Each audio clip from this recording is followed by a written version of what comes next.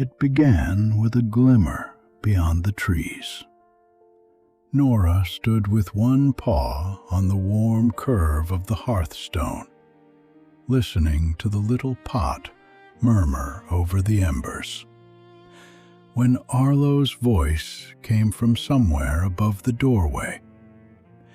He was asking whether the silver light beyond the southern trees was the mill pond.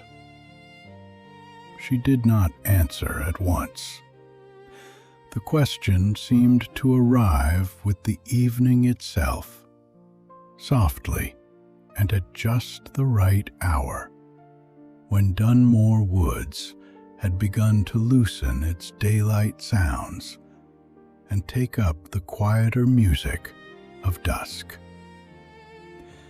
The hollow in the great oak held its warmth around her, fragrant with wood smoke, roots, wild thyme, and the last dark sweetness of blackberries. Beyond the entrance, Rufus was sitting on the low branch where he often watched the clearing settle. By the time Nora turned towards the door, she already knew that the night would not pass entirely indoors. There would be a walk south through the wood, a slow one, under the first rising moon, to see the still water where the old mill pond lay at the edge of the trees. Nora moved with the steady ease of someone who knew where everything belonged, even in the low gold light. She nudged a half-burnt log inward with the careful side of her paw and watched a line of sparks rise, then fade before it touched the roof. She stirred the pot slowly. In it, pale roots and dark roots softened together. Turnip and parsnip and a little burdock, with wild thyme crumbled between her claws, and blackberries added late so that they had not quite lost their shape. Their scent had filled the hollow in layers, earthy, green, faintly sharp, and then, underneath, the gentle fruitfulness of autumn. It was not a grand meal, but it belonged to the season, and to the wood, and to the hour. Outside, the clearing lay in that brief blue-brown pause between day and night. Nora stepped to the entrance and looked out, letting the cooler air touch her nose. The oak's roots rose around the doorway like the arms of an old chair, and beyond them, the grass of the clearing had taken on a dim sheen. The bracken along the margin was already withdrawing into shadow. High in the ash trees, a blackbird gave a final soft note. Not a song so much as a closing remark. Somewhere under the leaves, a beetle clicked its way through dry litter. Dunmore Woods had many kinds of silence, and this was the evening one, full of small exchanges, wings settling, claws finding bark, stems bending after the day's last warmth. She stayed there for a moment, not because anything was wrong or even remarkable, but because the clearing was beautiful in the way familiar places can be beautiful when the light changes on them. A run of ivy climbed the leaning beech opposite, its leaves black and glossy where they caught the last of the sky. The old path, more a memory than a track, led away between hazel stems towards the south. If one followed it far enough, past the place where the ground dipped and the ferns grew taller, it would come eventually to the old mill pond. Nora had not gone there often since the cubs were very small, but she knew the way as one knows a song learned long ago. It had been part of the wood before she was born, and before Rufus was born, and before the oldest badger in the northern set had first opened his eyes. She turned back inside, smoothing a fold of bedding as she passed. Cora was near the hearth, sitting with her paws tucked close, watching the low flames without seeming to ask anything of them. The firelight moved over her face in soft changes. She had always been able to be still in a way that made the world around her more noticeable. Arlo, by contrast, had been out in the lower branches since the meal began to smell ready. He traveled from one limb to another with unnecessary but harmless purpose, testing the same holds he had tested the evening before and the evening before that. Nora could hear him now and then, the scrape of a claw, a leaf shaken loose, the faint creak of a young branch accepting his weight and then releasing it. A wood mouse crossed near the fallen log, quick and neat, stopping once with its nose lifted before slipping beneath a canopy of dock leaves. Rufus noticed it, and noticed the way the evening insects had begun to gather in loose, wavering columns where the air was still warm. He noticed the sky showing faintly between the upper branches, no longer blue exactly, but not yet black, with one clear star appearing above the western beaches. These little changes had always pleased him. They were reliable without being identical. Each night, the wood put itself in order by a different route, and if one sat quietly enough, one might see how many lives began their work just as others ended theirs. Above him, Arlo came down from the higher limbs in several small stages, though he could have done it in one. He liked to make a journey of things. He paused at a fork in the branch, peered through a spray of oak leaves, then shifted backwards, dropped lightly, and settled beside Rufus with an effort at quietness that was almost quiet. For a few breaths, he said nothing. Rufus did not turn, but there was the faintest warmth in his expression, as if he could hear the words gathering in his son before they were spoken. "There's something shining down there," Arlo said at last. Rufus followed the line of his gaze.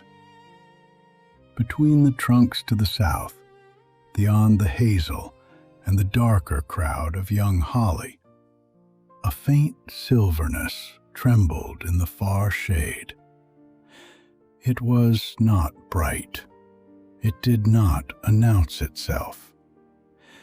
It was the kind of light one might miss if one looked too directly. A quiet lifting of darkness into something softer. The moon had not yet risen clear of the trees, but its first reach had found the surface of the mill pond and laid a pale skin across it. "That's the pond," Rufus said. "The moon has found it before it has found us." Rufus looked at the thin glimmer a little longer. The air was mild, the path would be dry, and the night was opening gently. "Fetch Cora," he said. "If your mother agrees, we'll walk slowly and be back before the fire has forgotten us." Arlo was away at once, though he tried to make his going dignified.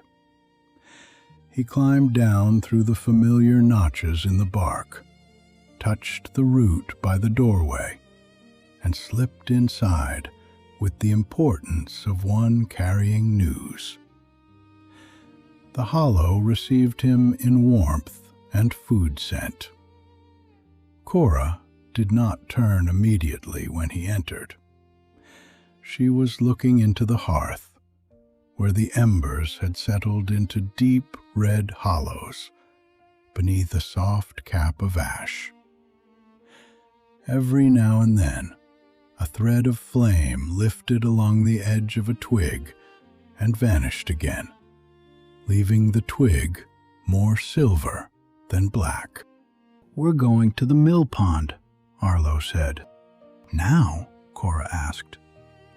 Cora shifted then, unfolding herself from her warm place by the hearth. She did not hurry.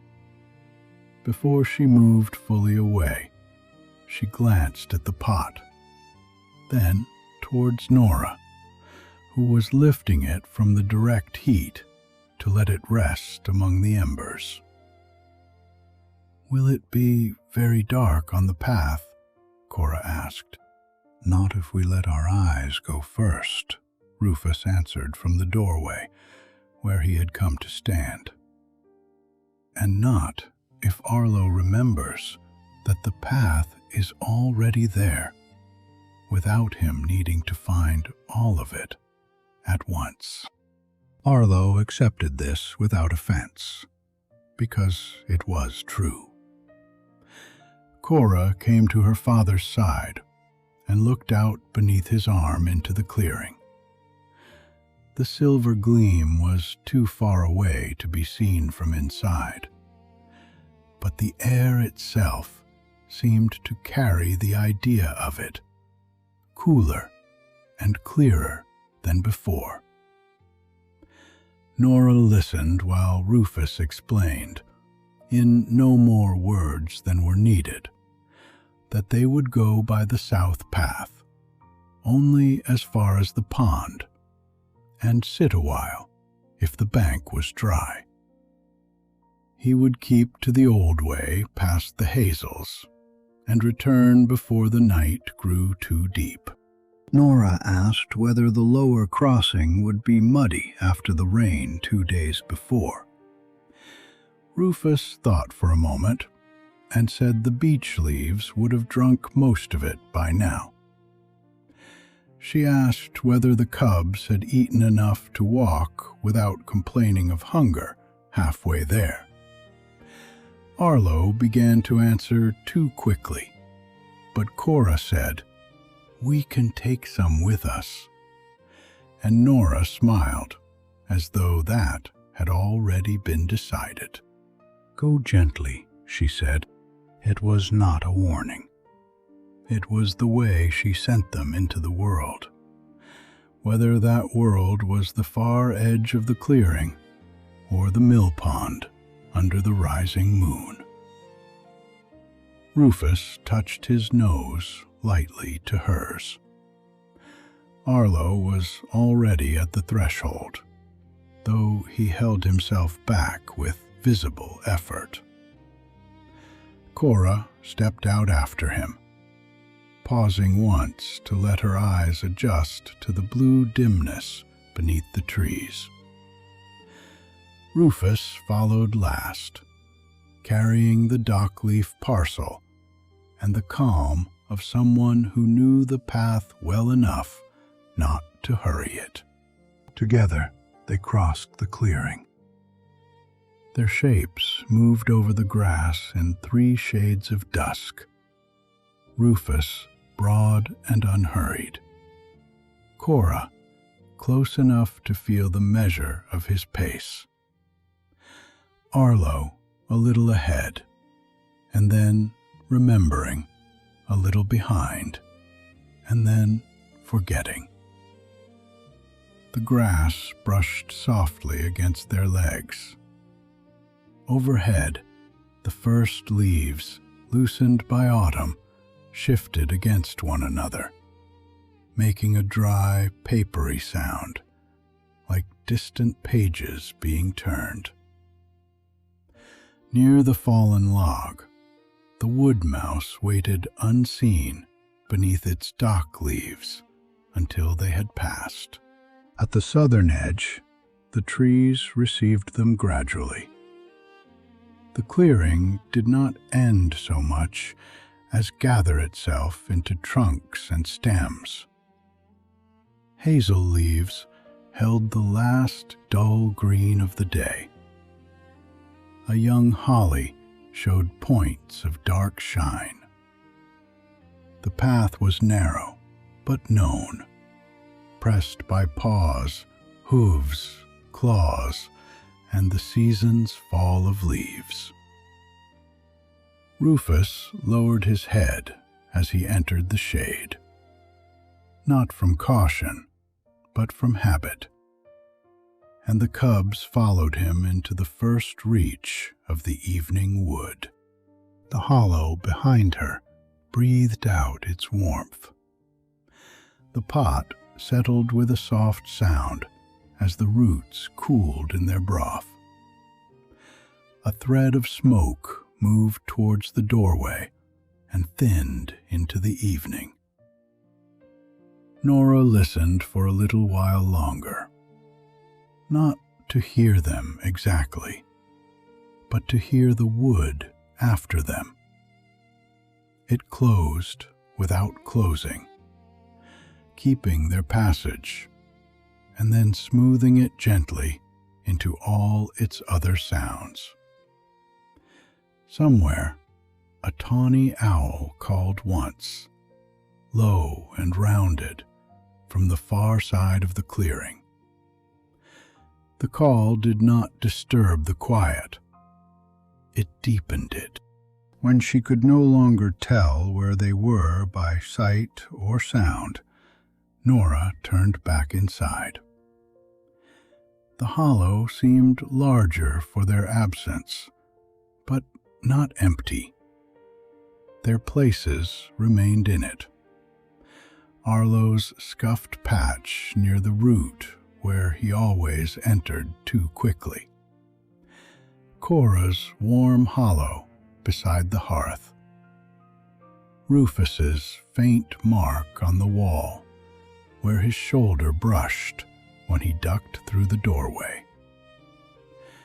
Nora set the pot nearer the edge of the fire, folded the bedding once more, though it did not need folding, and sat down where she could see both the embers and the darkening entrance. Outside, the moon continued to rise, and somewhere to the south, beyond the hazels and the beech leaves and the old stones of the forgotten mill, its light rested more fully on the pond. The 3 who had set out would be walking towards it now, slowly enough for the night to open around them, slowly enough for Cora to notice the ferns silvering at their edges, and for Arlo to learn step by step, that the path did not need to be hurried in order to arrive. Nora smiled to herself, just a little, and listened as the oak held the last warmth of the day within its great old heart. Rufus led them beneath the closing canopy, with the same unhurried steadiness he had carried from the clearing. The familiar trees behind them gradually gave way to the older southern wood. There was no sharp boundary, no gate through which they passed, only a slow deepening of shade and scent, as though the woods had folded another layer around them. The grass of the clearing disappeared behind hazel and bramble. The air grew cooler under the branches. The path, which had been clear enough near home, became a softer line among leaves, kept more by memory than by any visible track. The ground here had a deeper feel beneath their paws. Each step sank slightly into the season's fall. Oak leaves curled like small brown hands, ash keys lying in thin drifts. Field maple leaves turned butter yellow and copper at the edges, their points softened by damp. The smell rose gently as they moved through it. Leaf mold and rain-dark earth, the faint mushroom scent of hidden growth, the green bitterness of crushed fern.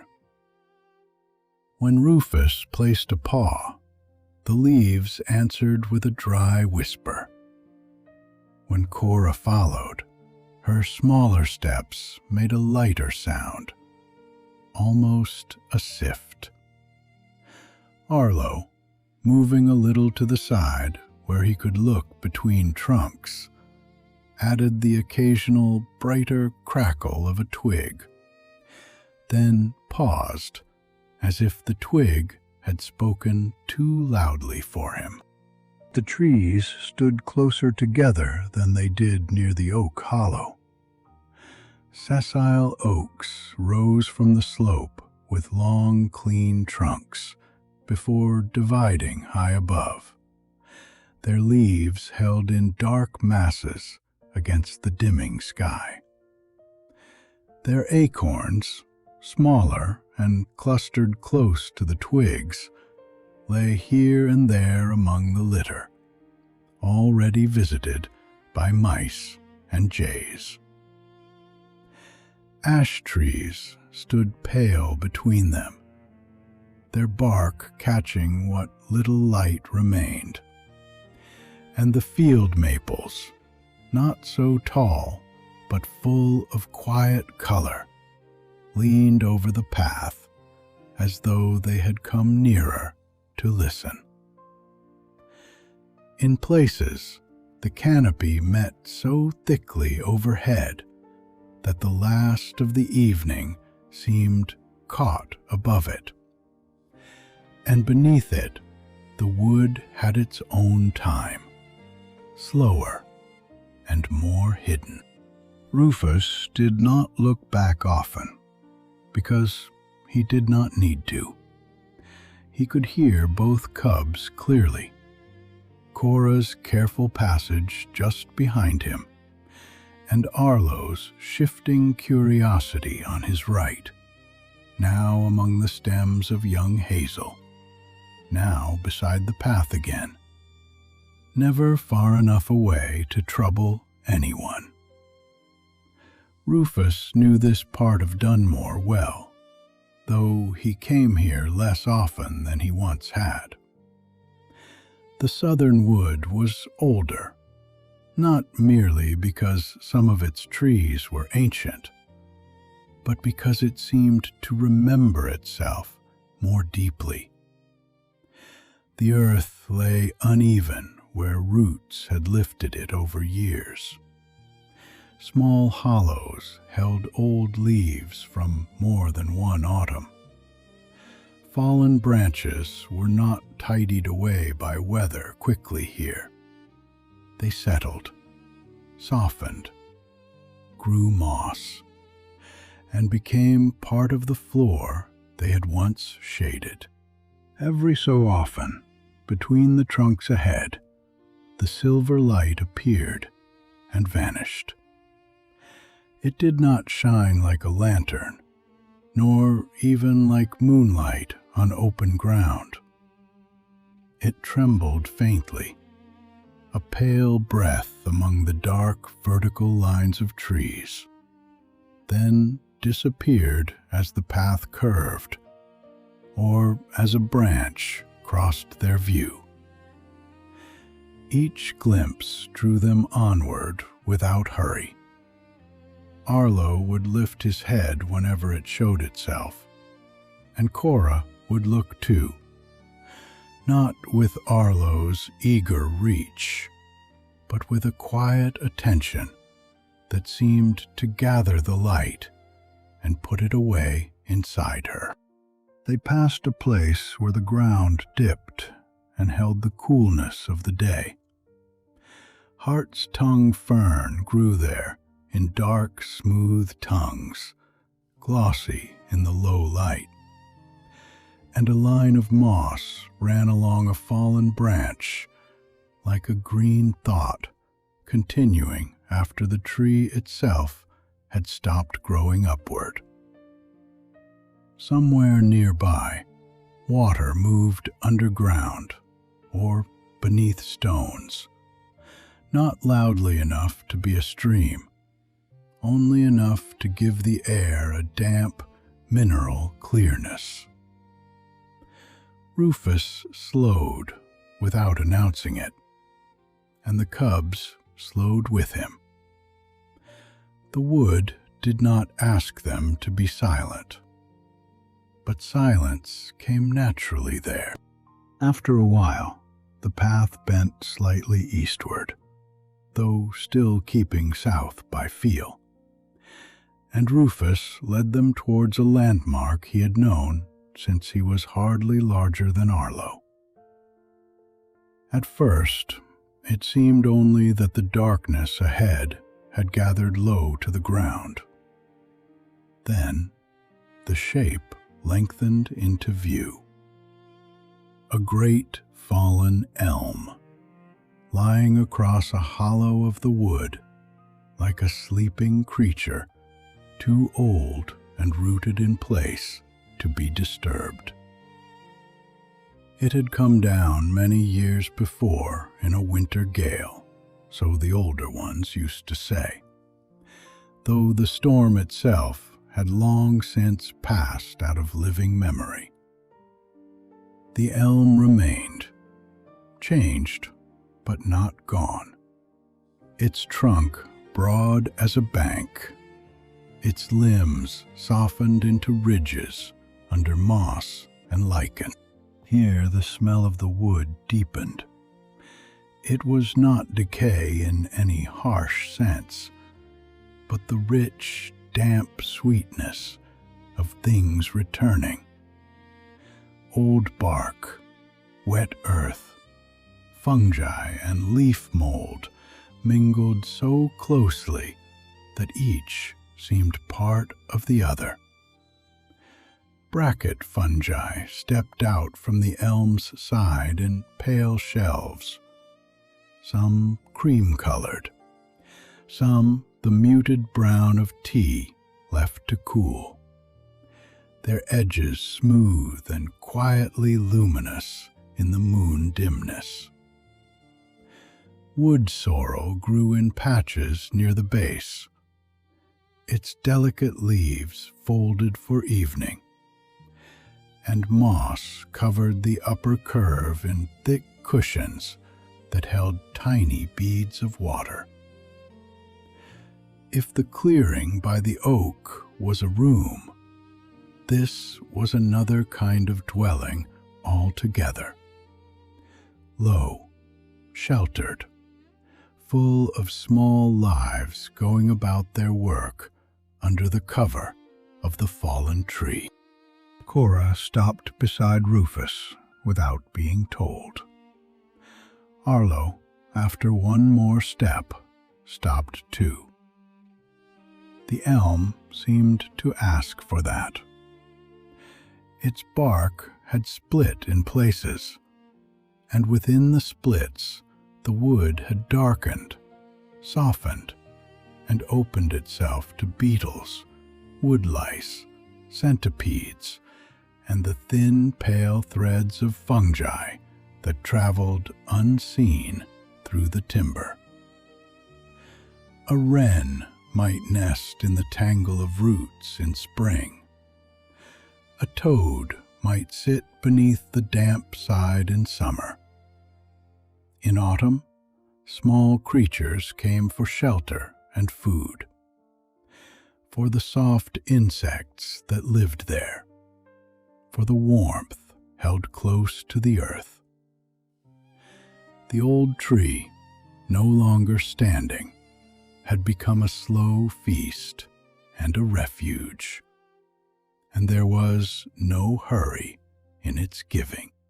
For a few moments, nothing moved except the leaves overhead, and one small black beetle making its careful way along a seam in the bark.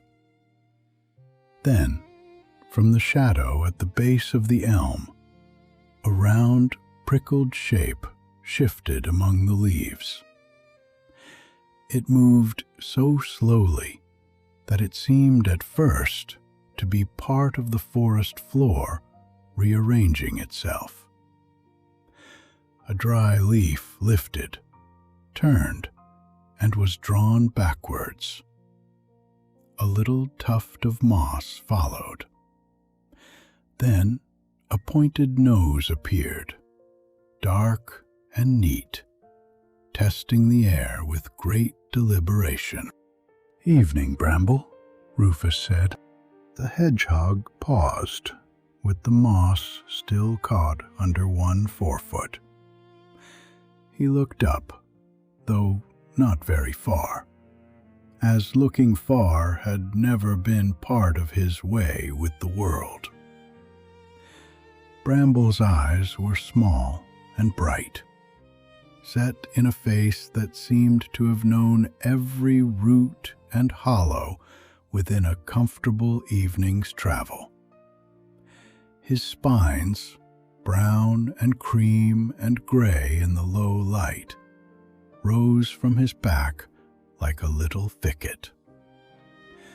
A few dry beech leaves had lodged among them, and one narrow blade of grass lay across him, as if he had been measuring himself for bedding. "Rufus," Bramble said, in a voice that was neither surprised nor unsurprised, but simply accepting. "You're out late, with company?" "Not too late," Rufus replied. "The moon called us towards the pond. This is Cora, and this is Arlo." Cora dipped her head in greeting, serious and gentle. Arlo did the same a moment after, though his eyes had already traveled from Bramble's nose to the little heap of leaves beside him, and then to a darker opening beneath the elm, where the leaves seemed to disappear. Bramble noticed. He had the look of one who had been noticed by curious young creatures many times, and had never thought it an inconvenience. "Nora's well?" he asked, returning his attention to the moss. "Very well," Rufus said. "She sent us out gently." "That sounds like Nora." Bramble pulled the moss free at last, and added it to his gathering pile. Always knew the right word for a doorway. Arlo opened his mouth, then closed it, because Rufus's calm had reached him before any instruction did. Bramble made another small turn, pushing his nose under a curled leaf and testing whether it was dry enough. It was. He dragged it carefully towards the dark space beneath the elm. The entrance was tucked under a leaning root and half hidden by fern, no larger than it needed to be. Around it, Bramble had already gathered leaves, grass, moss, and bits of bracken, all sorted in the patient way of someone preparing for a long sleep that could not be rushed into being. Hedgehogs in Dunmore did not speak much about winter, but everything they did in autumn held winter in mind. They fed well while the ground still offered beetles and worms.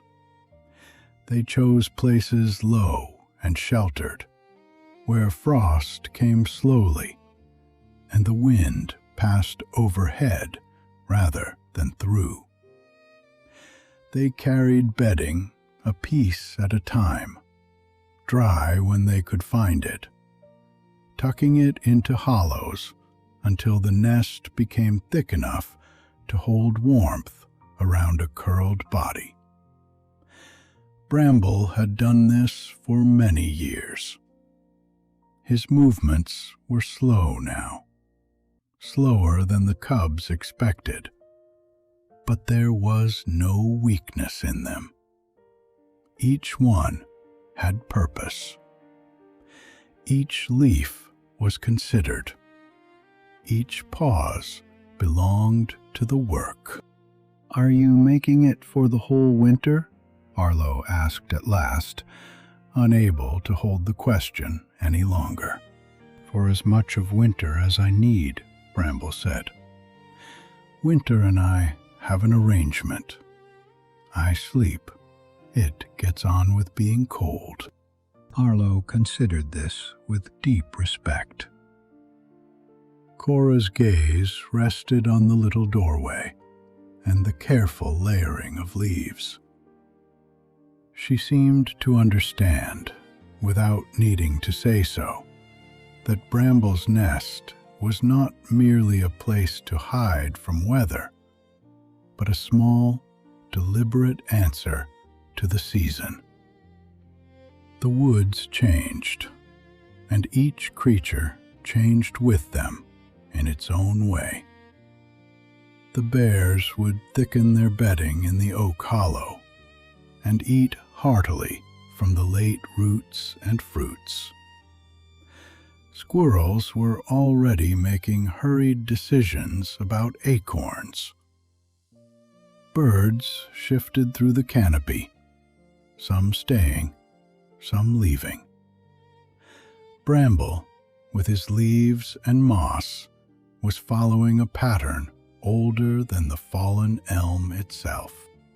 "We're going to see the pond in the moonlight," Cora said after a while. She spoke softly, but Bramble heard her. He paused with another leaf half under his chin. "The mill pond," he said. "Yes, it'll be holding the sky well tonight." Rufus set the dock leaf parcel down beside one paw and settled back on his haunches, comfortable with the pause. He had expected Bramble might have a word or two about the place. There were creatures who knew wide stretches of wood by crossing them, and creatures who knew small places by remaining near them season after season. Bramble had lived along the southern edge for as long as Rufus could remember, and the mill pond lay within the circle of his life. "I knew it when the willow on the western bank was only a thin thing," Bramble said. Now it trails half its fingers in the water. In a still autumn, like this one, the pond takes the moon and keeps it almost whole. In winter, when the cold settles properly, the edges freeze first under the reeds, and the middle stays dark for a few nights longer. If the frost holds, the ice speaks when it begins to loosen. Little ticking sounds at first, then soft cracks, not angry ones. Spring arriving from underneath. Cora listened, as if each detail had been placed in her paws. She saw the pond before seeing it. Reeds holding frost, willow fingers resting in dark water, ice giving it small spring sounds under a paler sky. Bramble had not described much, but what he offered had the shape of truth, worn smooth by years of noticing.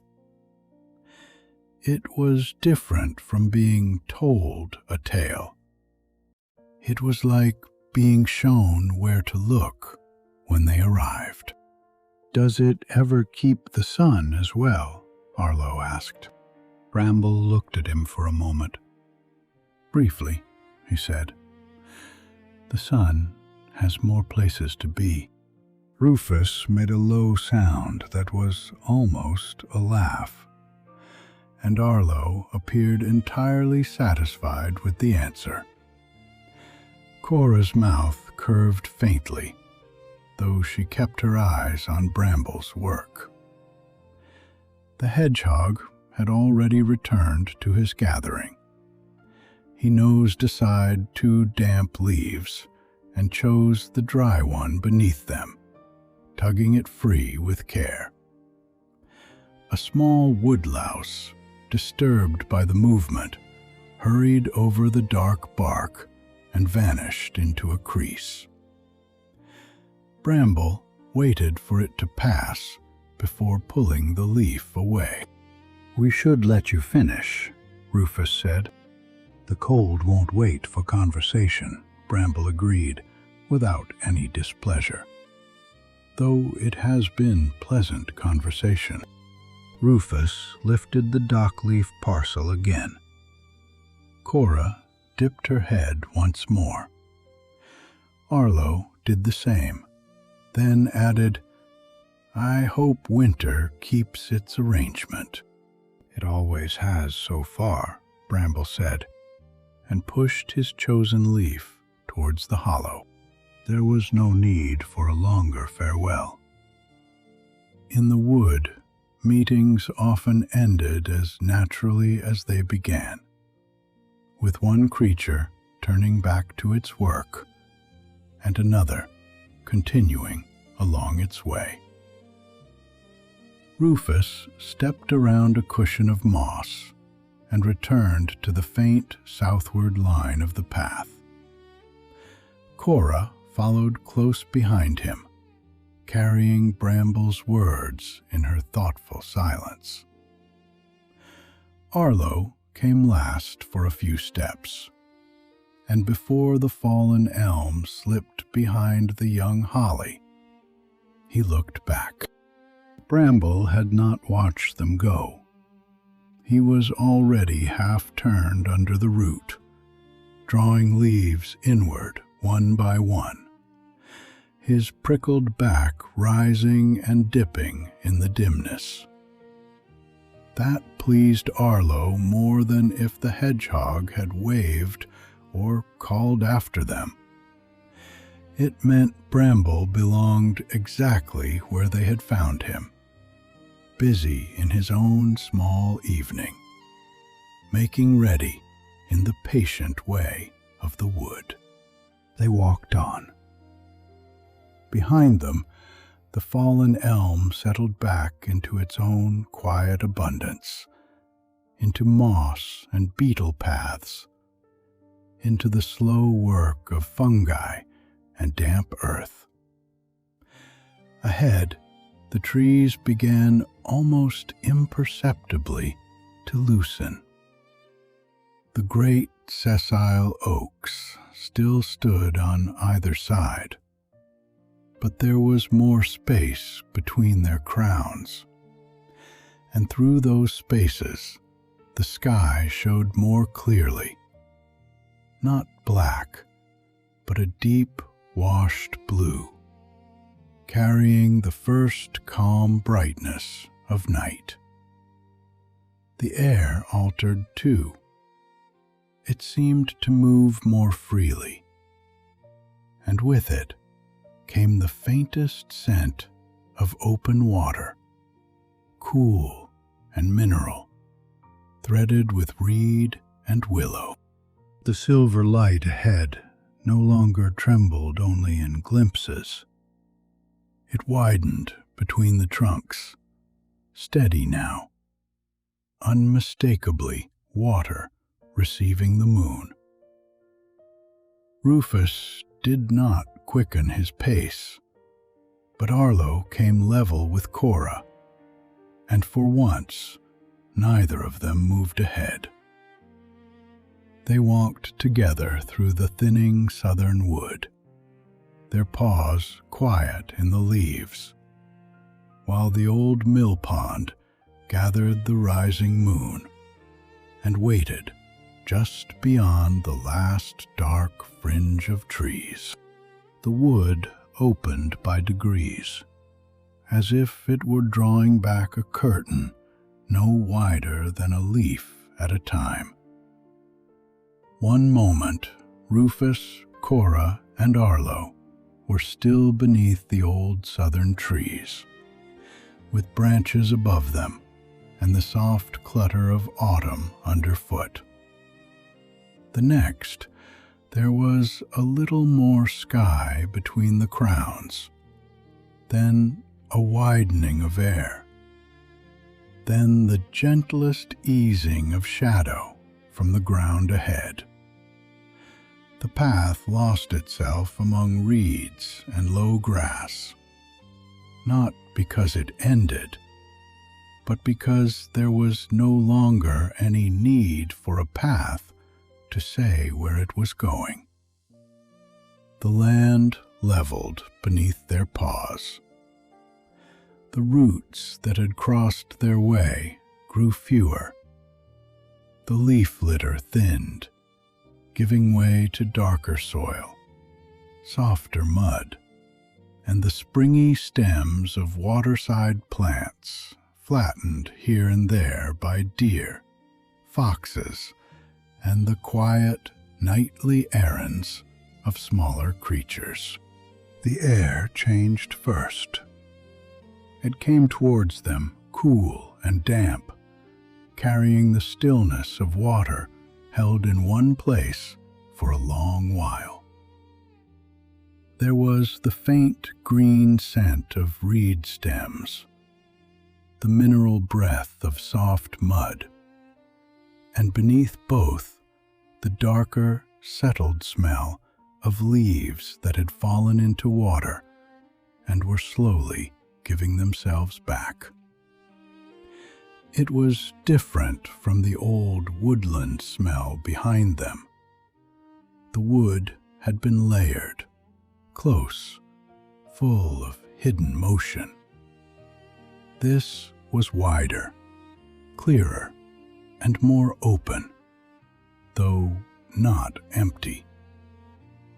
Even before the pond could be fully seen, it could be felt, as though the night itself had become more spacious. For a few steps, none of them spoke. The silence ahead had a quality all its own. It was not the hush beneath oak and ash, not the listening silence of fern and bark, but a broader quiet, held flat and smooth. Somewhere a reed touched another reed and made the lightest dry sound. Somewhere, far enough away to belong more to the whole night than to any one place, a moorhen shifted in shelter. Then the last hazel stems thinned beside them. The alder branches lifted, and the mill pond came into view. It did not appear suddenly or with splendor. It was simply there, as if it had been waiting in plain sight for the moment their eyes were ready for it. The moon had risen clear of the trees now, round and calm above the southern bank, and its reflection lay across the water in a long, unbroken column of silver. The rest of the pond held the sky in darker shades, blue-black near the reeds, pewter beneath the willow shadows, and at the far side a band of nearly perfect darkness where the tree line leaned over its own reflection. The water was so still that the moon seemed not to be shining upon it, but resting within it. Cora stopped without being asked. Her whole body became quiet, not stiff, not startled, only fully attentive. She had imagined the pond from Bramble's words, from the glimpses through the trunks, from Rufus's calm certainty. But seeing it was different. It was larger than any thought she had made of it, and softer. Nothing hurried there. Even the moon's bright road across the surface seemed to have arrived without traveling. Arlo came to a stop beside her, and for once did not step forward to be first. Rufus stood a little ahead of them both, the dock-leaf parcel still held carefully in one paw, and let them look. After a while, Rufus turned left along the bank. The ground there was firm enough above the mud, tufted with grass and edged by reed mace, sedge, and willow herb gone to seed. He knew where to place his feet. He passed a low scatter of stones, half covered with moss, the remains of the old mill's northern edge, almost indistinguishable from the bank unless one knew to look. Water lapped nowhere. The pond kept itself still. Only where a small underground spring entered near the reeds did the surface show the faintest tremor, a barely visible shiver beneath the moon's reflection. The willow stood a little further along, leaning over the water, as though it had been listening to the pond for so many years that listening had become its shape. Its trunk rose from the bank in pale, ridged folds, then bent outward and divided into long arms, some lifted, some trailing low. The remaining leaves were narrow and dull green, silvered beneath when the night breeze turned them. Many had already fallen, lying flat on the water or caught among the reeds, each one slender as a sleeping fish. Whether it had begun as a crack willow or a white willow, old age and water had made it entirely itself. a tree of wet roots and soft wood, of hollow places for beetles, and of branches where small birds might roost in summer. Its lowest branch stretched out over the pond, broad near the trunk, steady, and set only a little above the water. Rufus stepped onto it with the ease of long acquaintance. The bark was worn in several places, not bare exactly, but gently polished by visits made over many seasons. He had sat there alone when the cubs were young, and the oak hollow was never quite silent. He had sat there with Nora in spring, when the willow was all pale new leaves, and the reeds were only beginning to push up from the shallows. He had sat there in winter, too, when frost made every stem precise, and the pond was dark at its center.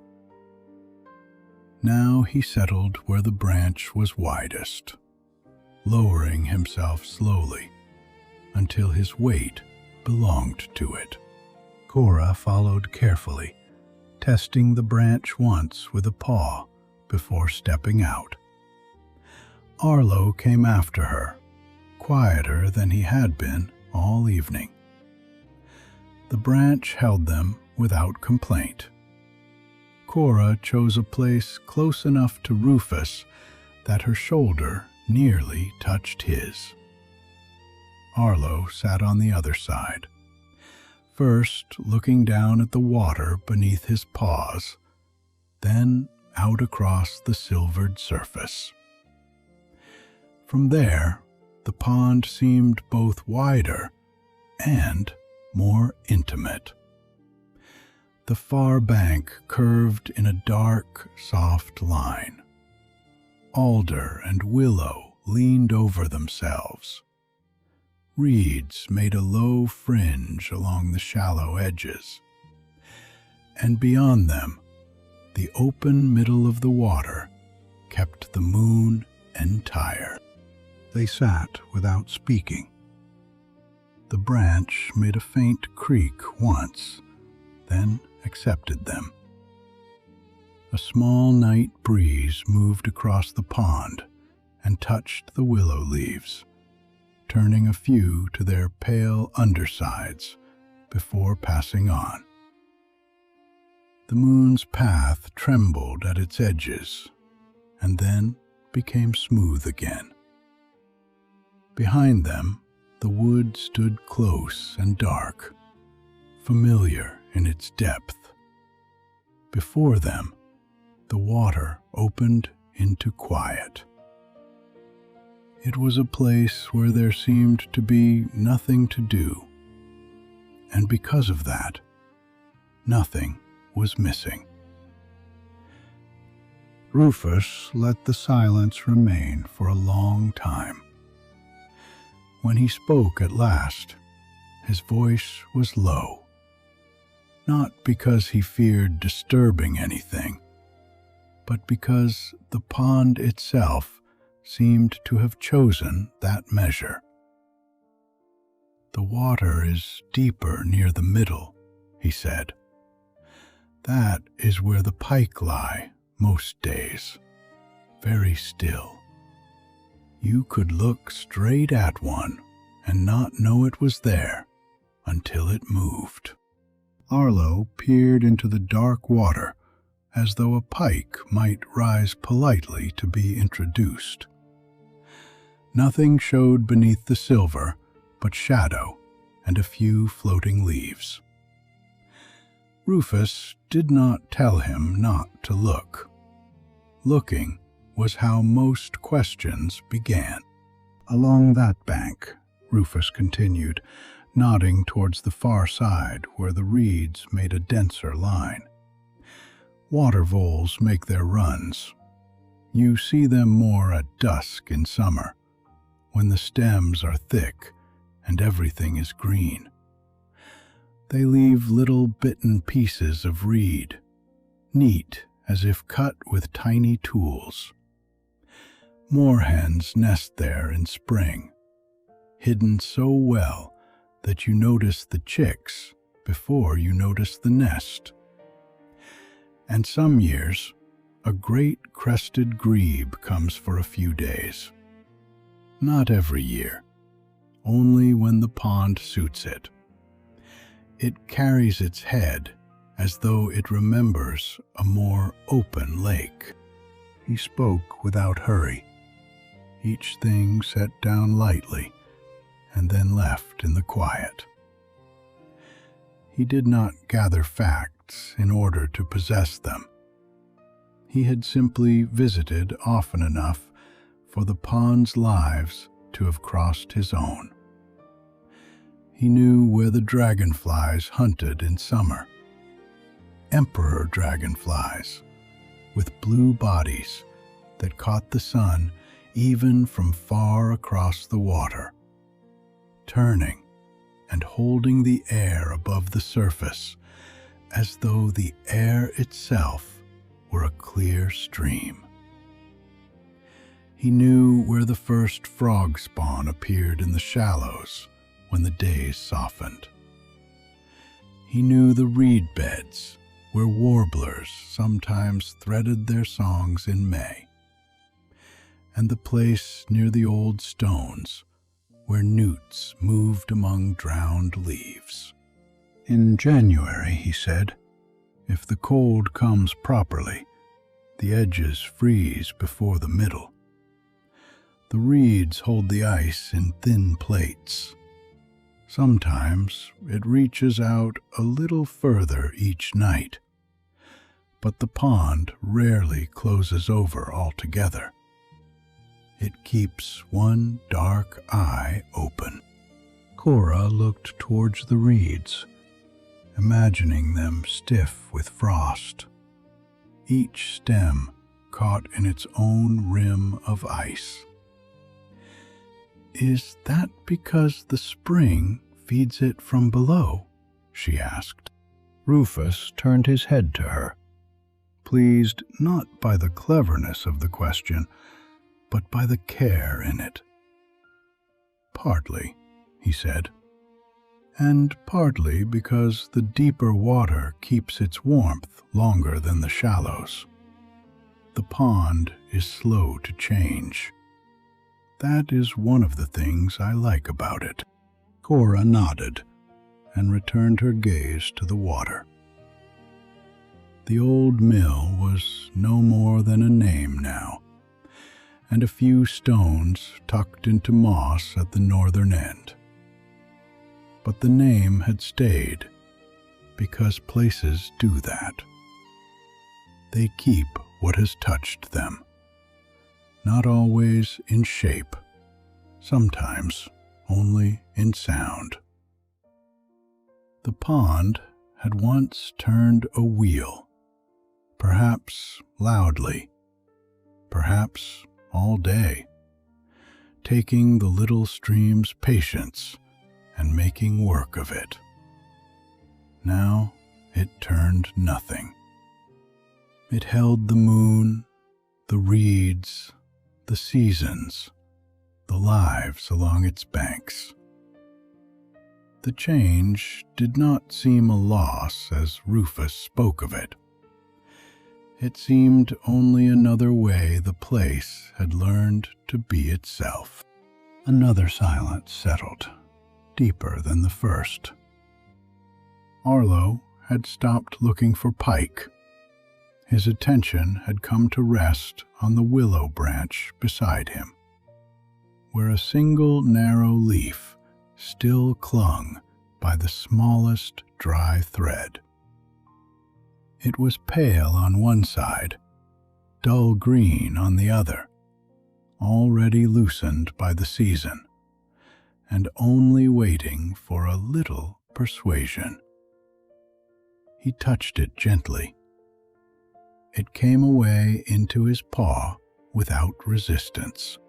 He held it for a moment. No one asked what he meant to do. Cora watched his paw. Rufus watched the water. Arlo leaned forward slowly and laid the leaf on the surface below. At first, it seemed the pond might simply receive it without change. The leaf floated flat, light as a breath, touching the silver path where the moon lay. Then a ring opened around it. The ring widened evenly, perfect and dark at its edge, passing through the moon's reflection and bending it. The long column of light broke into trembling pieces. Another ring followed, and another, each one softer than the last, moving outward across the stillness without a sound. Where they touched the shadow of the willow, the branches wavered. Where they reached the reeds, they became too faint to see. The leaf remained, turning once, very slowly.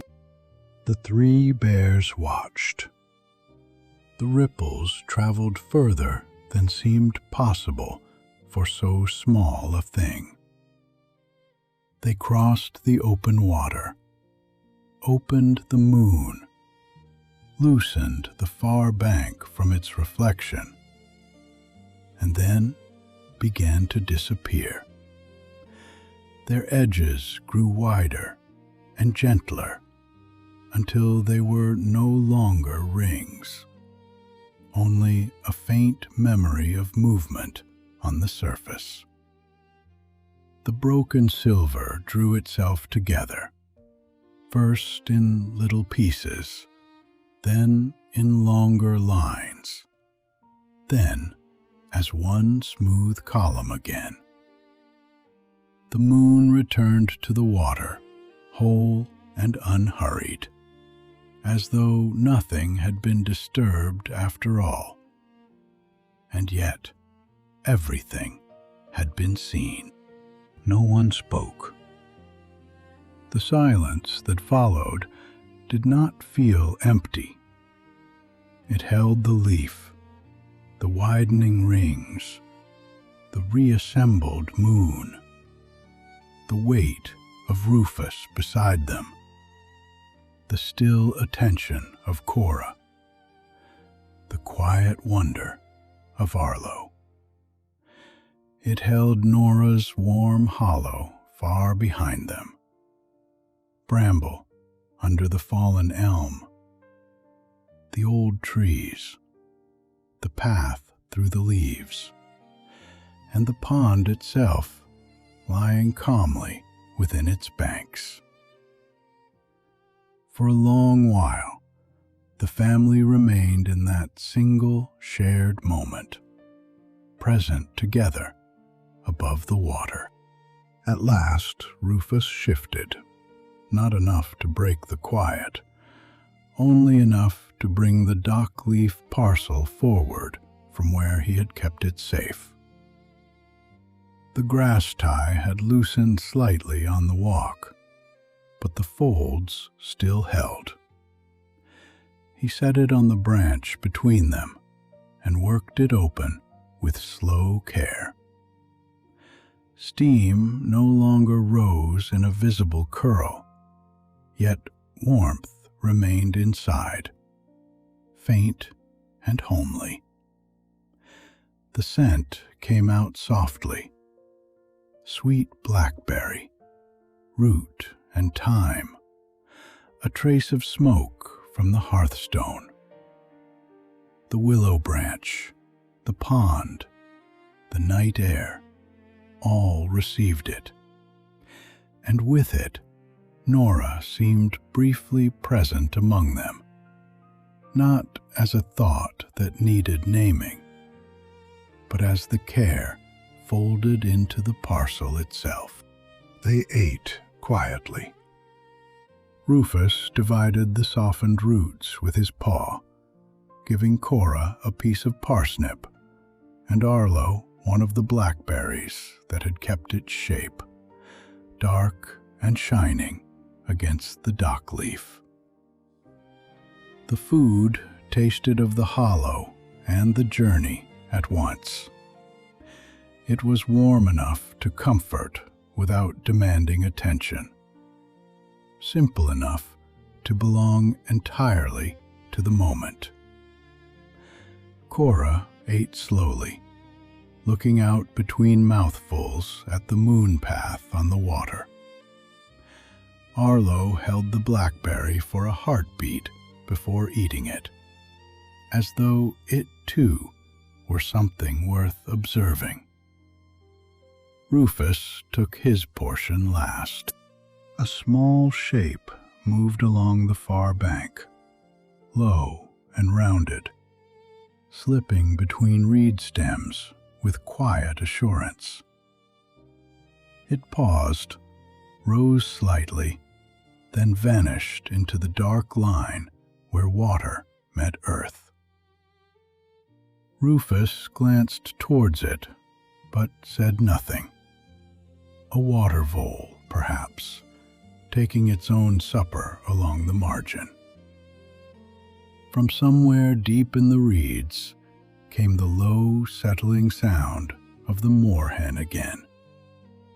A soft note and a rustle, then stillness.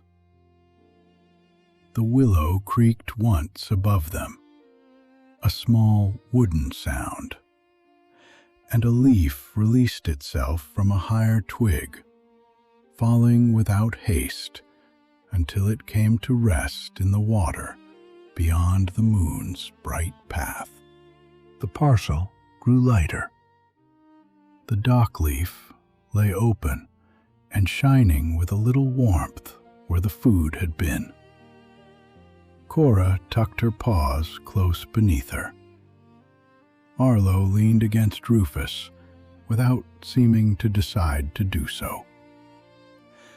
The pond remained before them, the wood behind them, and the night held both with equal gentleness. They had reached the place they had come to see, and there was nothing more required of them. They did not need to leave yet. They did not need to speak. Full, still, and companionable, they sat on the old willow branch, while the moon rested on the water, and the mill pond kept its quiet, unbroken light. When at last Rufus rose from the willow branch, he did so as quietly as he had settled there, shifting his weight with care so the old wood gave only the smallest creak beneath him. Cora lifted her head, and Arlo, who had been watching the moon's reflection without seeming to blink, came back to himself by slow degrees. There was no decision spoken aloud. The visit had reached its natural edge, as still evenings sometimes do, not by ending sharply, but by becoming complete. The dock leaf parcel lay empty between them, folded now upon itself, carrying only the faintest sweetness of blackberry and thyme. Rufus gathered it, not because it was needed, but because Nora had given it to them, and because one did not leave such care behind on a branch above the water. They stepped down one by one to the bank. The ground received them softly, dark with damp at the edge, and firmer where the grass rose in pale tufts. Behind them, the willow settled back into its listening shape, trailing its last narrow leaves towards the pond. The reeds gave a single dry murmur in the light wind, and then were still. The water remained as they had found it, patient and silvered, with the moon lying in one long path across its surface.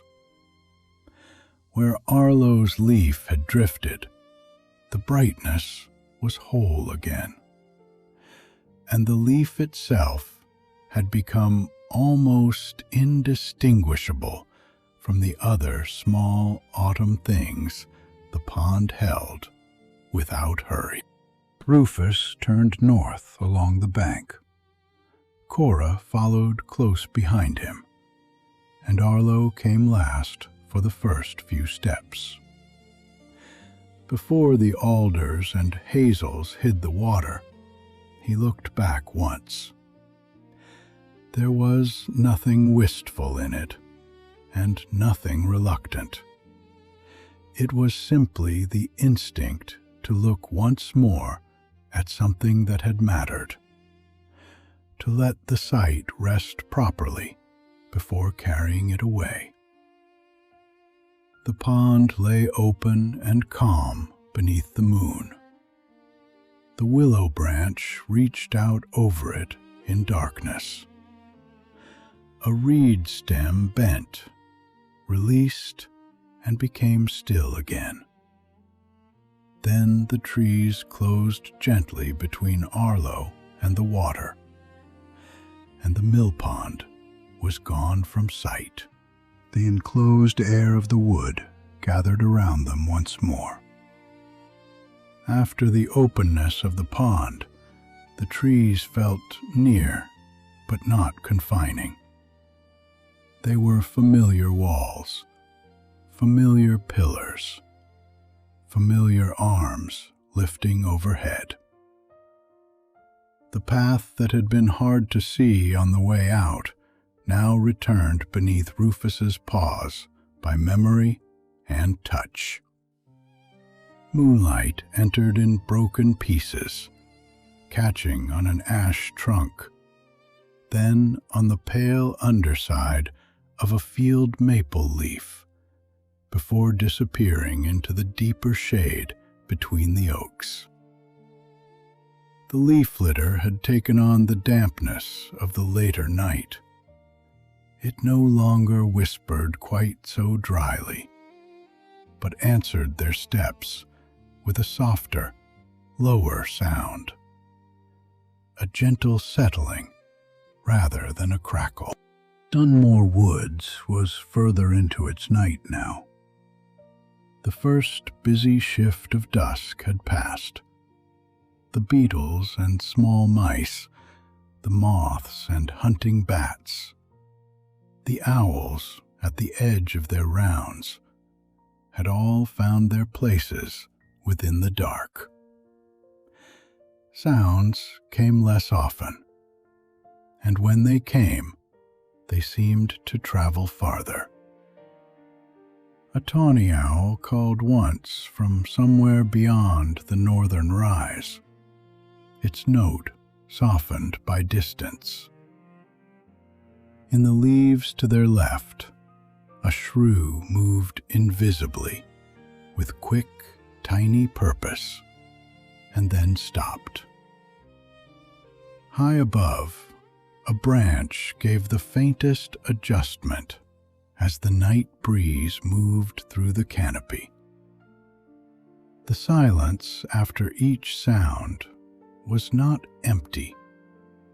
It was the wood holding itself steady. They came again to the fallen elm, though in the later hour it seemed lower, darker, more deeply folded into the forest floor. The bracket fungi held a dull pallor where the moon reached them, like small shelves of cooled wax. Moss drank the light without shining. The little hollow beneath the leaning root was almost hidden now, its entrance drawn close with leaves. Bramble was not visible. There was no movement of his prickled back, no careful tugging of bedding, no small, deliberate nose testing the air. He had gone inside for the night, and perhaps, if the cold kept deepening in the days ahead, part of the long winter sleep had already begun to gather around him. Rufus did not stop, but his pace eased as they passed, and that was greeting enough. Cora glanced towards the tucked entrance. Arlo looked too, quieter than he might have been earlier in the evening.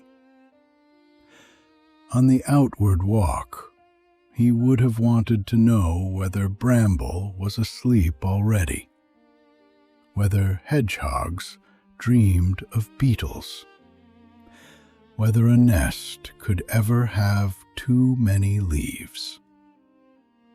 Now the questions remained with him, not lost, only unasked.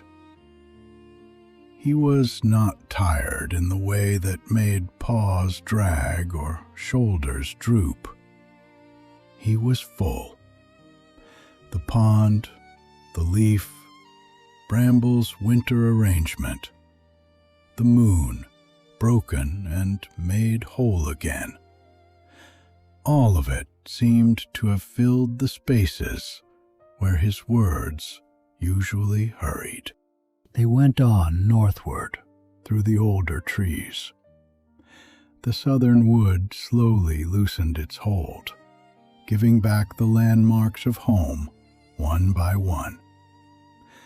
The place where Heart's Tongue fern grew glossy in the dip, the forked ash with the pale scar down one side of its trunk, the narrow rise where roots crossed the path like the backs of sleeping snakes.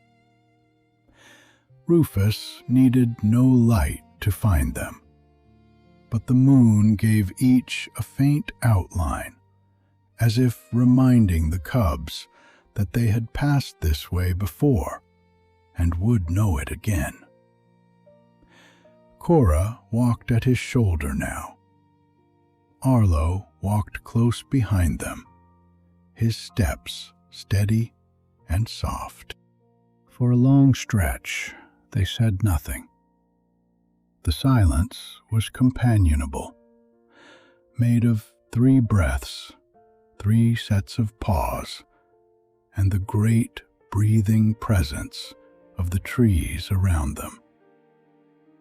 Then, as the path began to tilt gently upward towards the more familiar northern wood, Cora asked, "Does the pond remember everything that falls into it?" Rufus did not answer at once. He walked a few more steps, slow enough that his thinking did not change the rhythm of the journey. Overhead, an opening in the canopy showed a small scatter of stars. Then the branches crossed again, and the stars were gone. "Not in the way we remember," he said. "A leaf falls, and the pond carries it for a while. Then it sinks, or softens, or becomes part of the mud. Rain falls into it, and is no longer rain. Moonlight rests there, and goes when the moon moves on. But all of it changes the pond a little, even if only for a moment. Perhaps that is a kind of remembering." Cora kept beside him, looking ahead rather than at his face. The path was growing more familiar now. The trees had more space between them, and the hazels near home began to appear in darker clusters beneath the oaks. "So Arlo's leaf is part of it now?" she asked.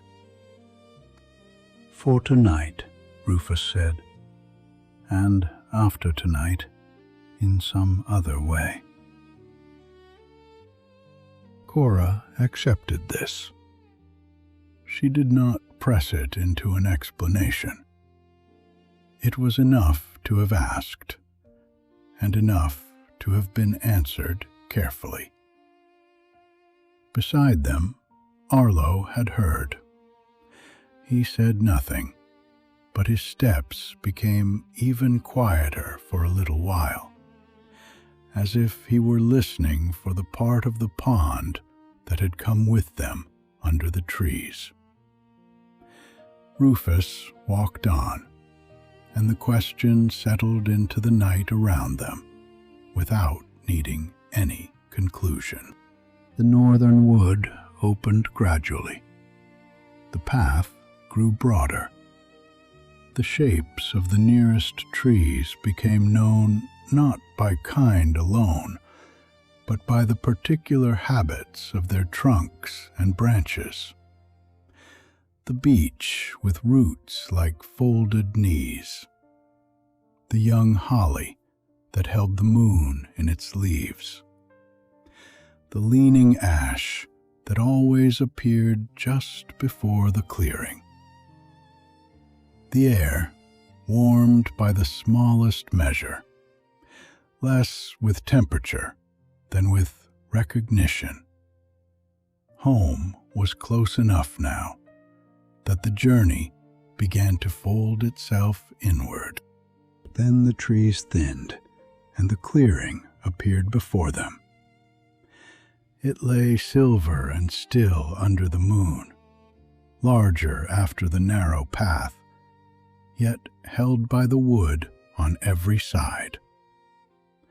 The silver birches at its edge stood pale as quiet flames, their white trunks marked here and there with dark, eye-shaped scars, their fine twigs lifted into the night. Fallen leaves lay around them like small pieces of tarnished gold.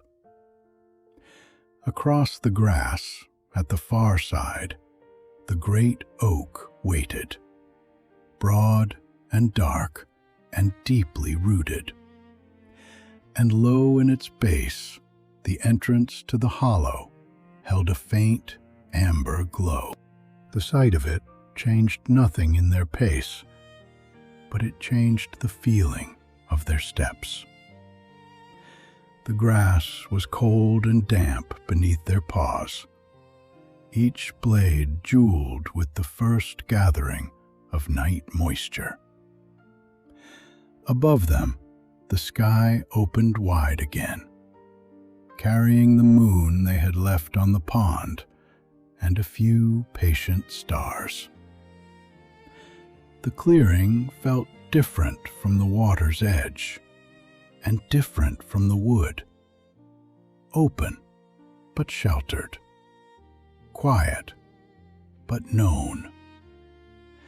Rufus crossed it in a straight, easy line. Cora walked close to him. Arlo came beside her now, no longer looking back, because the thing ahead had become enough. As they drew nearer, the oak's familiar details returned one by one.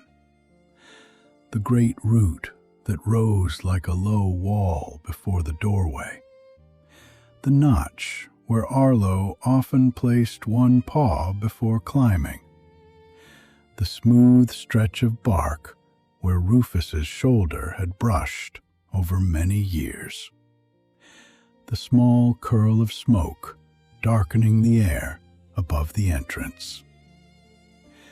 The glow within was low, not bright enough to spill far, but enough to show warmth.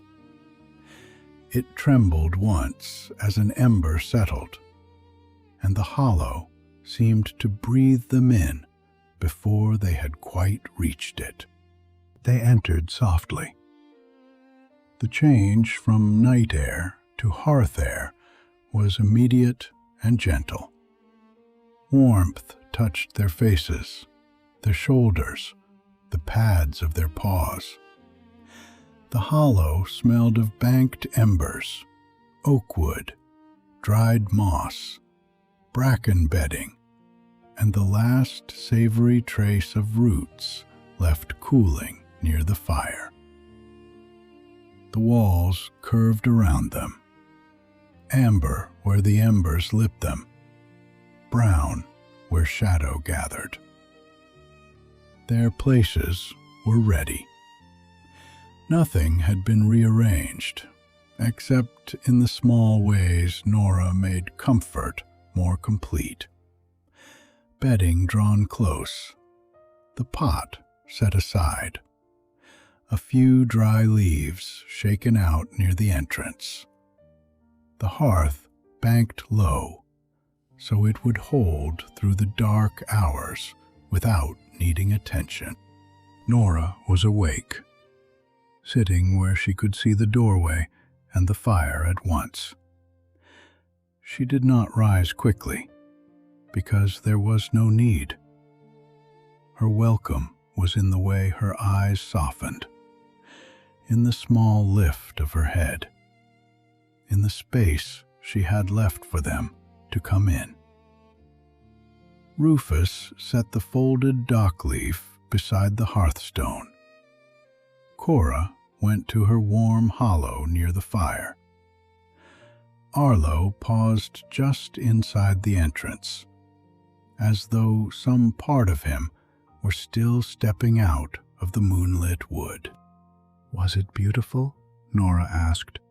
Rufus looked back towards the doorway, where the clearing lay beyond the roots in quiet moonlight. Then he looked at Cora and Arlo, at the damp on their paws, at the stillness they had carried home with them. "Very," he said.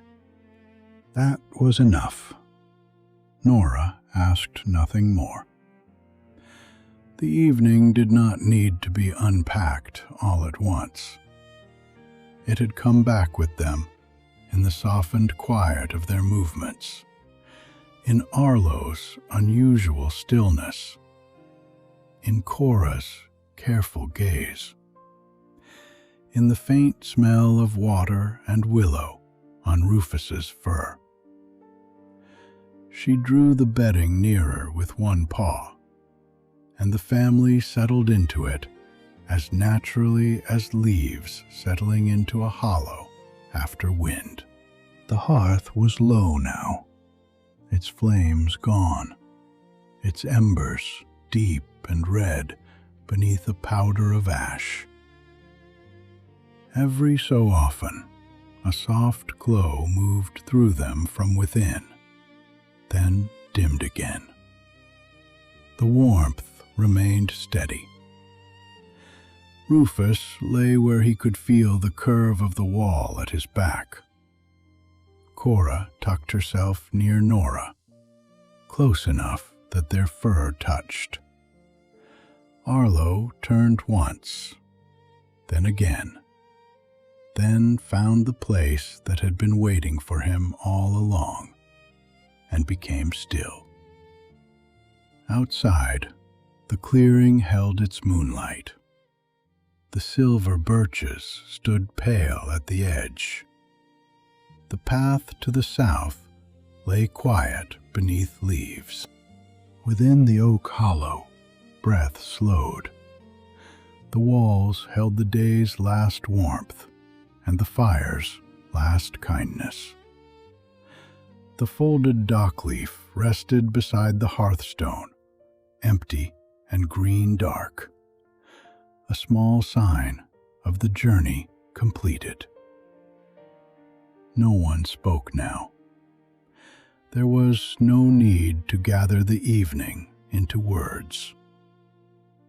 The mill pond was still at the edge of the wood, keeping the moon. Bramble was tucked under the fallen elm. The roots of the oak held firm around the family, and the night moved gently through Dunmore Woods. The hollow grew quieter. The embers lowered themselves into a softer red, then into a darker warmth. Beyond the doorway, the clearing rested. Beyond the clearing, the trees stood close and calm, their branches joined in the deep blue of the night. Far to the south, the pond lay smooth beneath the moon, receiving the slow fall of leaves, the faint movement of reeds, and the open sky. And in the great oak, warm and still, Nora, Rufus, Cora, and Arlo slept, while the wood kept watch in its own unhurried way.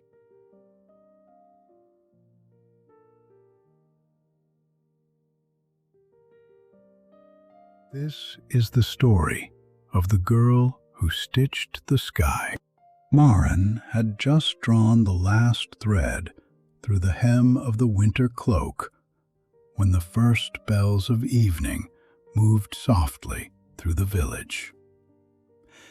They came from the small stone church below the well, not loudly, for the bell rope was old and the tower was low, but with a rounded sound that touched one roof after another and then lifted towards the mountain.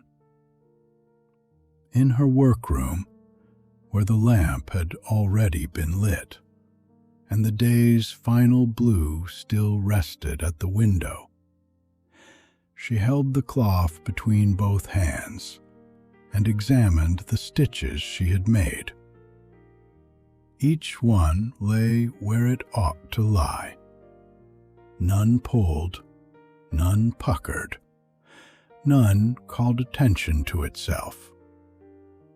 The cloak would hang cleanly from the shoulders of the cooper's wife, who had asked only that it be made warm enough for market mornings and plain enough for Sundays.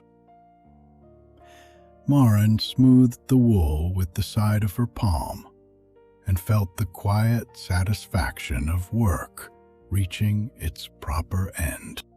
The workroom was small, but it had the order of a place used every day by someone who trusted her hands. A narrow window looked east over the upper roofs of the village, beyond the smoke-dark chimneys and the sloped vegetable gardens, towards the mountain that rose behind them all.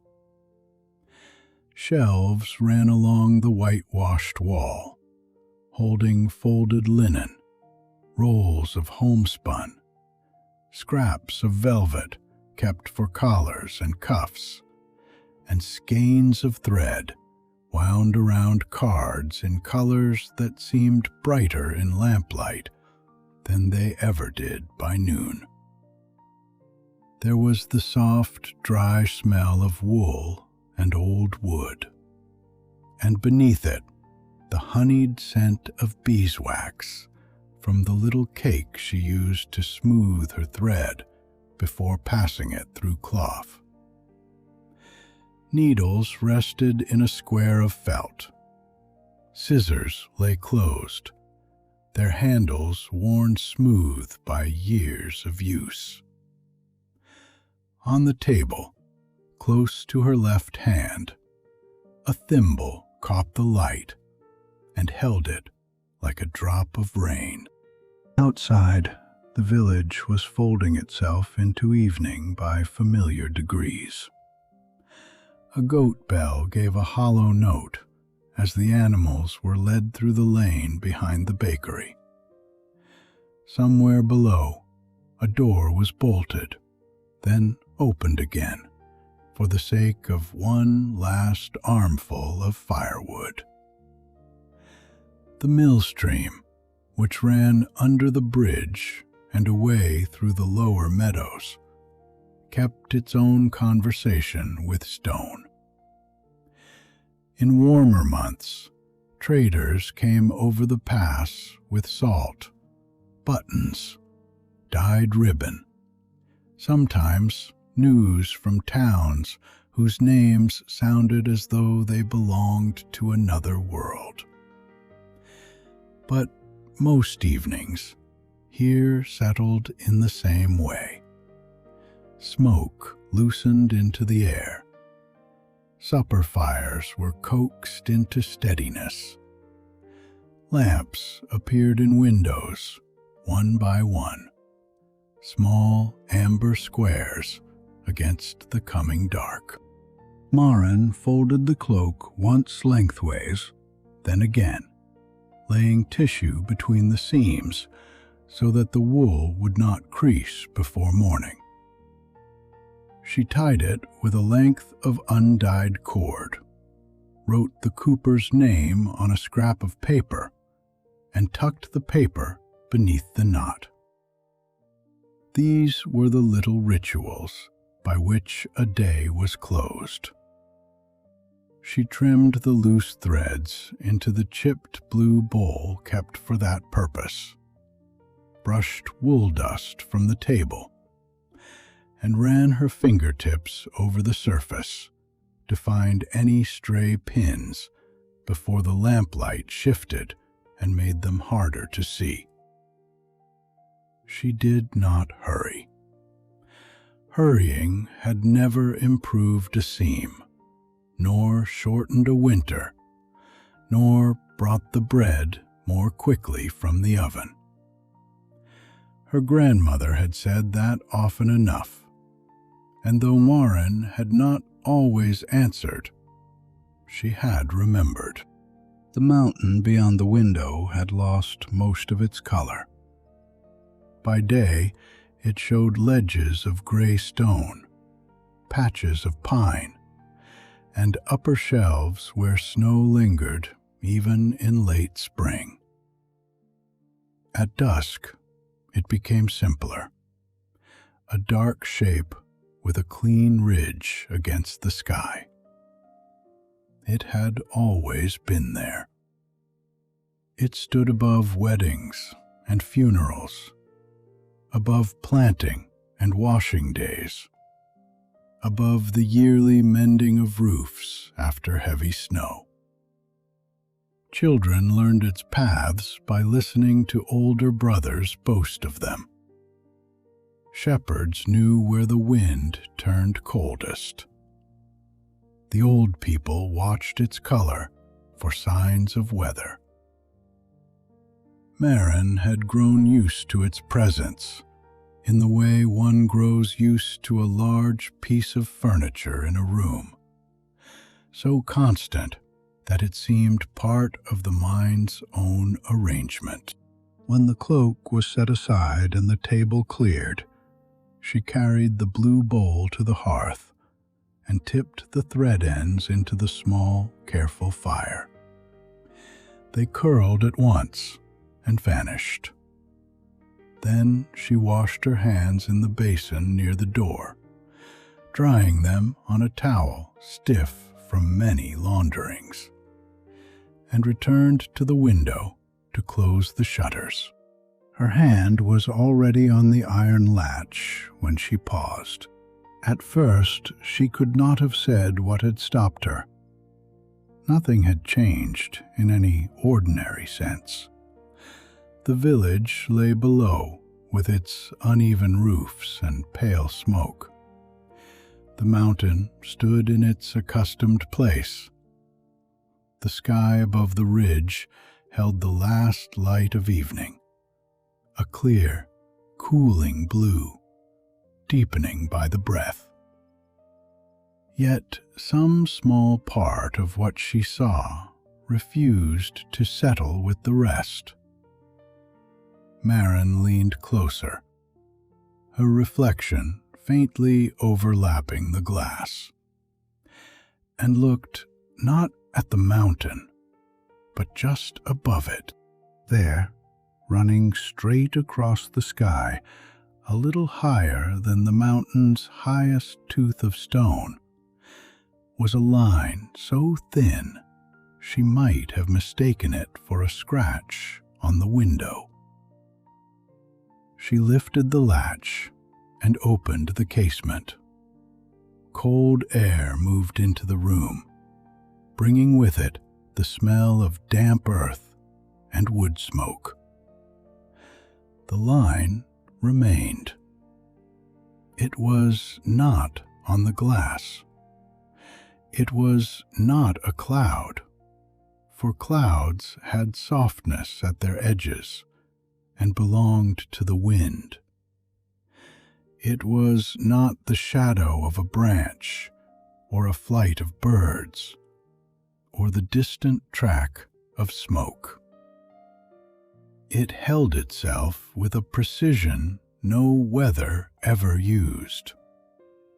It was perfectly straight, dark as the space beneath a closed door, and narrow enough that she had to keep her gaze still to see it clearly. Maren stood a long while with the window open. The chill found the wet skin at her wrists and slipped into the room, stirring the loose corner of a pattern pinned to the wall. Below, someone laughed once in the lane. Then the sound was gone. A dog barked near the lower bridge. The bells had fallen quiet. The dark line above the mountain did not waver. It lay across the blue with the severe neatness of a cut made against a ruler. The wrongness of it was not loud. It did not press upon her or make the air tremble.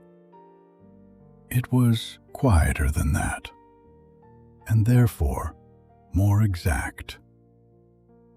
It was like noticing, after many rows of even stitching, that one thread had slipped under instead of over. Like the first small snag in fine silk before the damage widened. Like a seam that had been joined from the wrong side and could not be made to lie flat until it was unpicked. Maren felt no panic. Her breath did not quicken. Instead, she narrowed her attention, as she always did when something in cloth would not behave as cloth should. She measured the length of the line against the ridge. She searched for frayed edges and found none. She waited for it to fade and saw that it did not. Only when the blue had deepened so far that the line became almost impossible to distinguish did she close the window and draw the shutters inwards. The wooden panels met with their usual soft knock. She slipped the bar into place. Behind her, the workroom remained exactly as it had been. Table, lamp, shelves, folded cloak, blue bowl by the hearth. Yet it was no longer quite the same room. Something had entered it without crossing the threshold. The air felt newly arranged around the knowledge of that thin, dark cut above the mountain. Maren turned slowly towards the back of the house. The back room was cooler than the workroom, and seldom needed a lamp before full dark, because it held so little that demanded looking at.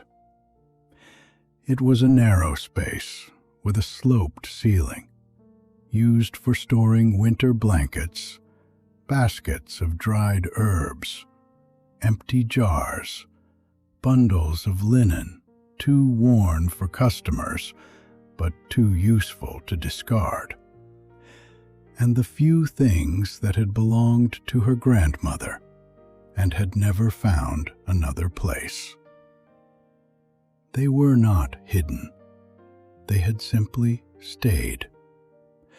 A shawl hung from a peg, faded at the shoulders. A pair of wooden pattens rested under a bench. There was a tin of buttons, sorted by color. A cracked cup with violets painted around the rim. And on the upper shelf, a sewing box Maren had known all her life without ever opening. It was made of dark pear wood, polished by touch rather than varnish, its corners rounded by age. A small brass clasp fastened the front, dulled to the color of late honey. Along the lid, almost too faint to see, someone had carved a border of tiny interlocking diamonds, the kind that appeared on old woven bands and apron hems from villages higher up the valley. Maren lifted the box down with both hands. It was lighter than she expected, and yet the way it sat in her palms gave the curious impression of something patient, something that had kept its own counsel for years and had not minded waiting. She carried it to the workroom table and set it beside the lamp. For a moment, she only looked at it. Her grandmother had been a woman of few unnecessary words, with strong hands, silver hair always pinned low, and the habit of noticing what other people missed. She had taught Maren to knot thread without wasting it, to read a garment by its wear, to keep the good scissors wrapped in cloth, and to mend from the inside whenever possible. She had also, on certain evenings when wind pressed hard against the shutters, looked towards the mountain in a way Maren had never fully understood.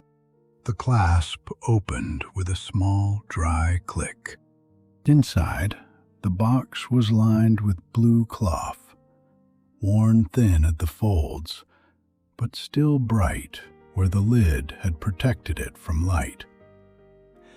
There was no clutter, no packet of ordinary pins, no spare hooks, no thimble gone out of shape.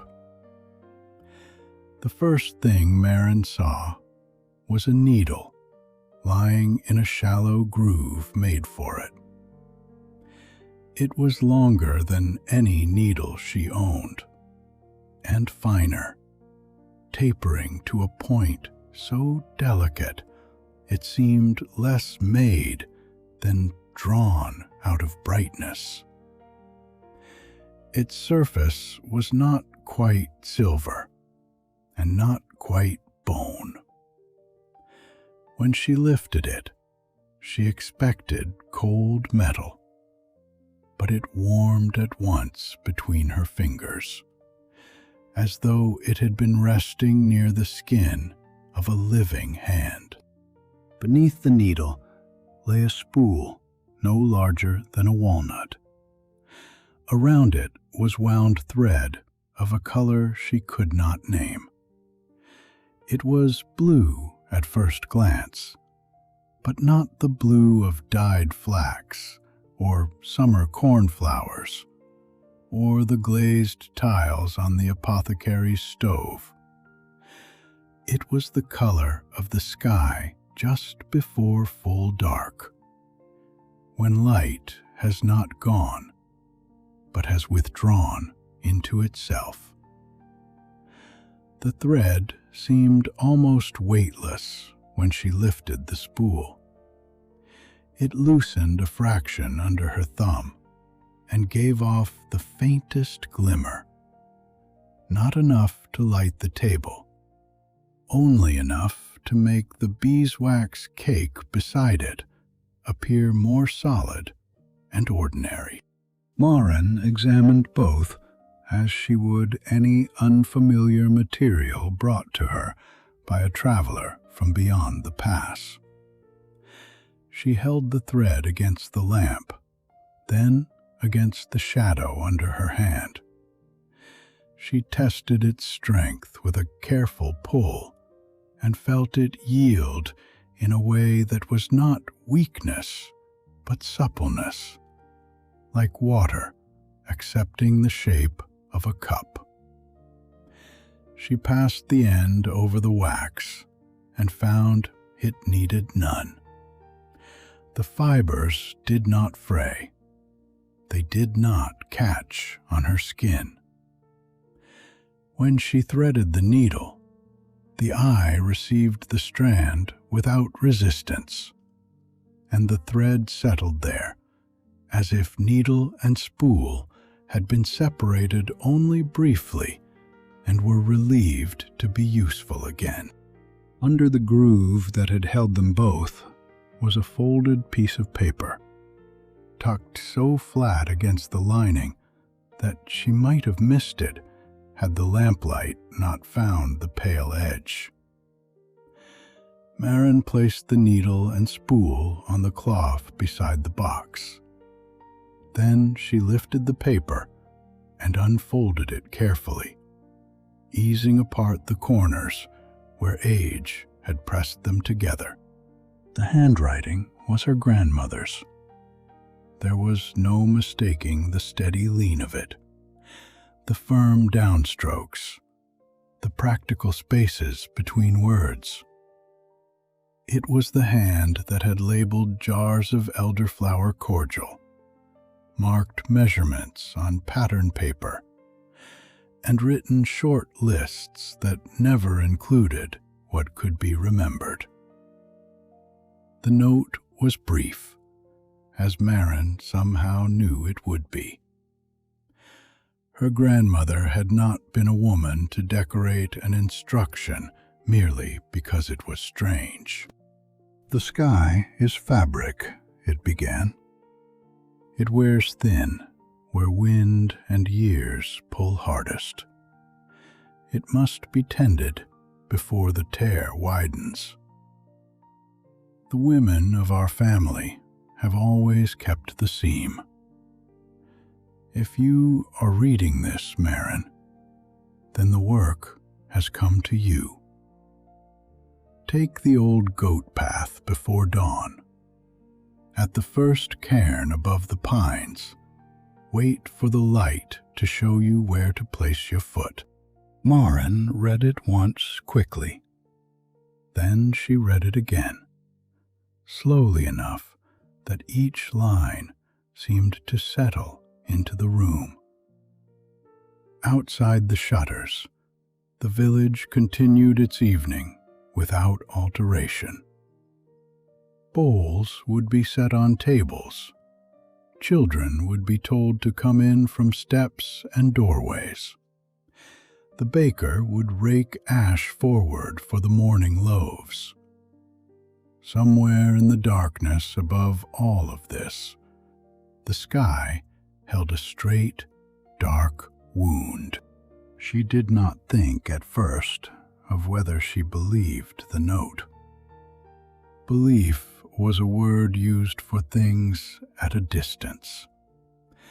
This was on the table before her, the needle warm in lamplight, the thread the color of deepening blue, the handwriting of the woman who had raised her after her mother died in a winter of coughing. Maren thought instead of all the times her grandmother had mended cloth nobody else wished to attempt. Of the evenings she had come in late from the upper meadows, with burrs caught in her skirt, and no explanation beyond a tired smile. Of the habit she had, during storms, of touching the pocket where she kept her needles before looking towards the ridge. Something that had always been half known became fully known then, not with a ringing certainty, but with a quiet click, like the brass clasp of the sewing box opening in her hands. The world had not become less ordinary. If anything, it had become more so. The mountain, the workroom, the thread, the old note, the sleeping village, all seemed bound together by some long seam she had only just learned to see. Maren folded the note along its old creases and laid it back in the box. She wrapped the needle in a strip of soft linen, wound the loose end of the blue thread neatly around the spool, and wrapped that too. Then she sat for a little while with both bundles before her, considering not whether she would go, but how best to go. The old goat path began behind the last barn and rose through the dark line of pines before crossing the shoulder of the mountain. In summer, children climbed as far as the lower pastures to pick bilberries. In autumn, men used it when bringing down strayed animals. Higher than that, it became a track of stones and memory, known mostly to goats, weather, and the few people who had reason to keep their footing where ordinary paths ended. She prepared as she prepared for any demanding piece of work. First, she banked the fire so that the house would not wake cold. She set the finished cloak on the bench by the door, where the cooper's daughter could collect it if Maren was not back by noon. She chose a woolen skirt, short enough not to catch on stones, thick stockings, her oldest boots, and a coat whose pockets were deep and well sewn. From the pantry, she took a heel of rye bread, a small cheese wrapped in cloth, dried apple rings, and a flask of water from the pump. She added a folded square of linen, a spare pair of gloves, and a little knife with a horn handle. Nothing ceremonial, nothing more than was useful. Only after these things were gathered did she return to the sewing box. She placed the wrapped needle and spool in the inner pocket of her coat, where they rested against the lining just over her ribs. At once, she became aware of their lightness. They were hardly there, and yet she felt them with every breath. She closed the sewing box and returned it not to the back room, but to the workroom shelf beside her own thread. It seemed to belong there now, among the tools that had names because they were used. Night passed softly over the village. Maren slept for a few hours in the narrow bed against the wall, not deeply, but without troubled dreams. Once she woke to the sound of wind moving under the eaves and knew before opening her eyes that the tear was still above the mountain. The thought did not frighten her. It simply waited. When she rose, the room was cold enough to show her breath. The sky beyond the shutters was dark, and the village lay in that hushed hour before first light, when even familiar houses seemed to be holding their shape by memory alone. She dressed without lighting the lamp. The floorboards knew where to creak, and she avoided them by habit. In the kitchen, she drank a cup of water, wrapped her scarf twice around her throat, and listened. No cartwheels, no voices, no hens stirring in the neighbor's yard. Only the mill stream below, steady under its skin of darkness, and the faint shift of rafters cooling after the fire's last warmth. At the workroom door, she paused. The room was almost invisible, but she knew every part of it. The table under the window, the shelves, the chair with its woven seat, the bowl for thread ends, the folded patterns held by pins along the wall. By evening, it might look unchanged. The cloak might be gone from the bench. Light might lie again across the table. Someone might pass below and call her name for a hem, a sleeve, a torn apron.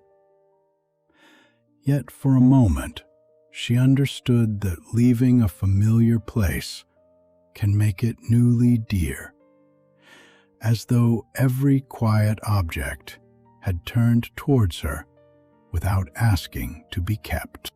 Maren closed the door gently behind her. The lane outside was a ribbon of pale stone between sleeping houses. Frost had silvered the edges of the well and the handles of the carts left under the eaves.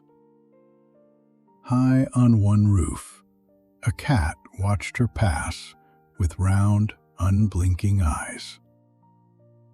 The bakery chimney had not yet begun to smoke. The church bell hung silent in its small tower. Maren walked downhill at first, because the lane curved that way before turning towards the barns, and her boots made a soft, careful sound on the stones. As she passed the fountain, she looked up. The tear was not visible in the dark. The mountain was only a greater darkness against the stars, and the sky above it seemed whole to any eye that did not know where to look. But Maren knew. She felt the place of it, as one feels in mending the hidden weakness beneath cloth not yet torn. The needle and thread rested in her pocket, light and steady, and the note's final instruction moved through her mind with the calmness of remembered advice.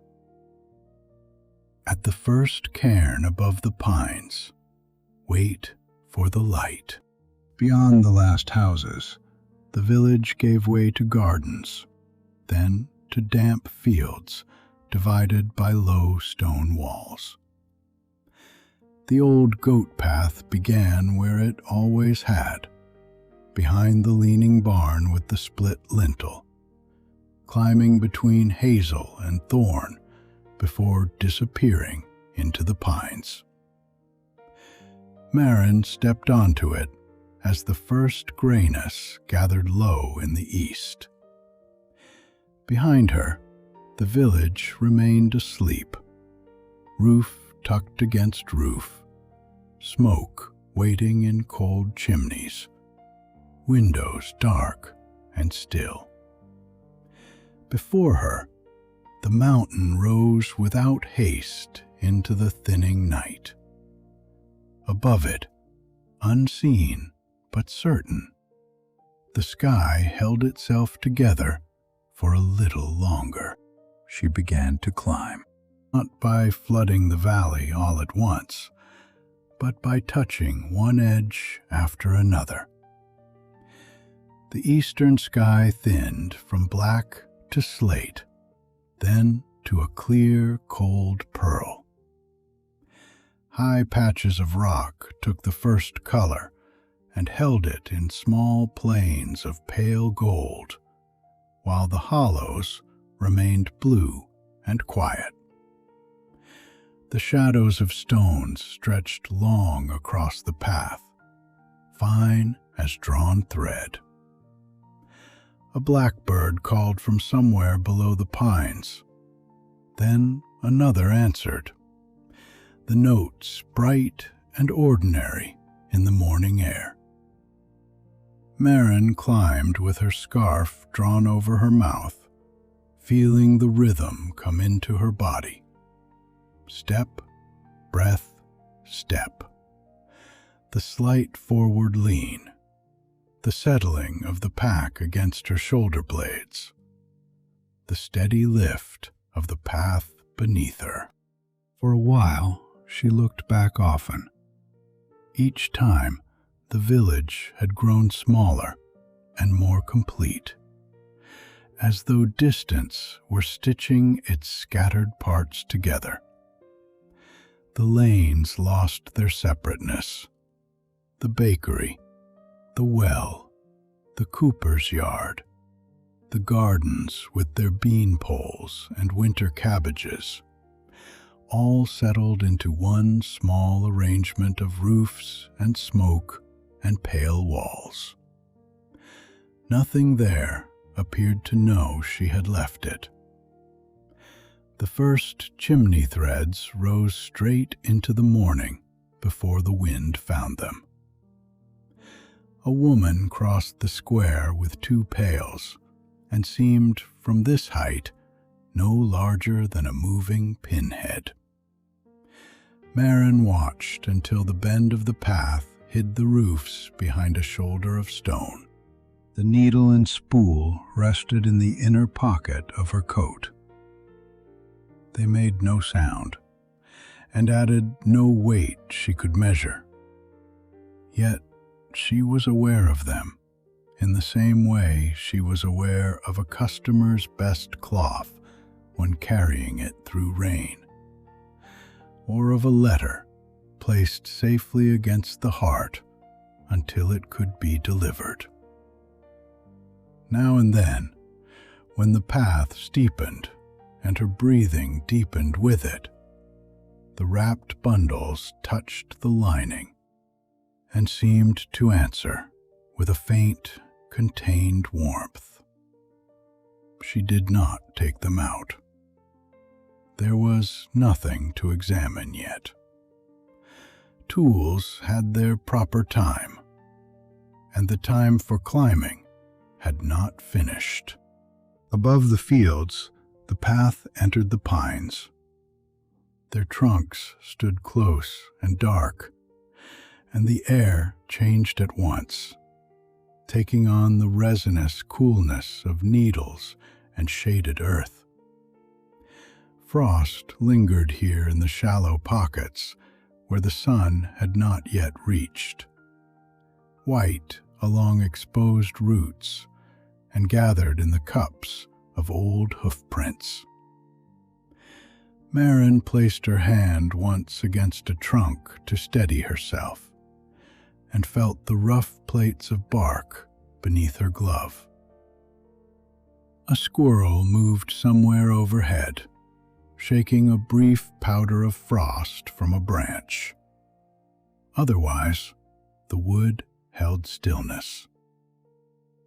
It was a stillness she knew, the quiet of high trees before full morning, and it comforted her by being exactly itself.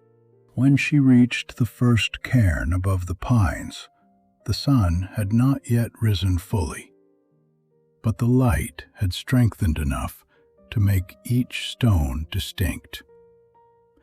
The cairn stood at the edge of a small clearing where the trees thinned and the mountain opened into scrub and rock. It was not large, no higher than her knee, built of flat pieces laid with the care of many hands and repaired more than once. Lichen softened its edges, green-gray and orange in the cracks. Marin stopped beside it, remembering the note. She waited. The air cooled around her damp collar.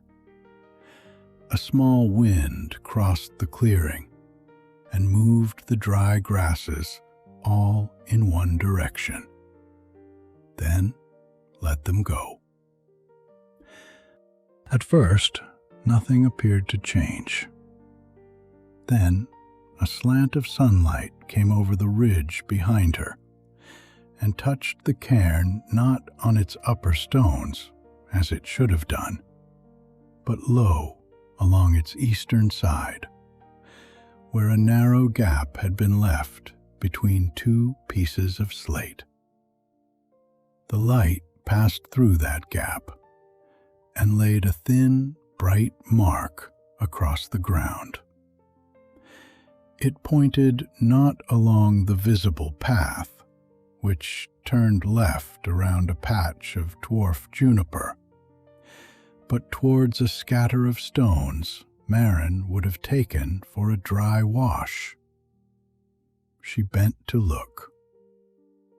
Between the stones, half hidden by last year's grass, was the true continuation of the goat path, narrow as a hem and angled towards the higher shoulder of the mountain. She thanked the cairn silently, not because stone required thanks, but because gratitude sometimes needed a place to rest. Then she followed the light's direction. The new path climbed more steeply. It crossed bands of hard gray rock where she had to use her hands, then passed through low scrub that caught at her skirt with dry fingers. Once she paused to drink from the flask and looked down again. The village was now partly hidden by the folds of the lower slopes. Beyond it, the valley opened in long meadows marked by walls and winter-bare trees. A cart moved along the road beside the stream, its wheels too distant to hear.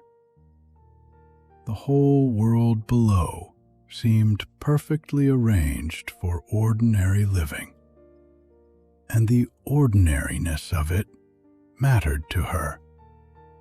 It was what the sky sheltered. It was what the seam, wherever it truly lay, had always been holding. By mid-morning, the pines had fallen well below her, and the mountain no longer gave her shade.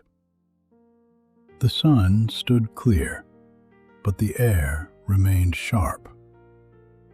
Patches of old snow lay under ledges in grainy folds, edged with grit. Moss clung to damp places in a green so intense it seemed almost lit from within.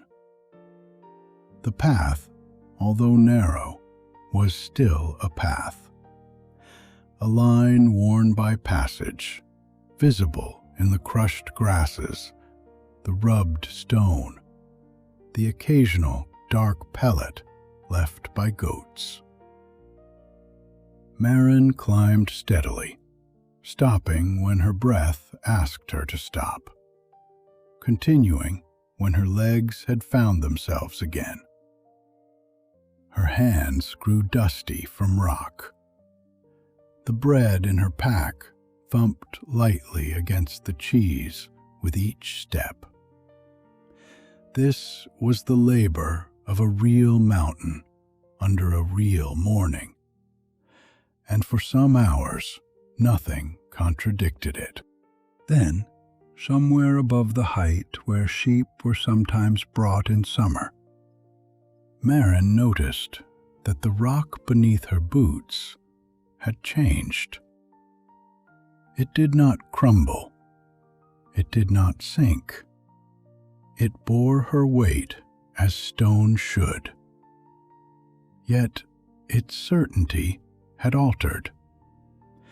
When she set her foot down, the surface received the pressure with the faintest suggestion of give. Not softness exactly, but response. It was like stepping on tightly stretched canvas laid over boards, or on thick felt covering something harder beneath.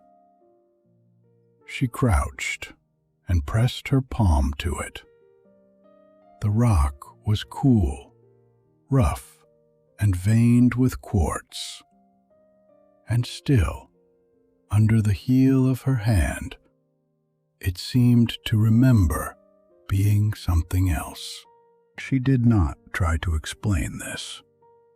Explanation was not always the first useful thing.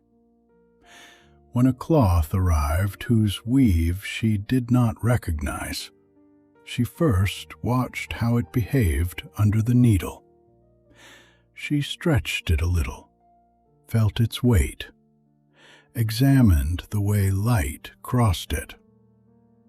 So now she continued, placing each foot with care and observing.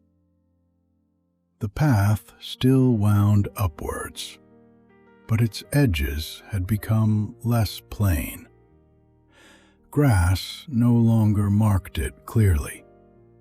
Instead, there were small agreements between stones. A flatter piece here, a pale scrape there, a turn suggested by the slope rather than declared by use. Marin followed those agreements as she might follow the faint line of an old alteration unpicked from a skirt. The light, too, had begun to behave strangely. The sun was to her right and somewhat behind her. She knew this from the warmth on one side of her face and from the shape of the mountain's shadow below. Yet the shadows of the stones before her fell forward and left, as though answering to another brightness higher up. They were not long, not short, not any length that belonged to the hour.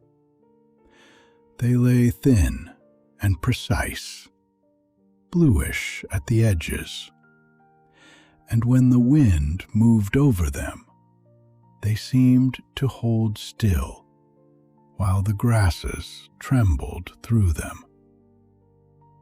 Marin stopped and lifted her eyes.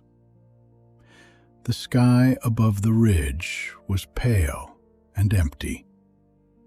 No cloud passed over the sun. No bird crossed the light. Still, the shadows kept their quiet disagreement with the morning. Sound changed more slowly. She became aware of it first when she knocked a small stone loose and listened for the familiar scatter down the slope. It fell, struck once, then again, and the second note carried a faint resonance, almost like the hum of a glass rim touched by a wet finger.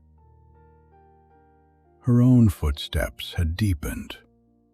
The crunch of grit under her soles no longer ended when her foot lifted, but remained for a moment in the air, thinned and lengthened, as though the mountain were remembering each step after she had taken it.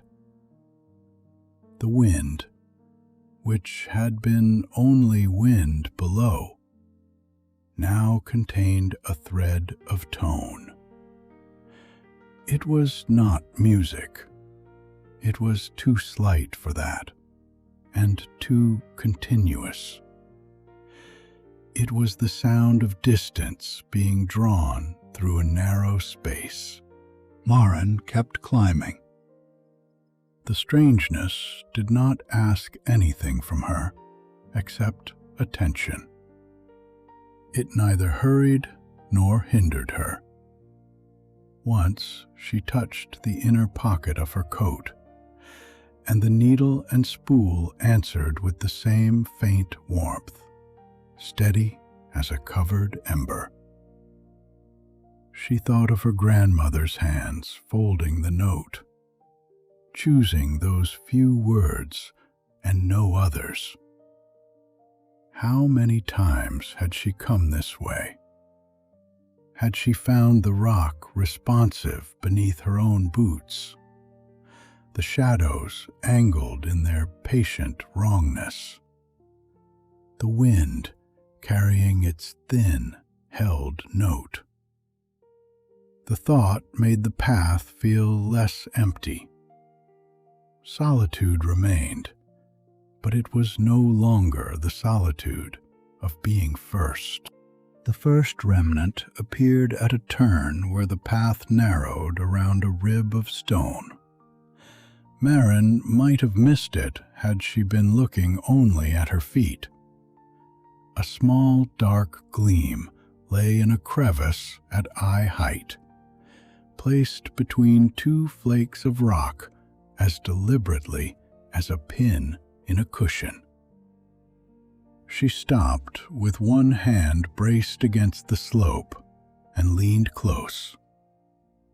It was a needle, not hers, not her grandmother's, and older than either by the look of it.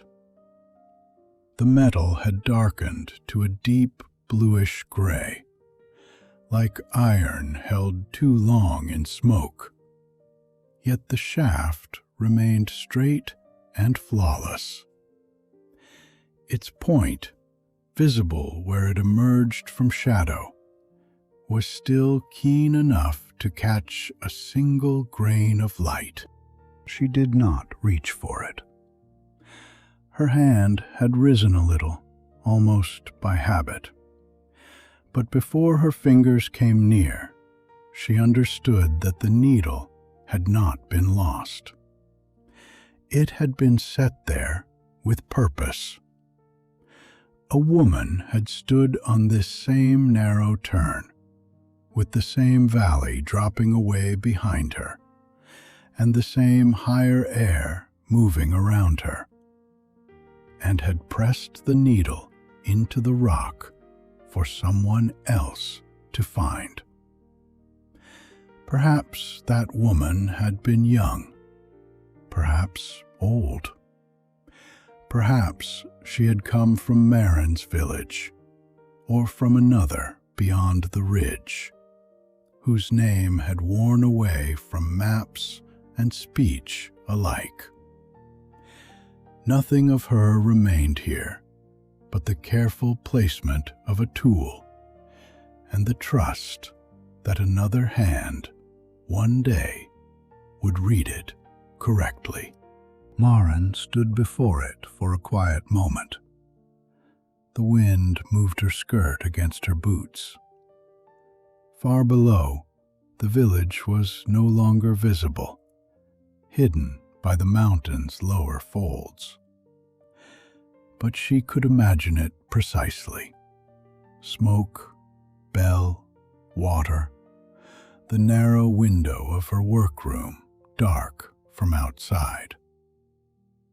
Up here, beside the ancient needle, she felt the line of women before her not as names, for she had none beyond her grandmother, but as a series of gestures continuing through time. A box opened, a thread wound, a path taken before dawn, a needle left in stone. The work was larger than any one hand, and yet it could only be done by hands, one after another. She bowed her head slightly, not formally, only enough to acknowledge the marker, then continued round the turn. After that, the mountain felt less solitary. The path still demanded effort. Her calves ached. The air grew thinner and sharper, and she had to pause more often, with her hand on a stone, while her breathing steadied. But the small dark needle remained behind her, like a word spoken softly into silence. You are on the way, it seemed to say. Others have come. Others knew. Near midday, the slope eased onto a narrow shelf of rock. It was scarcely broad enough to be called a resting place, yet after the steepness below, it felt level and generous. The wind passed over it in a clean, even sheet. At the back of the shelf, half sheltered by an overhang, stood a small structure. At first, Marin mistook it for a natural outcrop, for its color was close to the surrounding stone, and its shape was low and plain. Then she saw the line of an entrance, the fitted edges, the way each piece met the next with the discretion of excellent joinery. The shelter had not been built of ordinary stone. It resembled stone, certainly, and held its coolness, but the surface had a faint grain running through it, too regular to be mineral, and too subtle to be wood. When Marin touched the wall, she felt under her glove a compact, layered texture, like many sheets pressed together until they had become one substance. The joints were sealed without mortar. No moss grew in them. The small doorway faced away from the prevailing wind, and a shallow lip at the threshold kept water from entering. Whoever had made it had understood both weather and waiting. Inside, the air was dry and still. The shelter held no furniture beyond a low bench shaped from the same layered material as the walls. A hollow in the corner had been lined with smooth pebbles for a lamp or small fire, though no ash remained. The floor was clean, not recently swept, but preserved by the dryness and the careful angle of the door.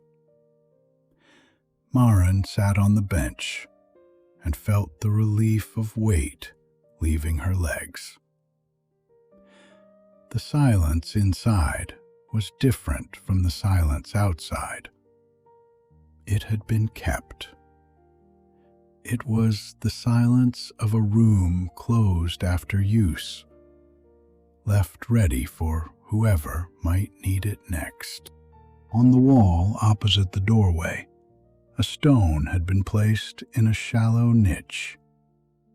It was rounder and paler than the mountain rock, smoothed by water perhaps, though there was no stream nearby. Around it was tied a length of thread. Marin leaned closer. The thread was faded almost to gray, yet beneath the fading lingered a color she knew. The blue of the spool in her pocket, the blue of sky before dark. Its brightness had nearly gone. Only when she shielded it from the doorway with her hand did the faintest remaining glimmer show itself. A breath of light caught in fibers older than memory. Beside the niche, scratched into the wall in small, careful letters, was a word. The marks were shallow and had softened with time, and at first she could not read them. She traced the air above them without touching the surface, following the rise of one letter, the close curve of another. The language was her own, or near enough to it. But the hand was old-fashioned, made by someone taught to form letters with a patience that belonged to ledgers and prayer books and labels on medicine jars. Marin sat with it. Outside, the wind moved over the shelf. Inside, the shelter waited with her. At last, the word gave itself to her. Continue. Nothing more. No explanation. No promise that the way would be easy. No warning that it would be hard. No name carved beneath it, asking to be remembered. Only continue, placed where a tired person might sit with bread in her hand and a long height still above her. The simplicity of it entered Marin more deeply than any grander message could have done. She took out her food and ate slowly. Rye bread, dense and faintly sour. Cheese, cool from the morning air. 2 rings of dried apple that tasted of late summer, stored in a kitchen jar. She drank a little water and let her breathing return to itself. Before leaving, she took the wrapped needle and spool from her pocket and laid them for a moment on the bench beside her. In the shelter's dimness, the blue thread stirred with a clearer light than it had shone below. Not brighter exactly, but more awake. The old thread around the stone answered faintly, a remnant recognizing its kin. Marin watched the 2 glimmers, one strong, one almost gone, and felt a tenderness that surprised her. It was not sadness only. It was the tenderness one feels for a well-used tool, a worn sleeve, a step hollowed by feet that have passed and will not pass again. Then she wrapped her own things carefully and returned them to her pocket. Outside, the day had altered. It was not late, but the light had become spacious, as though the hours had widened instead of passing. The shelf ended in a steep slope of pale rock, where the path appeared only when she stopped looking directly at it. If she fixed her gaze, she saw broken stone and small tufts of wiry grass.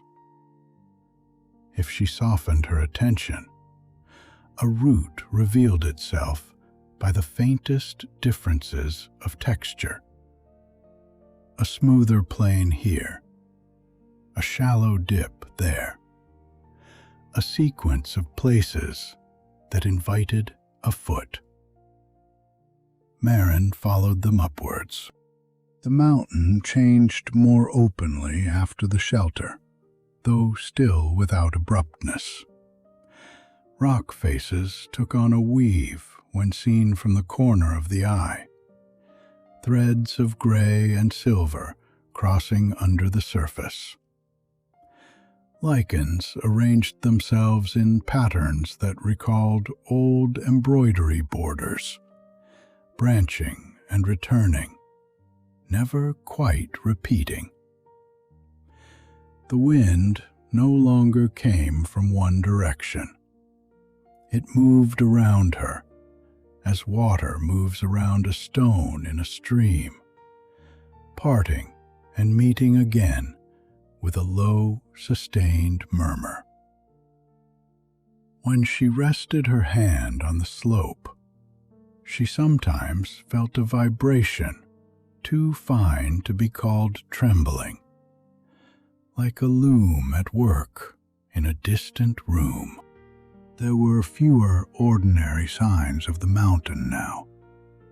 No droppings, no bird calls, no hardy flowers folded against the cold.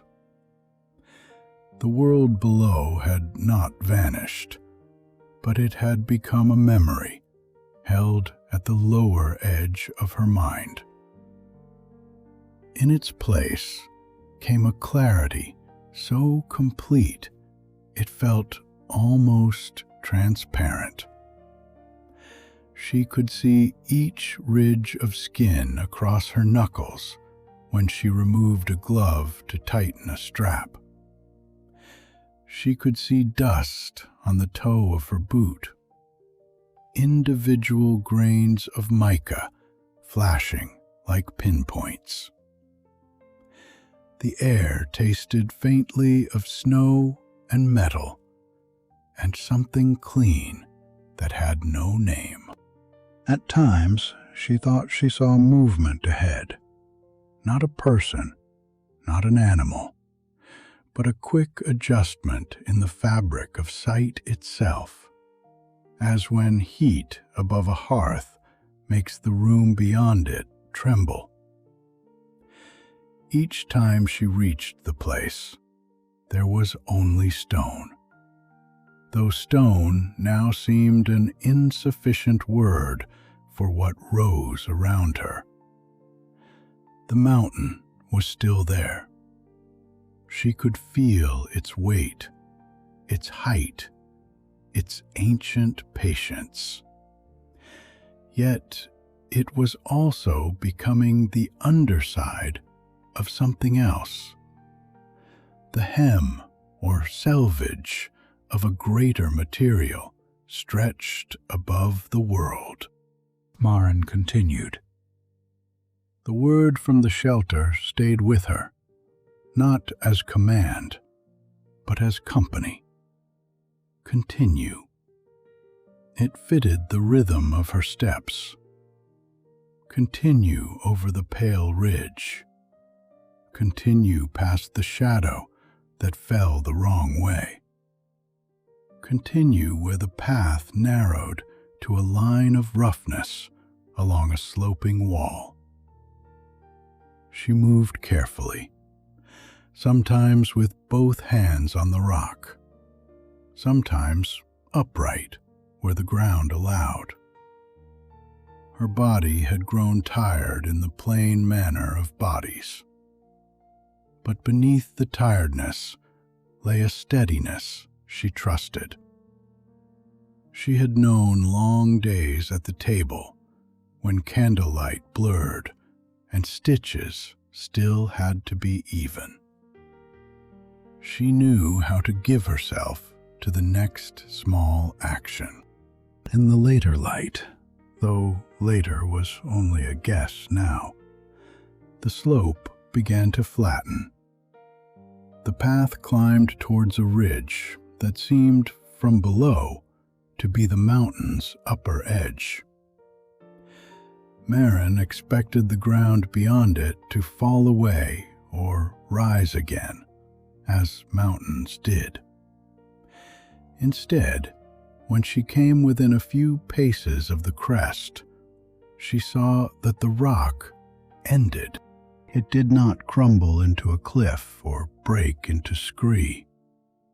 It simply stopped, with an edge as clean as cut cloth. Beyond it, there was no further slope, no hidden plateau, no second peak waiting behind the first. The mountain's substance came to an exact finish, and above that finish, the sky began close enough to touch. Maren stood very still. Her last step had brought her into a place where all the distances she had trusted since childhood had quietly folded in upon themselves. From the village, the sky had always been far, immeasurably high, a dome of weather and color above roofs and fields.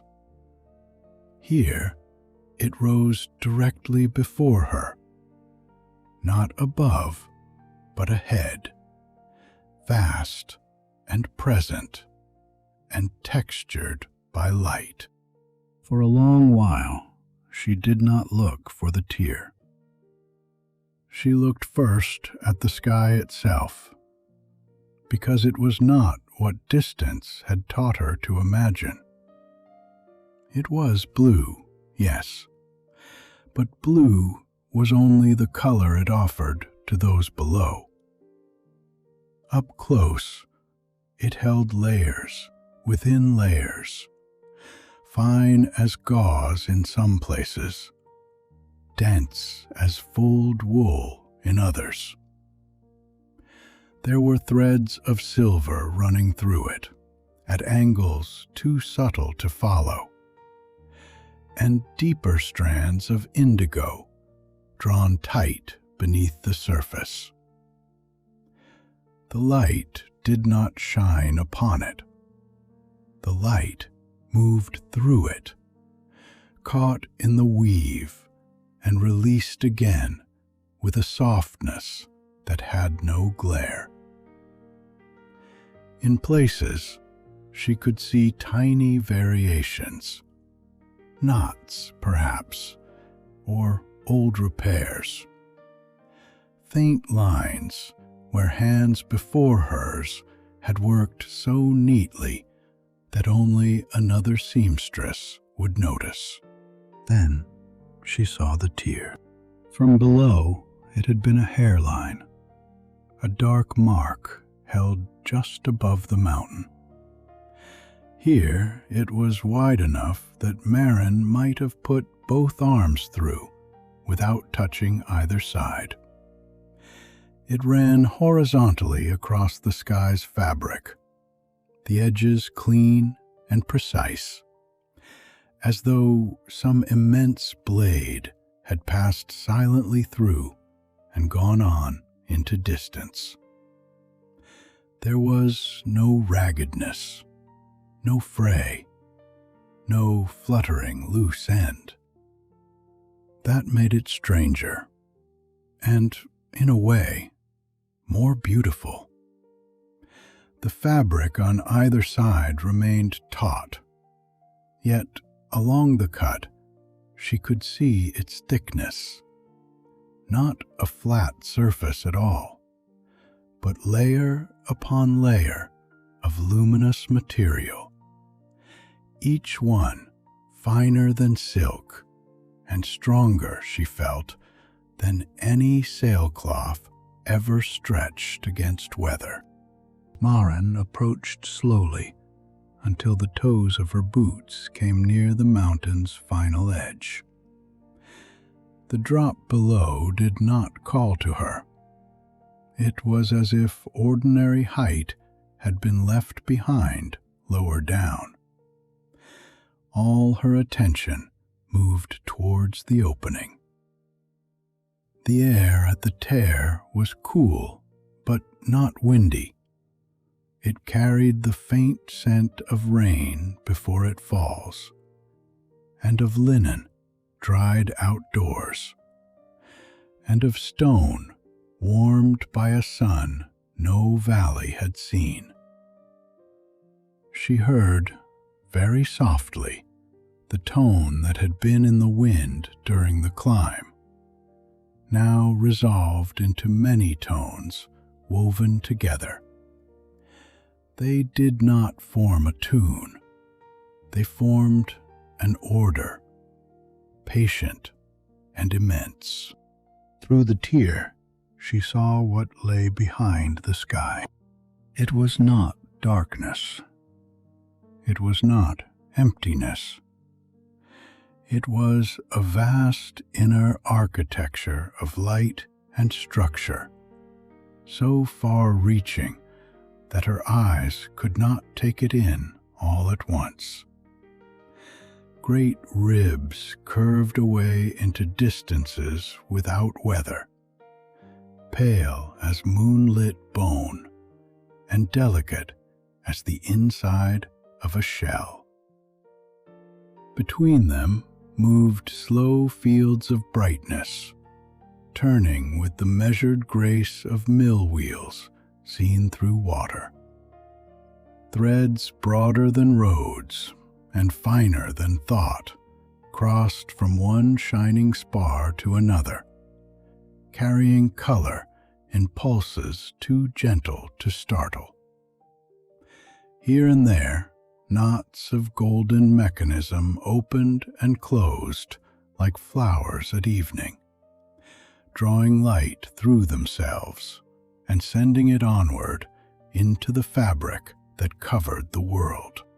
Maren had seen cathedrals only in travelers' woodcuts, black lines printed on cheap paper, showing vaults and windows higher than any village roof.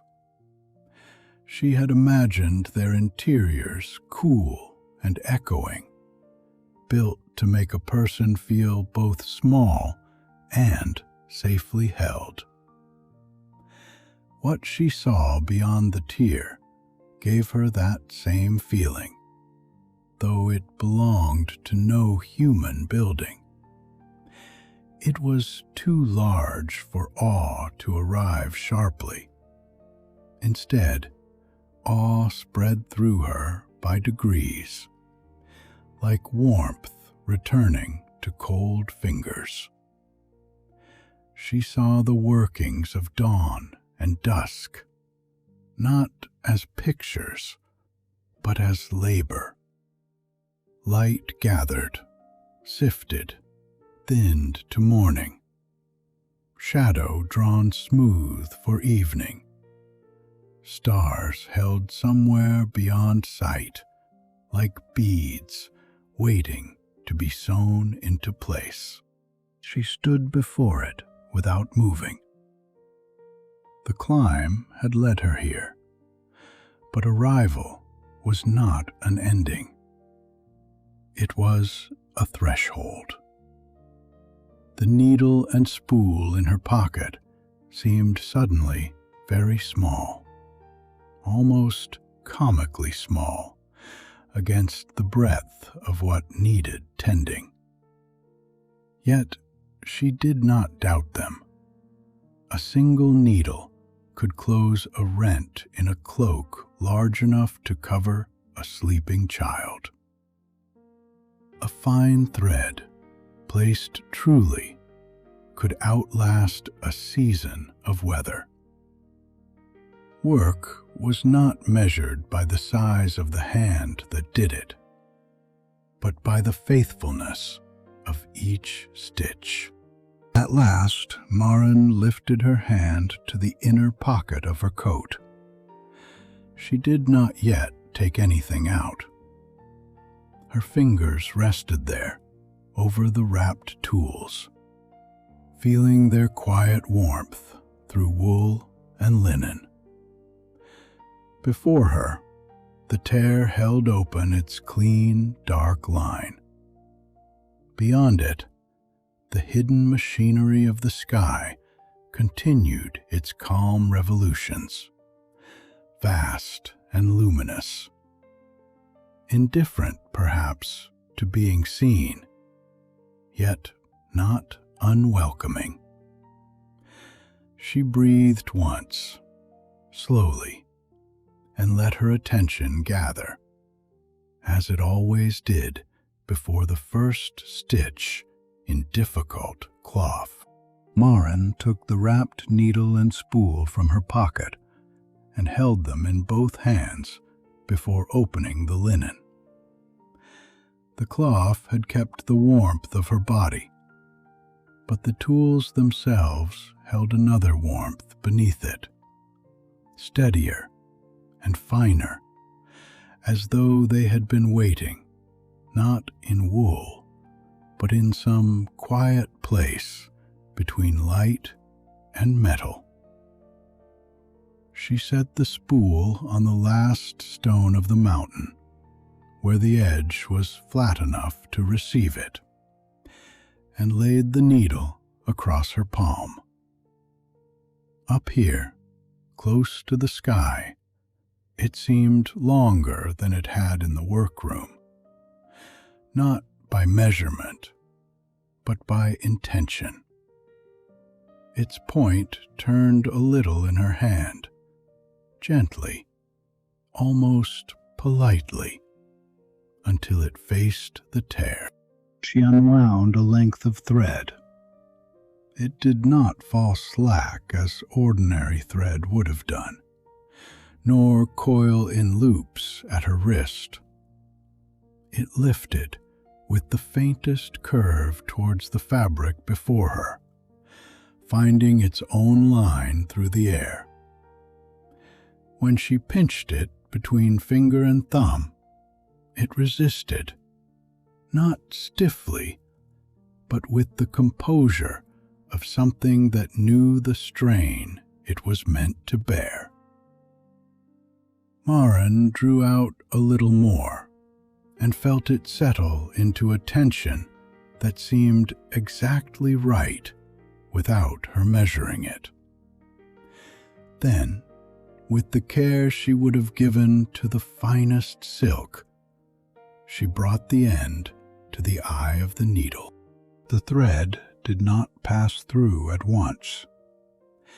It approached, hovered, and drew back by the smallest degree, as if recognizing the threshold between being carried and being used.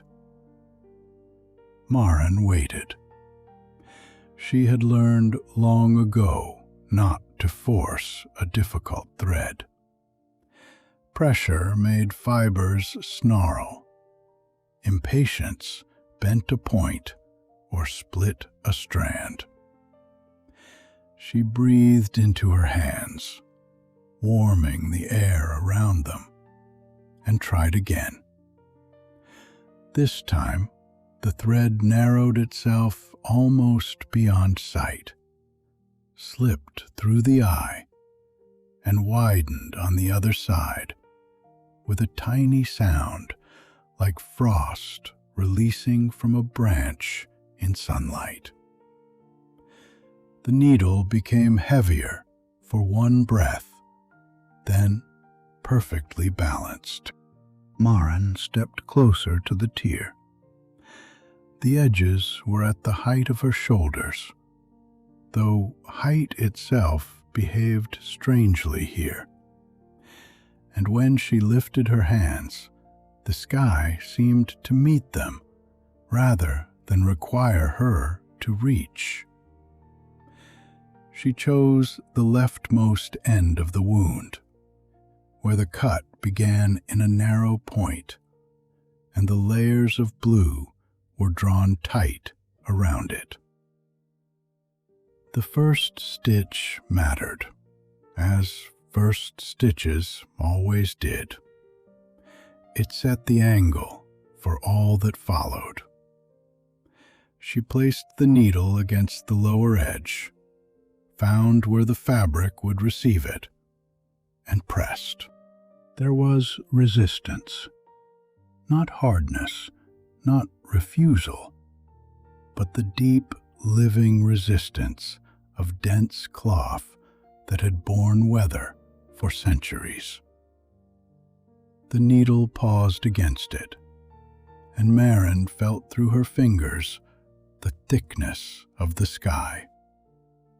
Gauze and wool and sail and water and light, all gathered into one impossible substance. She kept the pressure even. The point entered. The fabric yielded with a slow, inward softness, and the needle passed through the lower lip of the tear, across the dark space between, and out through the upper edge.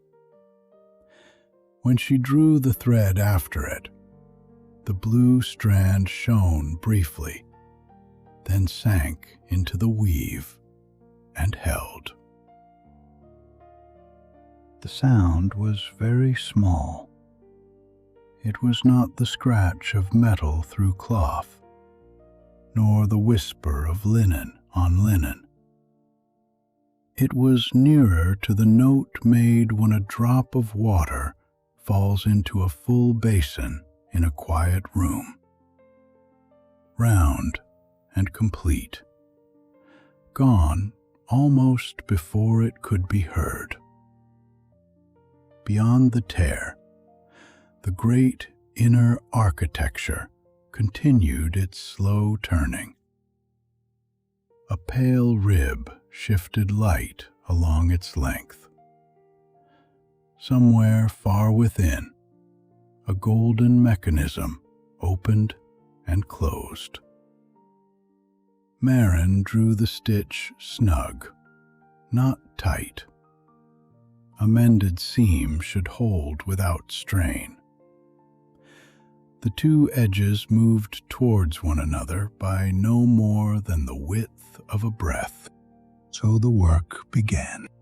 She took the second stitch a little to the right of the first, keeping the spacing even, watching the angle of the thread as it crossed the opening. The needle warmed and cooled in her fingers, according to pressures she could not see. Sometimes it guided her hand a fraction higher, sometimes lower, never taking command, only suggesting the place where the fabric would close most cleanly. Maren accepted these suggestions, as she accepted the behavior of any material once she had begun to understand it. Cloth always spoke, if one listened closely enough. This cloth spoke in light and tension. The rhythm came slowly, needle in, crossing the dark, out through layered blue. Draw the thread, feel the catch, ease it flat, pause. The next place revealed itself only after the last had settled.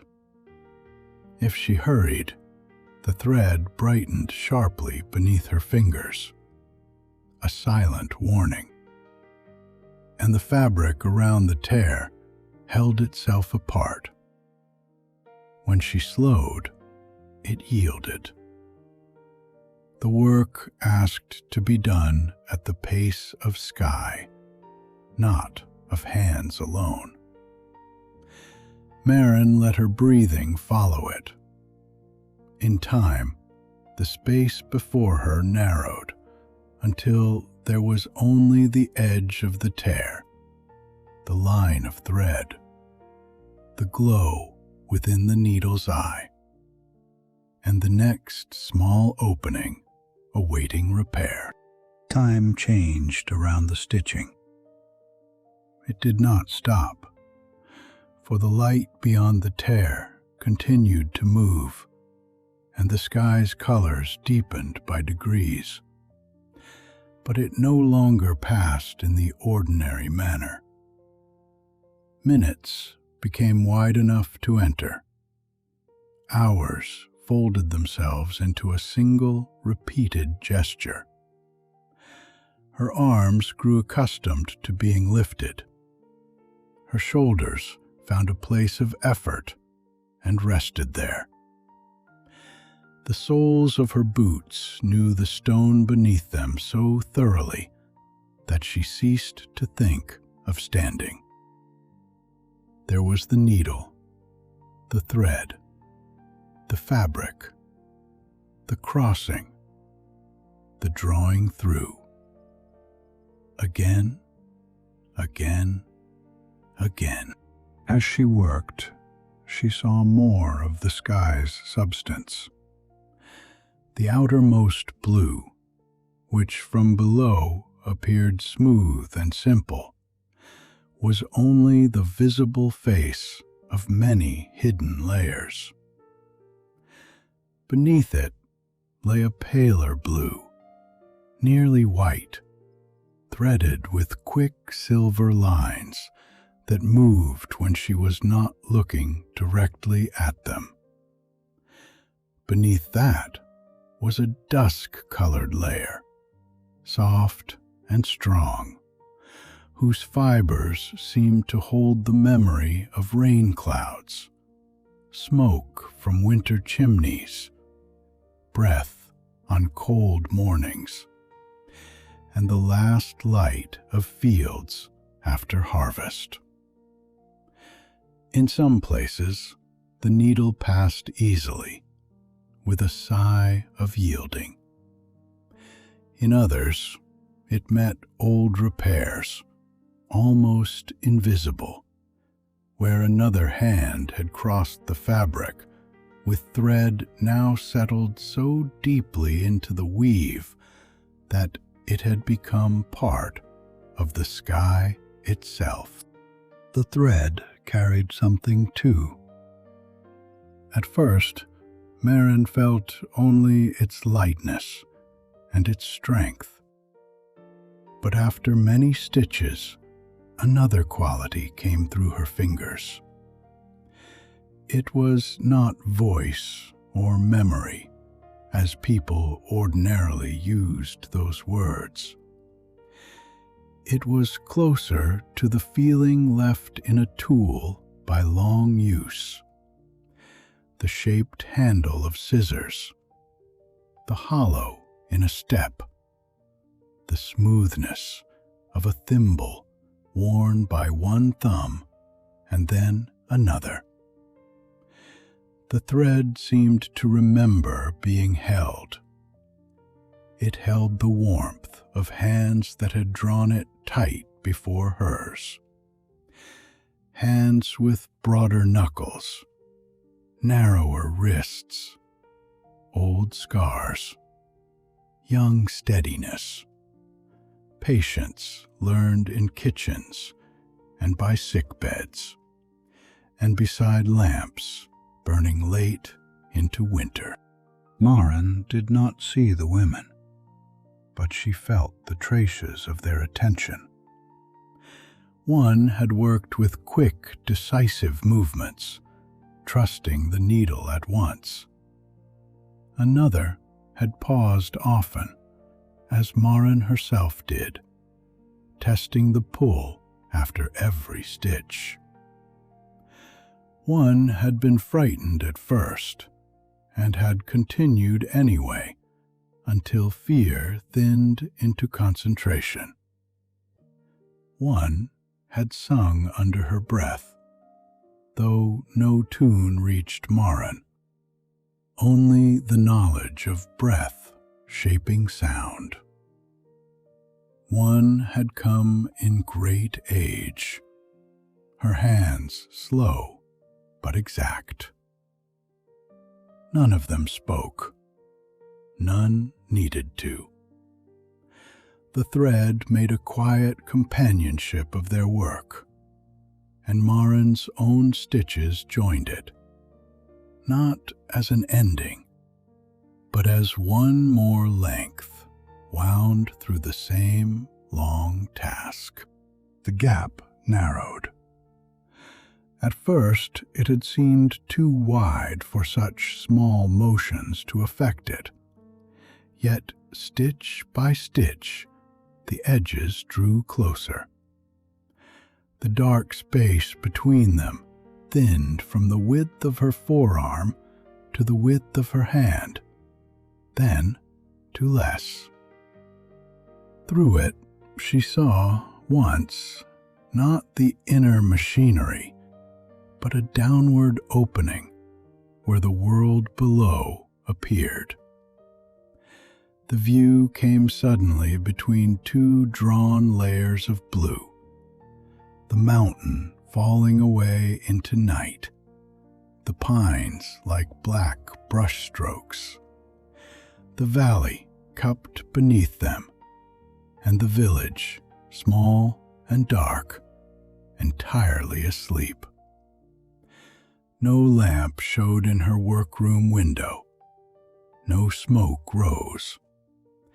The roofs rested under the sky she was mending, unaware of the thread passing above them. The sight lasted only until the next stitch pulled the edges nearer and hid it. She continued from left to right. Her hands had learned the material now, though learned was too simple a word for a knowledge that renewed itself with every pass of the needle. The sky could not be treated as wool or linen or silk, yet all her years with those materials helped her. She knew when to ease rather than pull. She knew how to keep a seam from puckering. She knew that strength often came from many small, even crossings, rather than one hard knot. The needle moved through the upper edge, down across the narrowing space, through the lower, then back again. The thread lay in a pattern that was not quite any stitch she had been taught, and yet contained something of all of them. Ladder, herringbone, invisible mend, the old village darning used on socks too precious to replace. Midway along the tear, the needle hesitated. It was not the earlier resistance of thickness or tension. This was different. The point touched the edge and stopped, not because the fabric would not receive it, but because something in the edge did not belong to damage made by strain. Maren held still. The thread curved between her hand and the spool, a pale blue arc in the air. She leaned closer to the tear, bringing her face within inches of the sky's cut surface, and examined what lay before her with the full attention she would have given to a valuable cloth returned from careless hands. Here, the edges were not torn. They were cut. The difference was immediate to her. A tear pulled fibers from their neighbors, It stretched some and snapped others. It left a raggedness, however fine, a little disorder at the point where pressure had become too much. A cut was another matter. These fibers had been severed cleanly, not along the whole wound, but in a series of small, exact incisions, placed where the sky's own tension would do the rest. Whoever had made them had known the fabric. The blade, if it had been a blade, had been astonishingly sharp and narrow. It had entered without dragging, opened the layers without bruising them, and withdrawn before the cut edges could fray. Maren traced the air beside one incision, then another, not touching them. She read their spacing.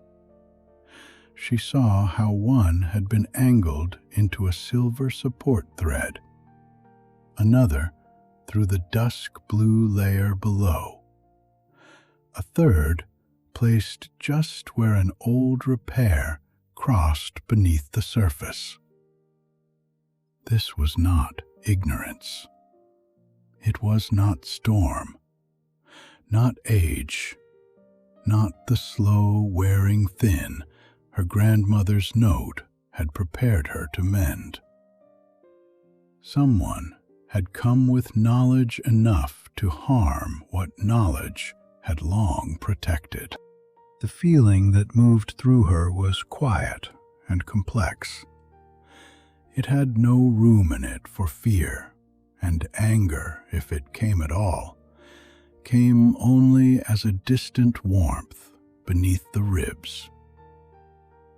What she felt most clearly was sorrow for the fabric, for the old repairs cut through with such care, for the hands whose work had been undone in places by another hand equally careful. There was tenderness in it too, and something firm beneath tenderness. In the village, when a garment came to her deliberately damaged, she did not spend the first hour asking why a person had done it. She looked at what remained. She saved what could be saved. The questions could wait, if they ever found answers. The seam could not. So she changed her method. Around the cut places, she made smaller stitches, setting them closer together, catching the uninjured layers beyond each incision, and drawing support from where the fabric still held its memory of wholeness. The needle seemed to understand. It angled itself with exquisite delicacy, dipping under threads Maren could barely see, and rising where the blue thickened enough to bear a pull. The sound changed too. Each stitch here made a lower note, soft and resonant, like a bell heard through snowfall. The deliberate cuts did not close as easily as the torn places, but they closed. One by one, the clean edges met and accepted the thread. Beyond the tear, the architecture of light continued its measured work. Maren did not look at it often now. Wonder had become part of the room she worked in, present but no longer demanding her attention. Her world had narrowed again to the exact place before her. The blue thread passed through the sky and back, through damage made by time and damage made by intention. And in the passing, It made no distinction between them, except the practical distinction of how they must be mended. Repair was repair. Each stitch asked the same honesty. After the cut places, the work entered another quiet stretch. The tear narrowed to a long, dark slit, then to a seam of shadow no wider than a ribbon. Marin's hands moved with a steadiness that seemed to belong both to her and to the women held in the thread. Her fingers had begun to ache at the joints, not sharply, but with the full, used feeling that came after hemming heavy cloth all afternoon, or sewing through leather at a collar. The pad of her thumb had gone slightly numb where the needle rested. Her wrists felt warm despite the cold air. When she flexed her fingers between stitches, the tendons drew tight and released like small cords under the skin. It was then, while her hands continued their known labor, that she reached in thought towards the village and found it less distinct than before. Not gone, nothing so abrupt. The village remained in her mind as a shape. Roofs gathered below the mountain, lanes bending around the well, smoke moving from chimneys, the stream under the bridge. But when she tried to call up the color of her workroom door, the exact shade of old green paint sunken into the grain, it would not come. She saw instead a door, familiar and plain, but softened at the edges. She thought of the market on a Thursday morning and could remember movement, baskets, voices, the smell of onions and damp wool.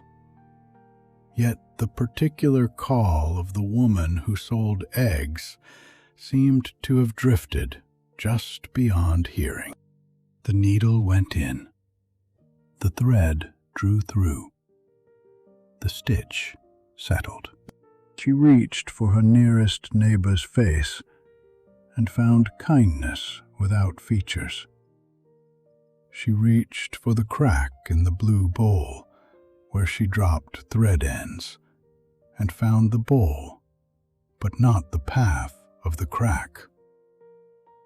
She reached for the sound of the church bell at dusk and heard a bell, round and low, but not the exact old unevenness of the rope as it was pulled by the sexton's left hand.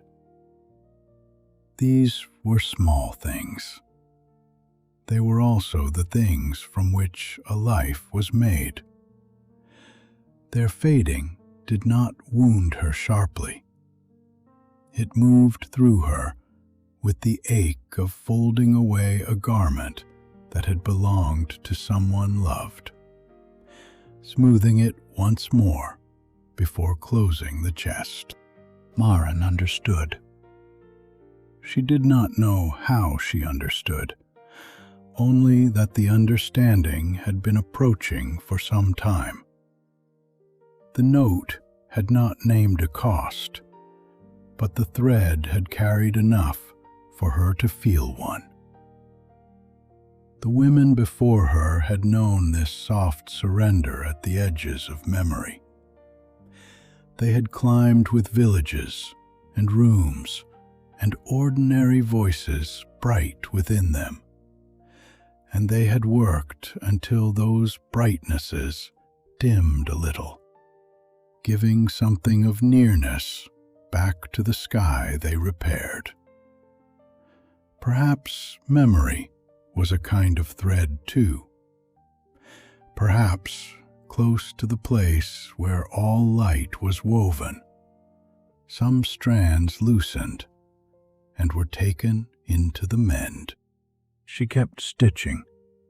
Her hands did not pause. If anything, they grew gentler.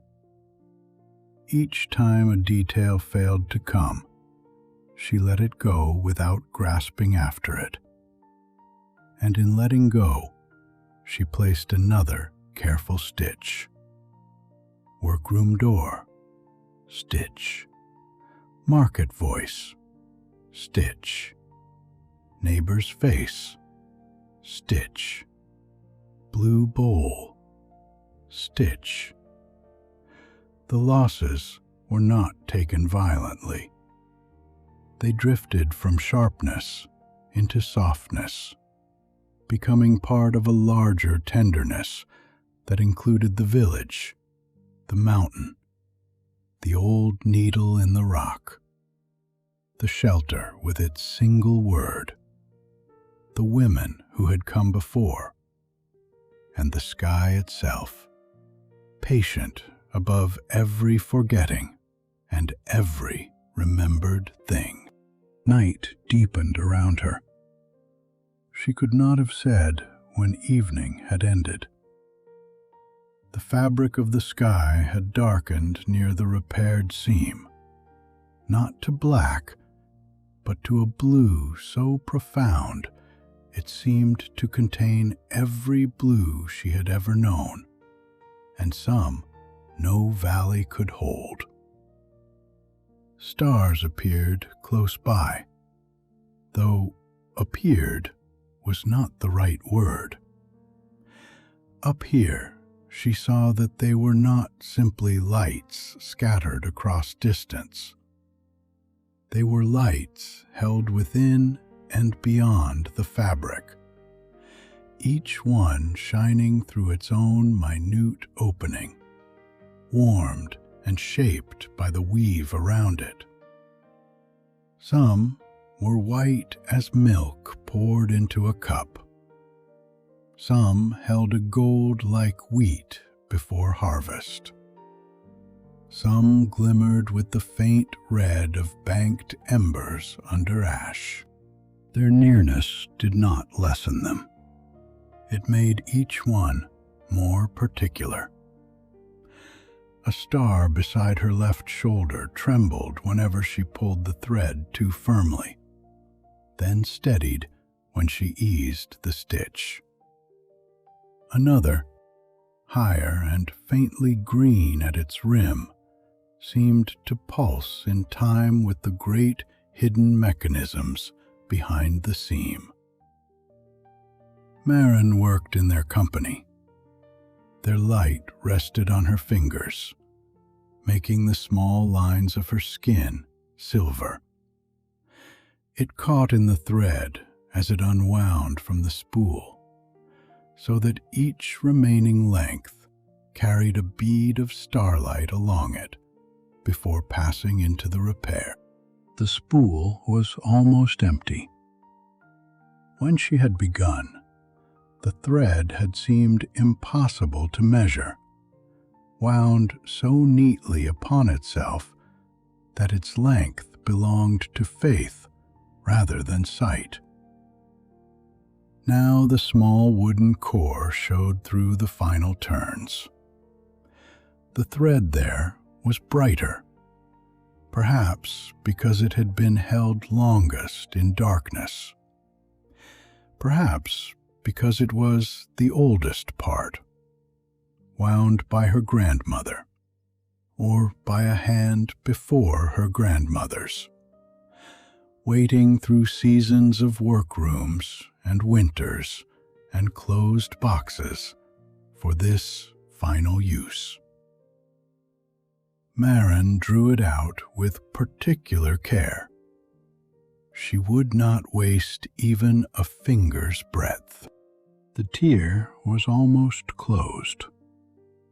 Where the opening had once shown the vast inner structure of the sky, only a narrow darkness remained. finer than the space between two shutters not quite latched. The repaired seam lay behind her work as a line of blue, slightly deeper than the surrounding fabric, visible now because it was new, though she sensed that in time it would sink into the sky and become as quiet as the older repairs she had noticed near the start. The edges no longer gaped. They rested together, held by the repeated faith of thread passing over and under, until separation had remembered how to be closeness. Her hands were tired in the way only well-used hands can be tired. Not injured, not clumsy, but filled to the brim with their own labor. Each finger felt present. Each joint had its own quiet pulse. The small muscles between thumb and forefinger had grown warm and heavy. There was a tender place where the needle had rested too long against the side of her middle finger, though the skin was unbroken. She recognized the feeling and almost smiled.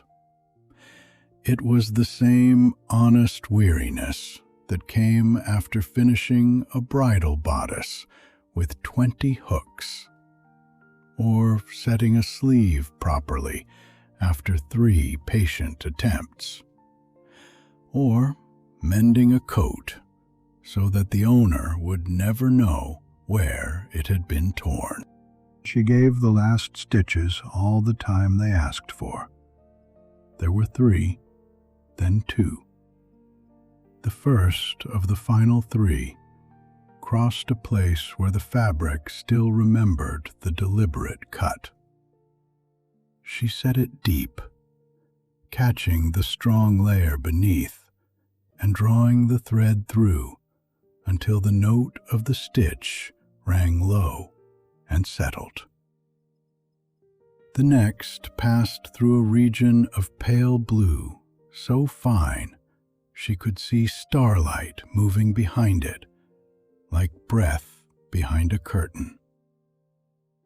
The needle entered with hardly any resistance, and Marin drew the thread slowly, slower than necessary, letting it lie flat, without twist or strain. 1 stitch remained. Marin rested before it, not because she doubted her hand, but because endings deserved attention equal to beginnings. The night around her was deep and clear. The stars watched without watching. Behind the nearly closed seam, the great architecture of light moved in silence now. Or perhaps the sound had become so complete that she no longer heard it separately.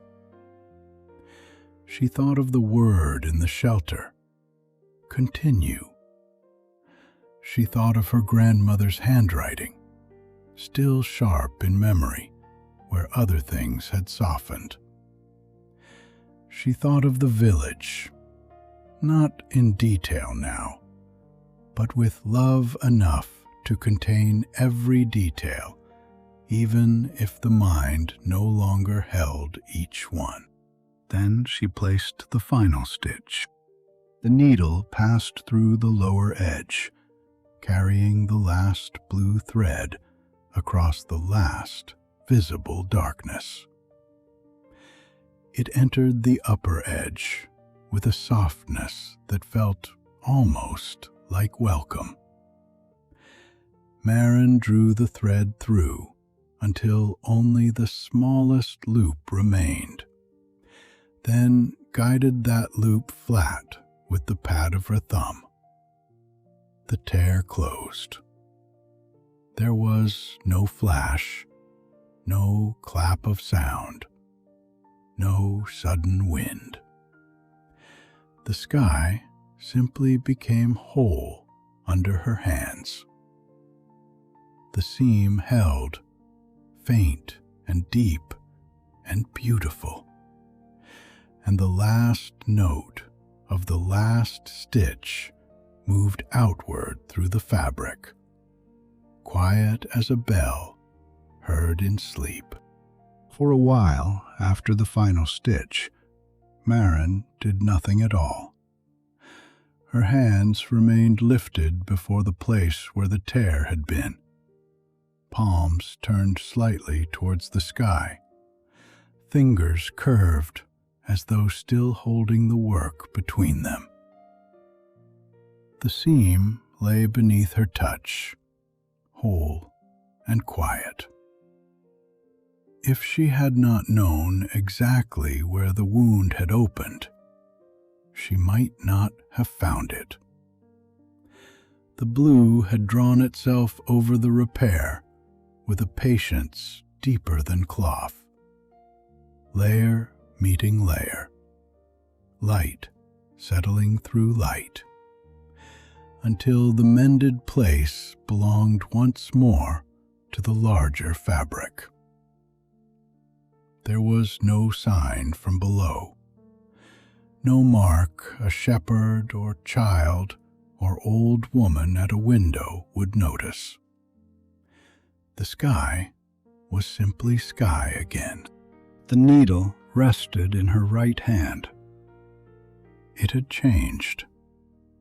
Not in shape, for it was still long and fine and pale, with its strange metal bone brightness, but in presence.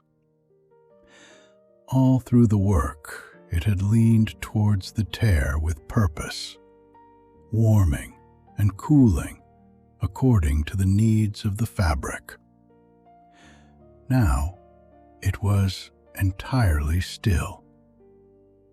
Its warmth was fading slowly, not into coldness, but into rest. Maren turned it once between finger and thumb. The point caught a star and held it for a breath. The eye, empty of thread, looked smaller than before.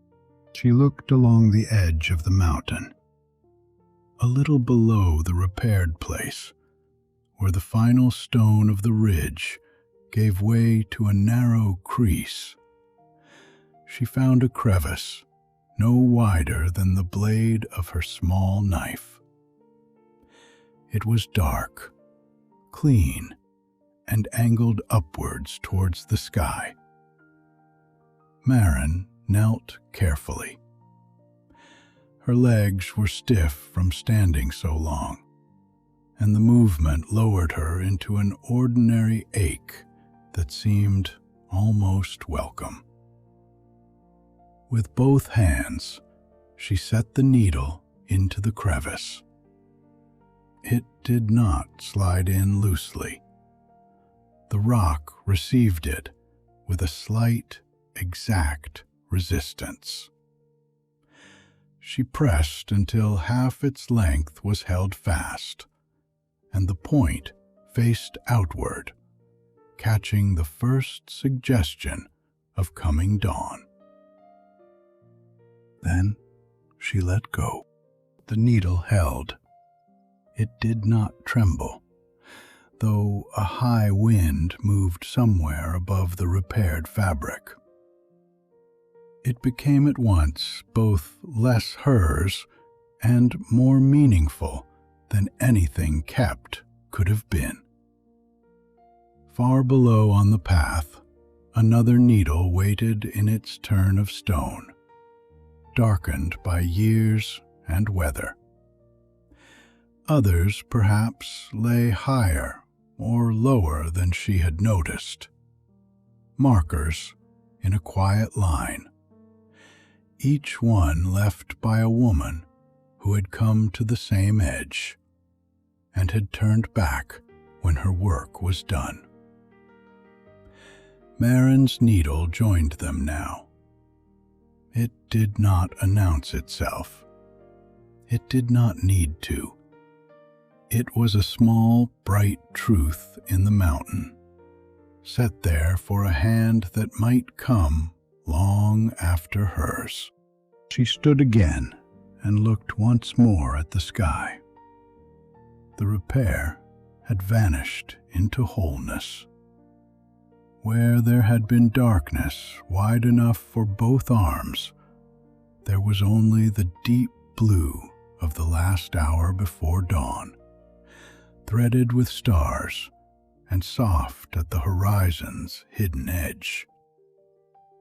She could almost see the seam, not with her eyes, but with the part of her that had made it.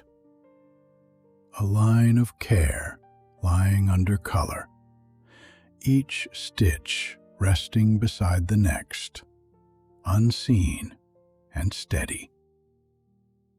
She thought of nothing large. No triumph rose in her.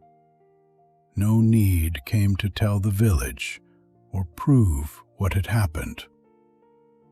The work was finished.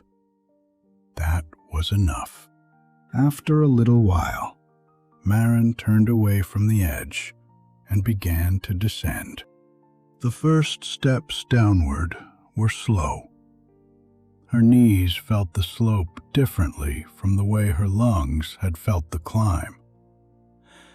Going up had asked for breath, for persistence, for the steady lifting of the body towards height. Going down asked for balance, for patience in the thighs, for trust in the foot before weight passed into it. The mountain under her boots still had some of the otherness it had held near the sky. The rock answered faintly when she stepped, not with the old resonance of the upper path, but with a soft, returning note, like fabric settling after being folded. The shadows still lay at angles that did not quite agree with the stars, though the stars themselves were paling. Then, by almost unnoticeable degrees, the mountain began to become stone again. A ledge that had seemed woven when she passed it in the other direction was now rough and mineral under her hand. The faint vibration beneath the surface faded until there was only the chill hardness of quartz and slate. The wind lost its woven tone and returned to moving as wind moves, from one place to another, lifting loose hair at her temples and pressing her coat against her knees. Sound shortened. When a pebble turned under her boot and clicked down the slope, it clicked only once, then twice, and came to rest without lingering in the air. The light corrected itself slowly. At first, the shadows still seemed to lean towards some brightness hidden beyond the mountain's edge. Then the east began to pale, and the visible dawn took authority over the world. Stones cast their shadows where stones ought to cast them. Grass blades darkened on the side away from the coming sun. The slope, which had felt like the underside of a great fabric, regained the patient unevenness of weathered rock. Maren noticed each change without surprise. On the way up, the world had altered as a seam opens under pressure, fiber by fiber. Now it was closing around her in the same way, restoring its familiar weave. She passed the shelter when the first true line of sunlight had reached the higher ridge behind her. Its doorway was a dark, calm shape in the rock shelf, turned away from the wind as before. Maren did not go inside. She slowed only enough to look at it and to remember the dry stillness, the faded thread around the pale stone, the single word waiting in the wall. Continue. She had continued. Someone else would sit there one day, with bread in her hand and a long height above her. And perhaps the same word would steady her in the same plain way. Maren walked on, leaving the shelter ready. Lower down, at the turn where the path narrowed around the rib of stone, she saw the older needle in its crevice. In the returning morning, it was less dark than it had seemed on the ascent, its aged metal holding a dull blue gleam. She did not stop. She let her gaze rest on it as she passed, and that was enough. The needle had done what it was left to do. It had told her she was not alone. Now it stayed behind her, one marker among many, and her own waited higher up, still warm perhaps in the mountain's final stone. The descent grew easier to understand as the path grew clearer. Grass returned to its edges. The small dark pellets of goats appeared between stones. A tough alpine flower, folded tight against the cold, showed a purple tip under a scrap of dry leaf. Maren smiled at it without meaning to. It seemed almost astonishing that something could be so small and so entirely itself. Her legs were tired now, more than she had realized while working. Each downward step sent a dull warmth through her calves. Yet the tiredness belonged to homeward movement. It had weight and direction. It told her she was returning to floors, benches, doorways, the height of ordinary rooms. At the lower edge of the upper slopes, the pines came back into view, black at first, then green as the light strengthened. Beyond them, the valley opened by degrees. Roofs appeared between folds of land, then vanished, then appeared again. For a moment, Maren saw only a small, pale shape below, and knew it was the village, because it had to be. Then, as the path turned, the place gathered detail. The church tower rose where it always had. The mill stream flashed briefly beyond the bridge.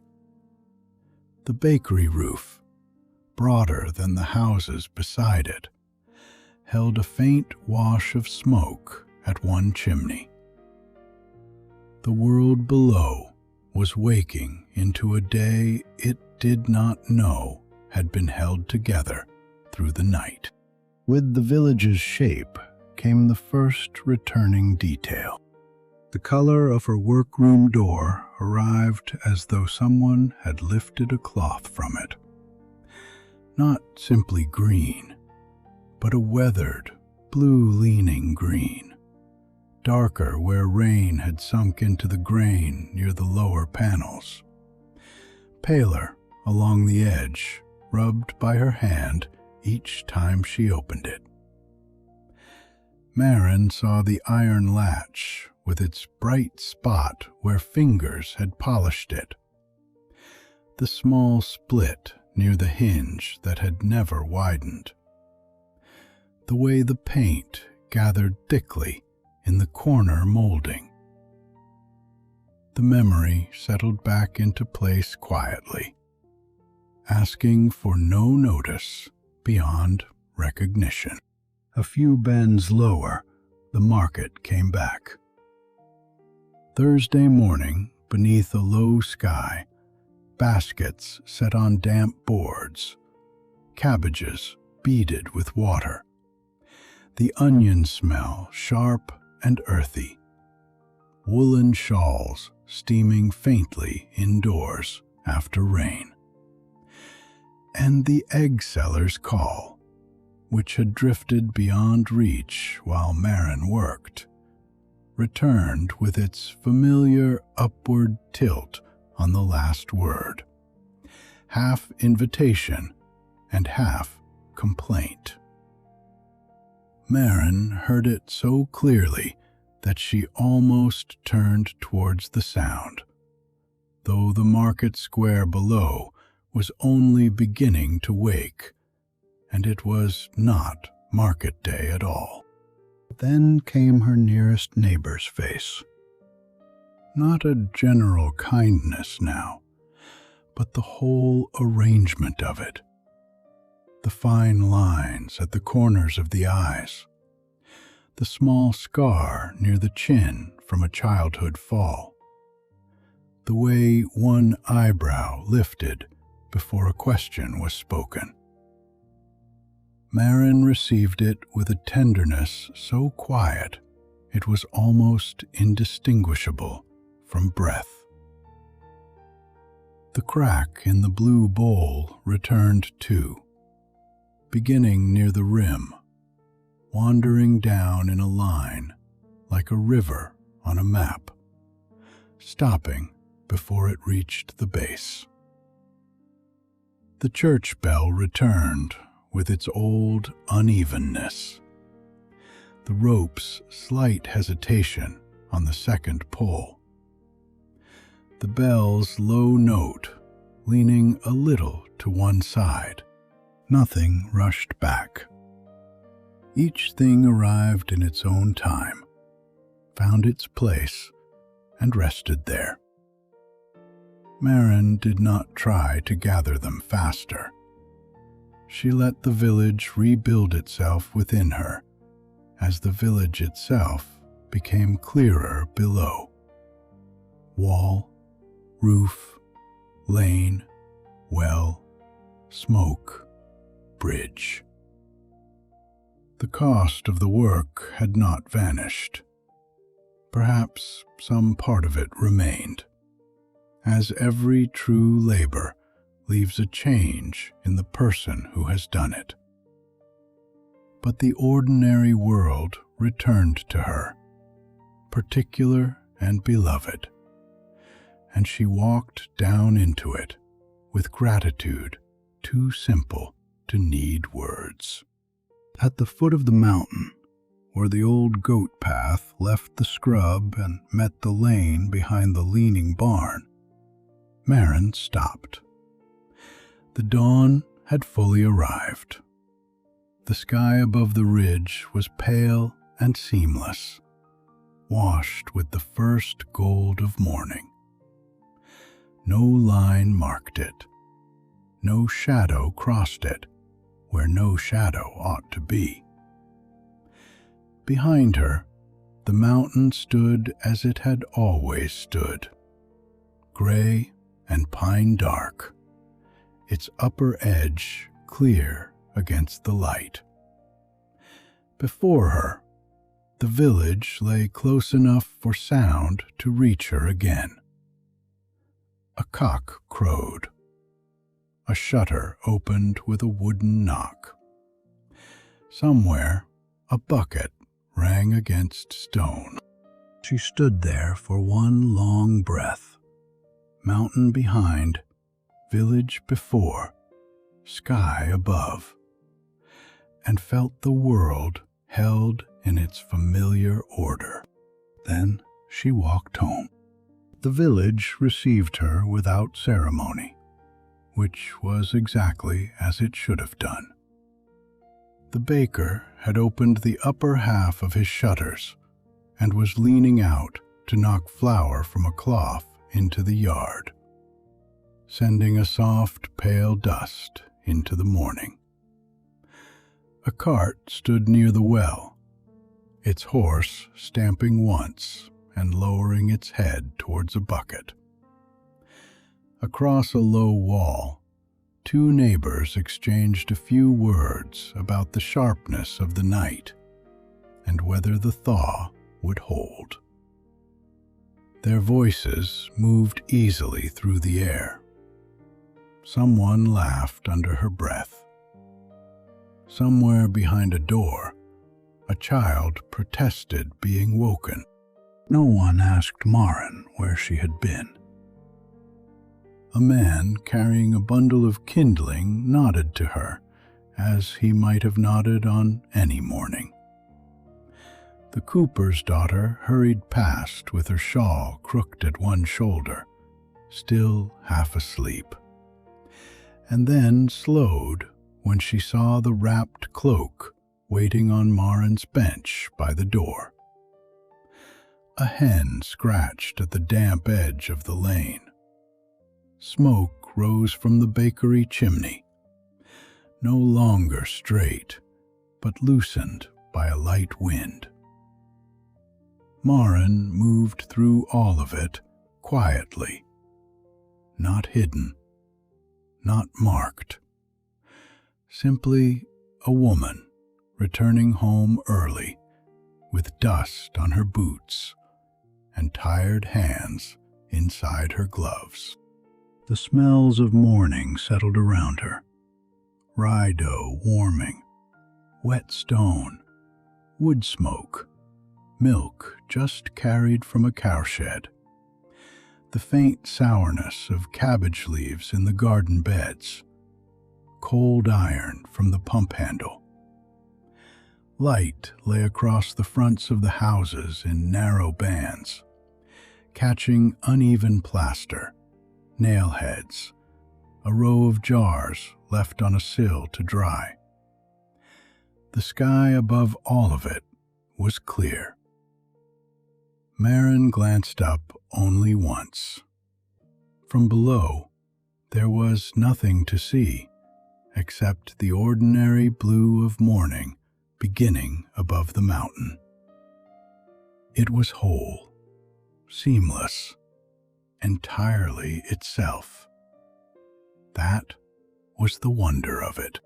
She carried what had happened privately, not as a burden and not as a secret exactly, but as one carries the knowledge of a kindness done where no one noticed. The world did not need to know in order to continue. Bread would still be bought. Aprons would tear. Buttons would come loose. Children would grow out of sleeves before spring. The bell would ring for evening. The stream would move under the bridge, faithful to its stones.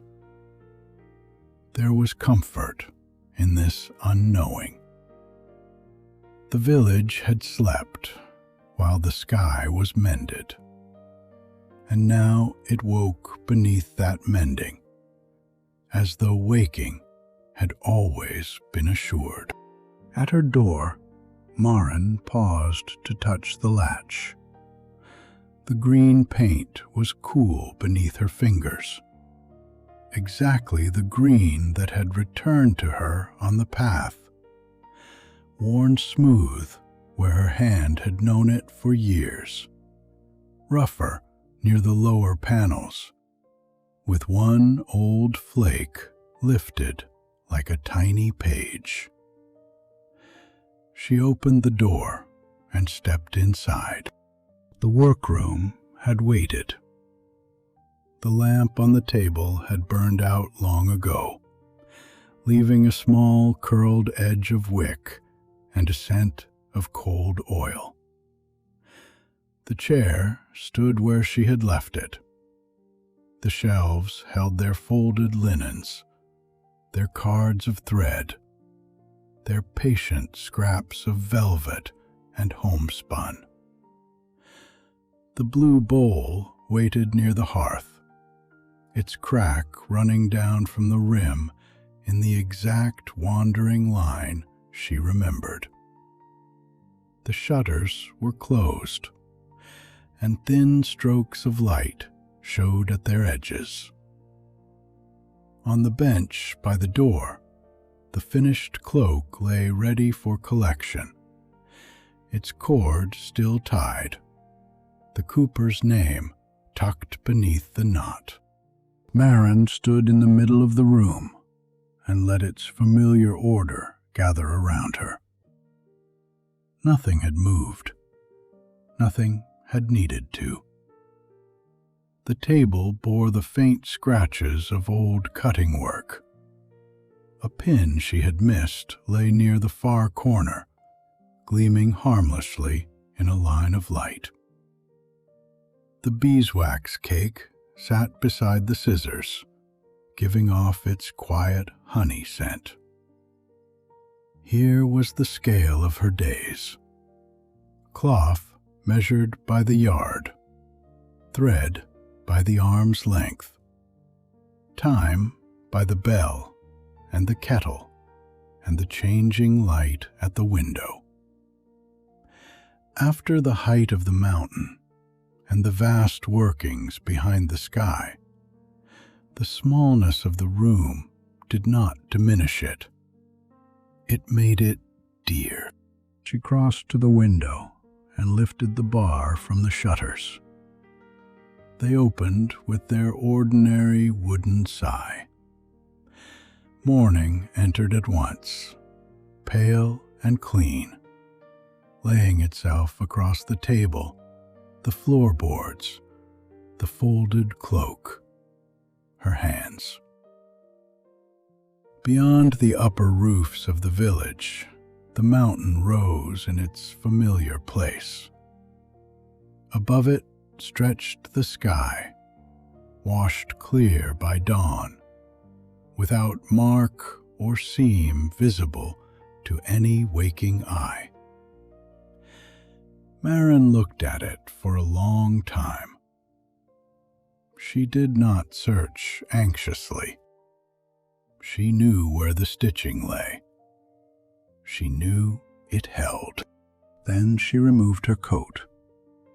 In the inner pocket, she found the empty spool. It seemed smaller now, a plain wooden thing with faint blue dust caught in the groove where thread had once been wound. She held it in her palm. The thread was gone into the sky. The needle rested in the mountain. The note remained folded in the box on the shelf. The spool alone had come back with her, light and ordinary, and changed by what it no longer carried. Maren placed it on the shelf above her table, between the beeswax and the cards of brown thread used for coat hems. She did not hide it in the sewing box. She did not wrap it away. She set it where morning and evening would find it, where her eye would meet it while choosing a needle or trimming a seam, where it would be neither ornament nor relic, but simply part of the room's honest collection of useful things. The empty groove caught the light once, softly, then became wood again. After that, she washed her hands in the basin. The water clouded faintly with mountain dust. She dried each finger with care, feeling the tenderness in the joints, the small warmth in the pads, the place where the needle had rested so long against her skin. Then she sat at her table. For a moment she remained still, listening to the village through the open window. Cartwheels, the bakery door, a woman calling across the lane, the first uneven practice note of the church bell being tested for the day. The sounds entered the room one by one and took their places. The work waiting for her was ordinary work. A sleeve to shorten, a torn apron to patch, the cooper's wife's cloak to set aside for collection. Marin chose the apron first, because the tear in it was small and clean, and would take little time if done properly. She threaded an ordinary needle with ordinary brown thread.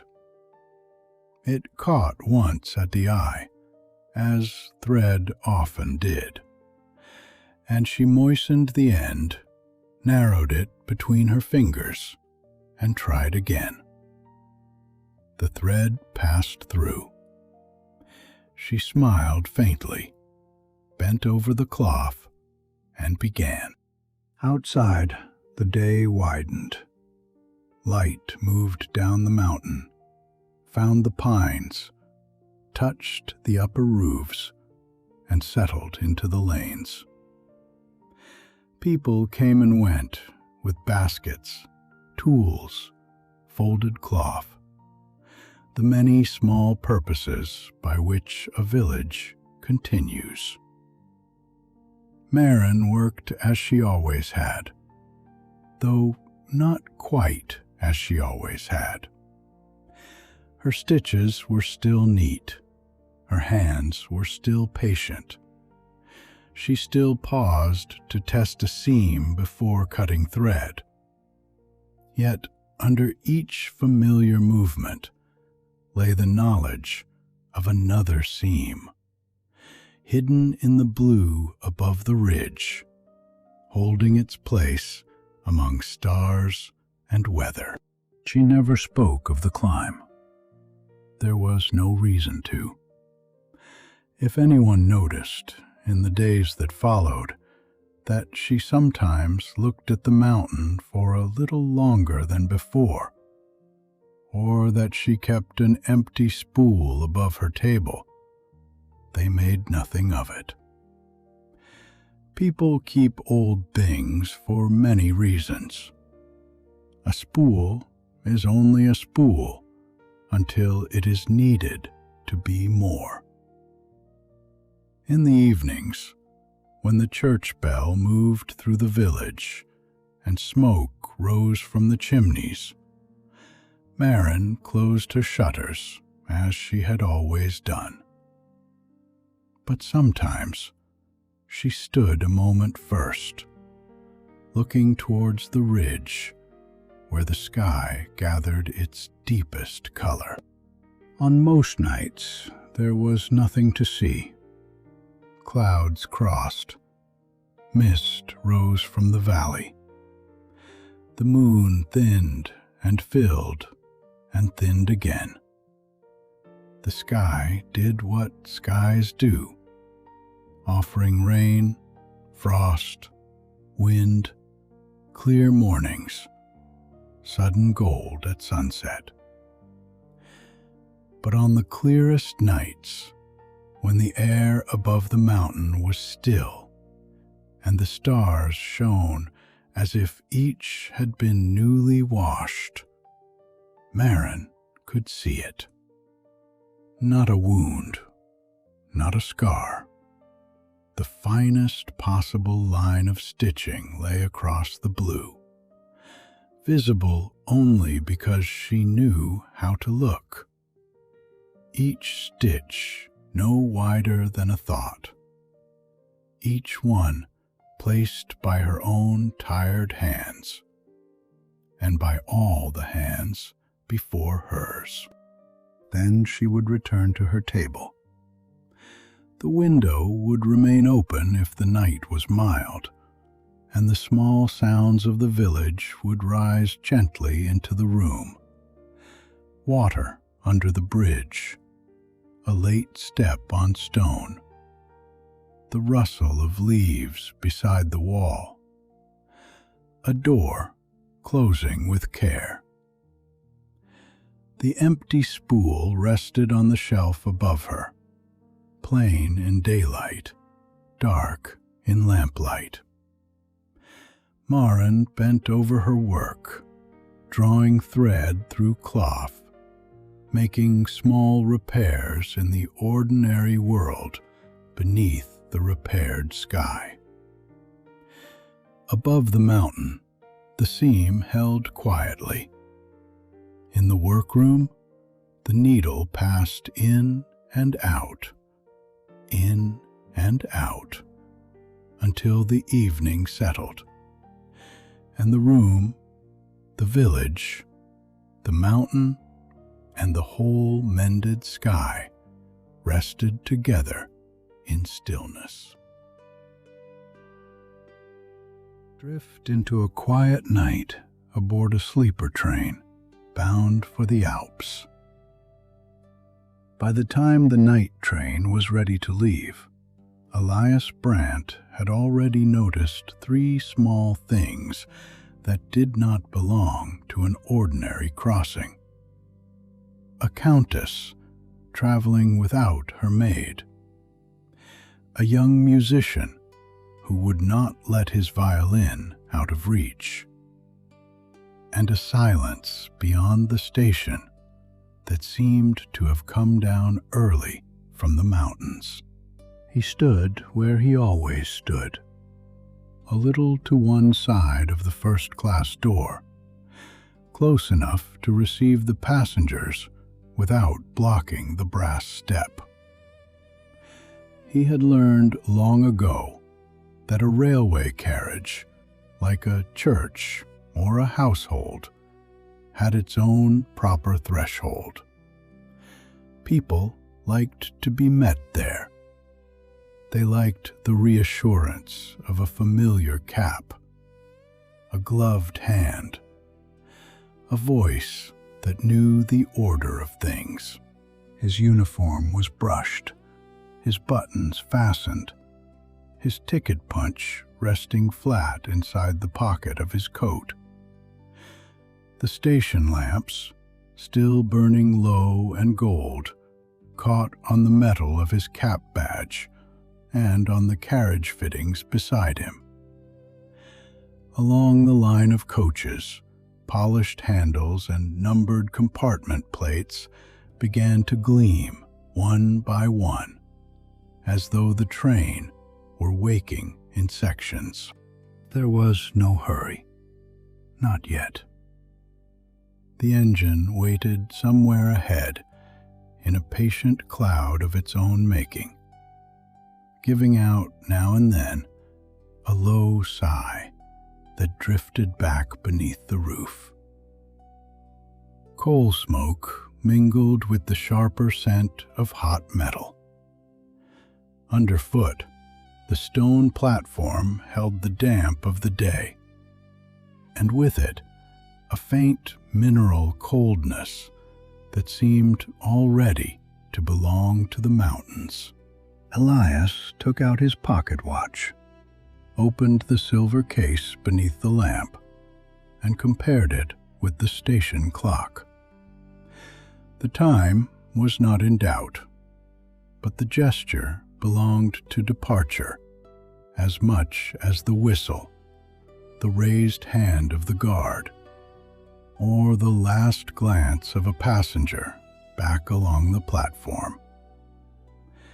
He listened for the familiar private ticking, a tiny, orderly sound inside all the steam and movement, then closed the watch with a quiet click and felt the night settle into its proper shape.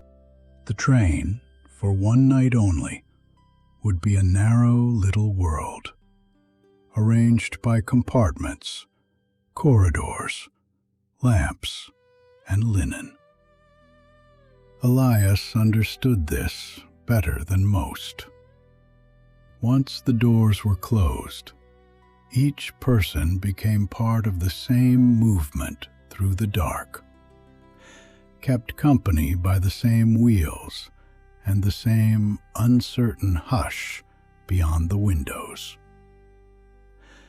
A conductor knew how to help people arrive, but he did not always know what they carried with them. Countess Odile Meunier arrived with the first deepening of the dusk. She came alone, as Elias had known she would, and carried only one case, though a porter followed at a respectful distance, as if prepared to assist should she change her mind. She was a slight woman, in a dark traveling coat, with a hat pinned carefully against the evening air, and a folded shawl over one arm. Nothing about her suggested effort. Even the damp shine of the platform seemed around her to become part of a proper departure. "Good evening, Herr Brandt," she said. "Good evening, Countess. Compartment 3, as before." She gave the smallest smile. "You remember everything." "Only the useful things, madame."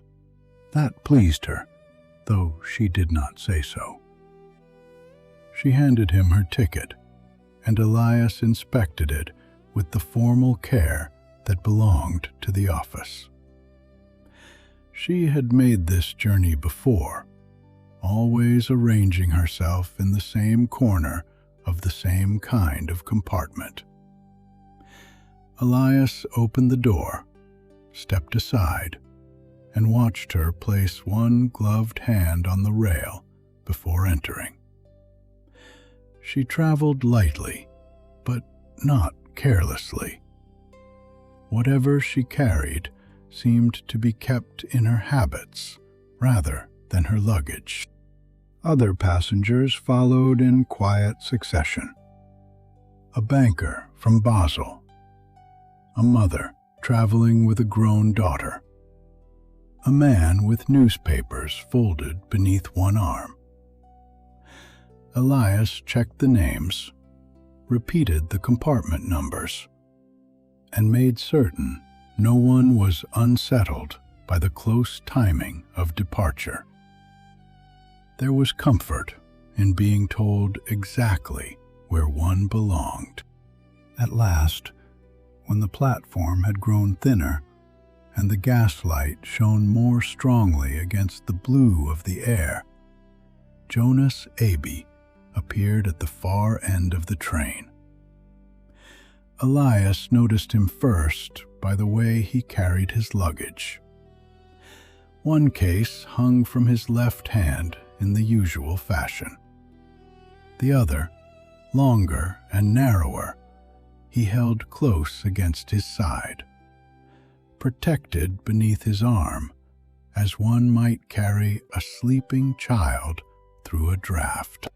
He was young, or young enough for travel still to sit visibly upon him. His coat was well cut, but worn at the cuffs, and his hair had been flattened by a hat he was no longer wearing. When he reached Elias, he stopped with a little breath of apology, though he was not late. "Aby," he said, producing his ticket. "Jonas Aby, Vienna to Lausanne. You are expected, Herr Ibi. Compartment 7. Elias glanced at the violin case. Not too long and not too obviously. Would you like that placed above? Jonas's hand tightened by instinct. Then he gave a shy smile. If it may stay with me. Of course, instruments prefer company on cold nights. The young man looked relieved, and that was enough. Elias opened the door for him, took the ordinary case, and left the violin where it was, tucked close to its owner's ribs. The last porter stepped down. Far ahead, the engine released a longer sigh, and along the platform, a guard lifted his whistle. For a moment, nothing moved. Elias liked that moment best. The held breath between all the preparations and the journey itself. Steam drifted past the windows. The brass handles shone. Somewhere inside the train, a case shifted into place with a soft thud. Then the whistle sounded, clear but not sharp, and the carriages gave their first gentle lurch. Couplings tightened, one after another, down the length of the train. The platform began to slide, slowly at first, past the windows and the open door where Elias stood holding the rail. Faces in lamplight moved away. The station clock slipped behind a veil of steam. With one practiced motion, Elias closed the door, checked the latch, and stepped into the warm corridor as the night train drew itself out of the town. The wheels found their rhythm gradually, clattering over points and yard tracks before settling into the old 4-beat measure Elias knew in his bones. It was a sound that made some passengers wakeful and others sleepy almost at once. To him, it meant the night's work had properly begun. At each compartment, he knocked softly before entering. Curtains were drawn. Lamps were adjusted. Berths, still folded into the walls, waited above upholstered seats until required. Some passengers preferred to sit a while in their traveling clothes, reading or watching their own reflections tremble in the darkening glass. Others wanted the beds made down at once, as if by arranging linen they might persuade sleep to arrive on schedule. In compartment 3, Countess Odile had already begun her familiar arrangement. Her traveling clock stood on the small ledge by the window, angled so that she could see it without lifting her head. Her shawl had been folded once lengthwise and placed within reach, not around her shoulders, but beside her, ready for later.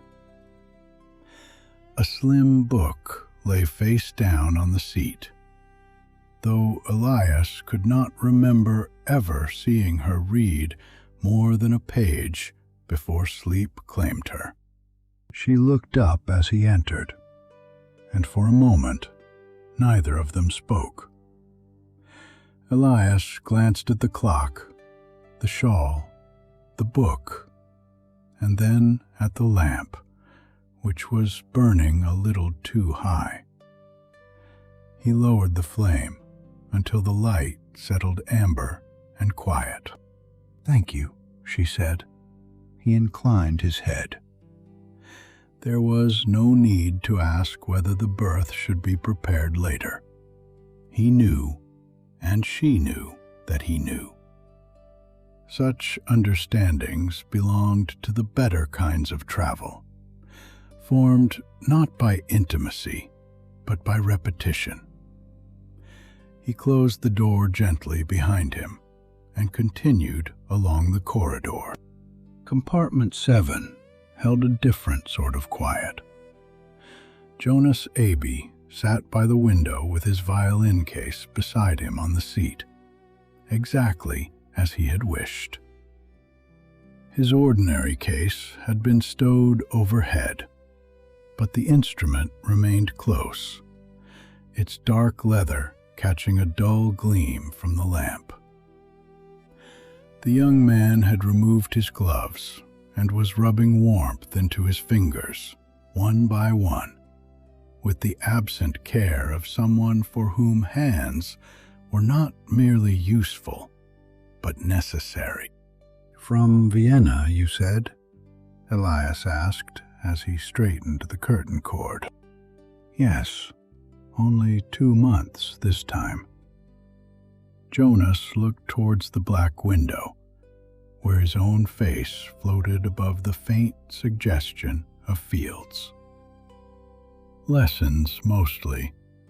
A little playing when I was allowed. And now, home."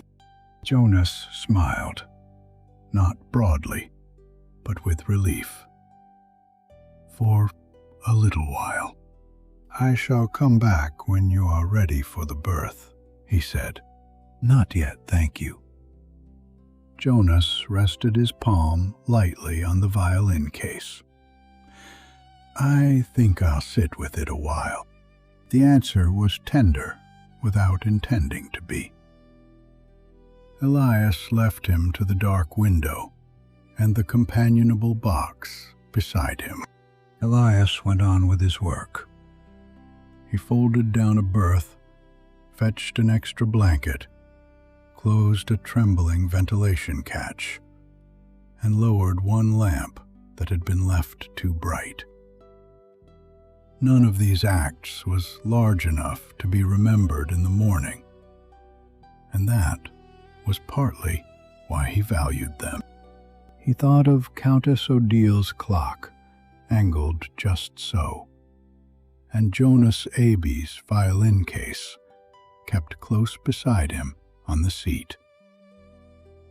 Each passenger had brought some private order aboard and placed it carefully within the larger order of the train. That, Elias thought, was why departures felt ceremonial rather than mechanical. They were not merely beginnings. They were agreements to be carried for a while. By then, the town had almost fallen away. The train ran past low houses with shuttered windows, then through a cutting where the last light vanished, and the glass showed only the corridor lamps behind him. In the dining car, men would soon be unfolding napkins. In the luggage van, trunks would be rocking gently in their straps. Somewhere, a door clicked, then another. The whole train was learning the night. The train ran on, gathering the countryside into darkness behind it. Somewhere ahead lay colder stations, high ridges not yet visible, and the line that would carry them through stone and snow. For now, there was only the lowland night, the warmth of the corridor, and the steady persuasion of wheels. Then, from the direction of the dining car, a small bell rang. Not loudly. It was a silver sound, softened by distance and wood and the motion of the train. It trembled once through the corridor, then again, calling the last seating of the evening. Elias straightened, listening until the note had faded into the rhythm beneath the floor. Then he turned towards the dining car, where lamplight and white linen waited, and where the night, having carried everyone safely away from the platform, was ready to become something a little more companionable. In warm squares of lamplight laid over white cloths, bowls, cups, and silver. Outside, the low country had begun to tilt towards the hills, and the cold window glass gathered a soft mist where breath and tea steam met the dark. Peter Solms moved between the tables with quiet economy. A bowl was set down, while still giving off a savory breath. A basket of bread followed beneath a folded napkin. The tea came in a small pot, whose silvered sides caught the lamp flames in wavering lines. It was a simple supper, the sort of late meal that belonged properly to a night train, rather than to a hotel dining room. Yet the old forms of service were observed carefully. Linen was laid smooth. Cutlery had been placed in order.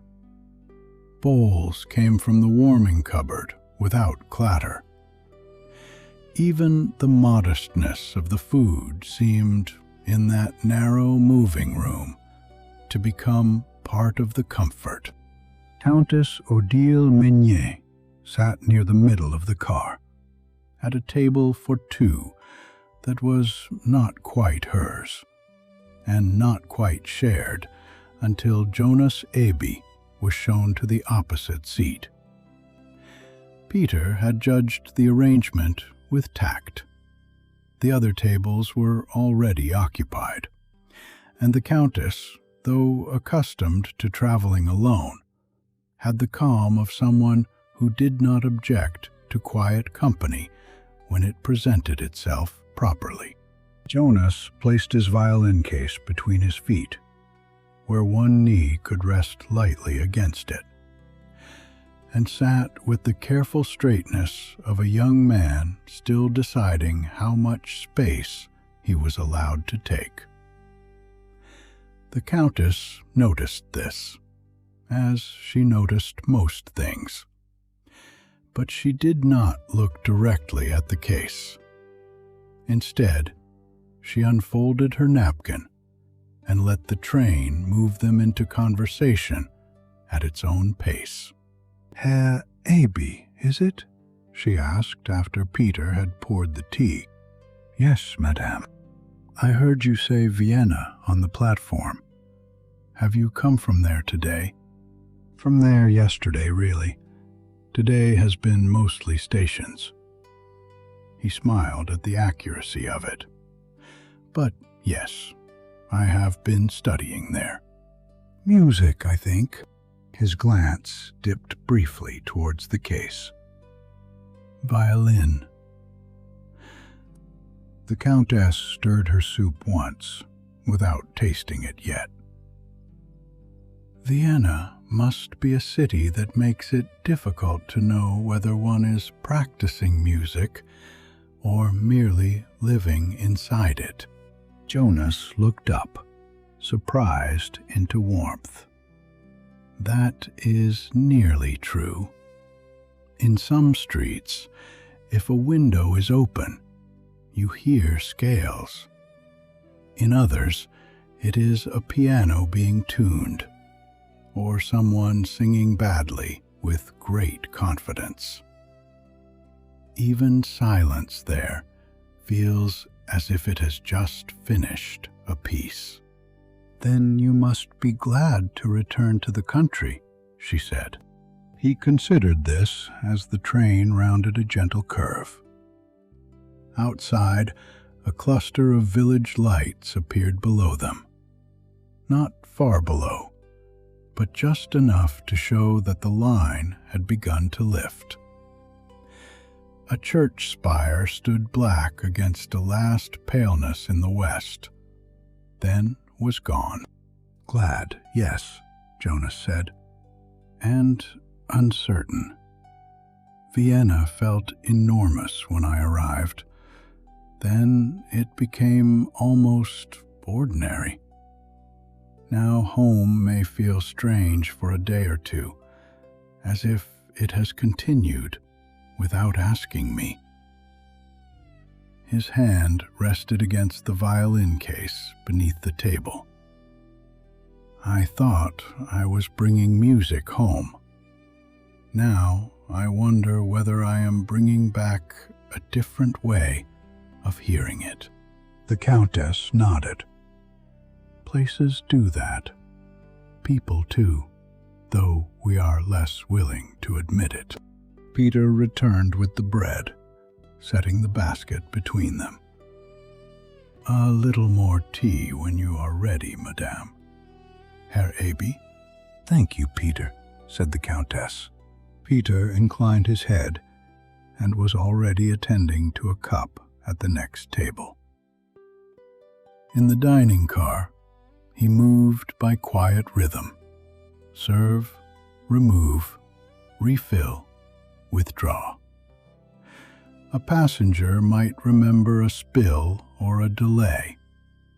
They rarely remembered ease unless it was missing.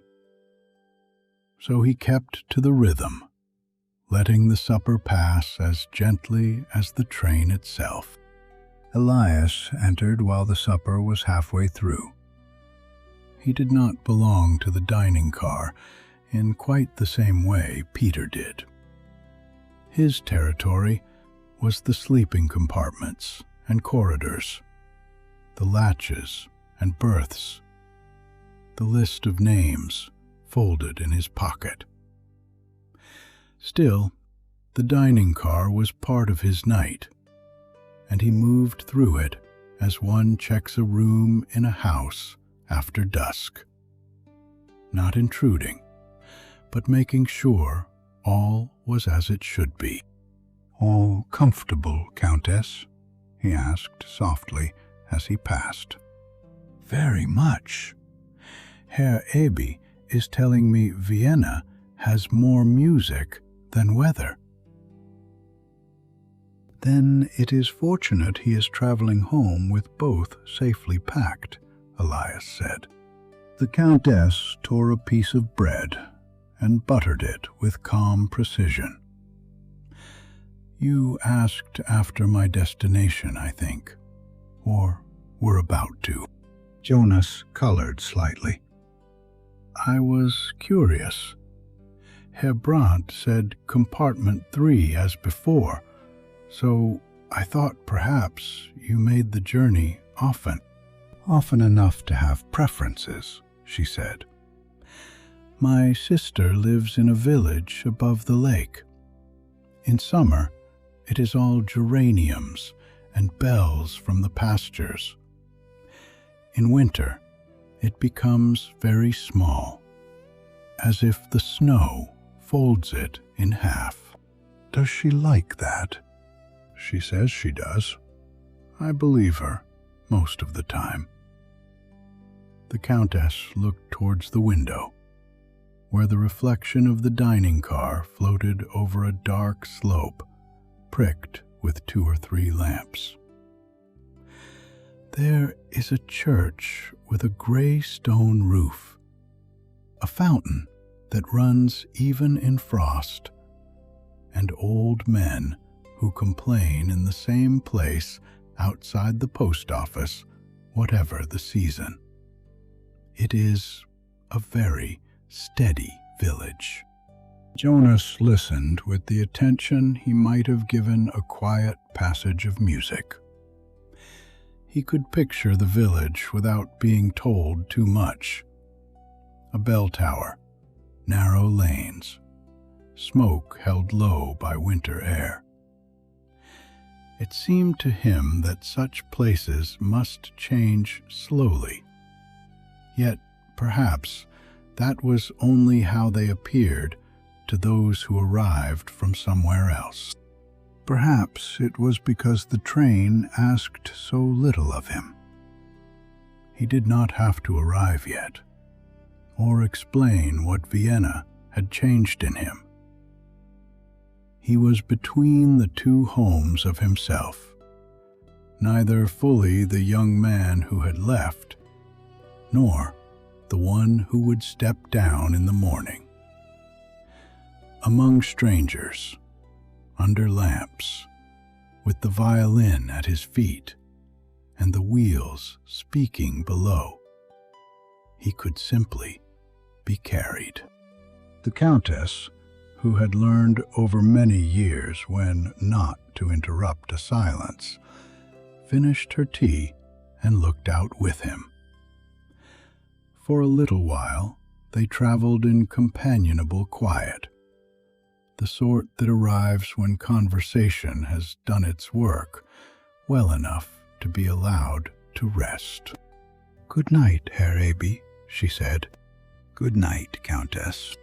She glanced once towards the violin case, not inquisitively, but kindly.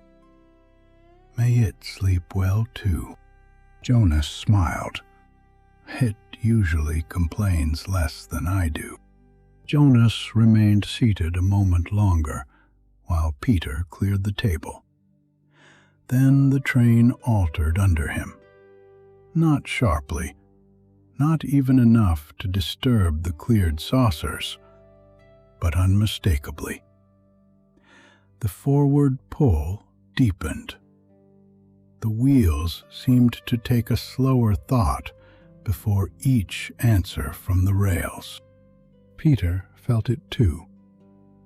He looked up from the stack of bowls and smiled faintly, as if recognizing an old acquaintance.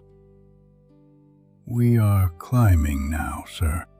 Outside, the few remaining lights no longer lay level with the train, but below it, gathered in hollows. A moment before, they had belonged to villages. Now, they seemed to belong to the land itself, scattered carefully among slopes and orchards, each one held apart from the next by fields the dark had already taken. Jonas nodded, though he had already known. Outside, the last of those lights seemed to sink gently into the folds of the hills, leaving the dining car quieter than before, its linen marked with the faint evidence of the meal, its windows nearly black. He lifted the violin case carefully and made his way back towards the sleepers, following the others into the corridor where the air was cooler and the rhythm of the engine came through more clearly. Slower now, more deliberate, as though each breath of steam had to be placed upon the track with care. Elias was already on his later round, moving from compartment to compartment with a shaded hand lamp. The train had changed its voice. On the level, it had run with a confident, rolling measure. Now the engine worked in a slower, steadier chug, each stroke placed carefully against the rising grade. At compartment 3, Elias found the Countess seated once more beside her little traveling clock. The berth was ready now, the linen drawn smooth, the blanket folded back in a shallow triangle. Her shawl had been moved from the seat to the hook beside the door, and her book lay unopened where she had left it. "Shall I lower the lamp further?" Elias asked. "A little, if you please." He did so, and the room softened at once. She looked past him to the window. "The hills have begun." "Yes, madame. We should make the first request stop before long." "Will anyone be waiting there?" "Sometimes a post bag. Sometimes no one at all." This seemed to satisfy her. There was something pleasing about a train slowing for a place that might or might not need it, as if courtesy could be extended even to an empty platform in the dark. Elias wished her good night and closed the door. Elias paused by the corridor window as the whistle came, thin and softened by distance from the engine. Outside, a small station emerged from the dark. One lamp, one bench, one notice board glossed with damp. A post bag was exchanged in a moment, and then the platform slipped away. He watched until the station lamp was no larger than a bead. The postman remained visible for a few seconds, turning back towards the village path with his empty hand swinging at his side.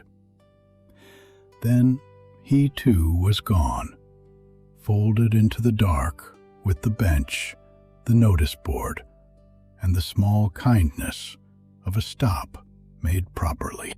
When Elias reached compartment 7, Jonas had not undressed. He sat on the edge of the made berth with the violin case open beside him. The instrument lay in its velvet hollow, brown varnish dim under the lamp.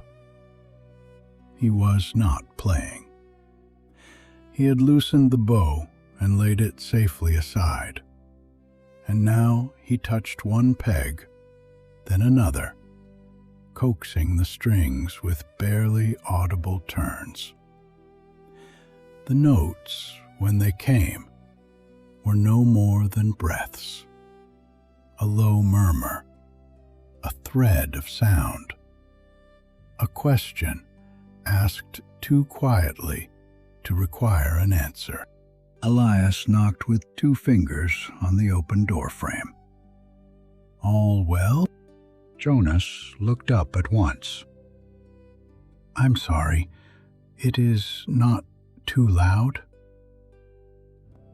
"I heard less than the train hears of itself." That reassured him. "I was only checking. The cold changes it.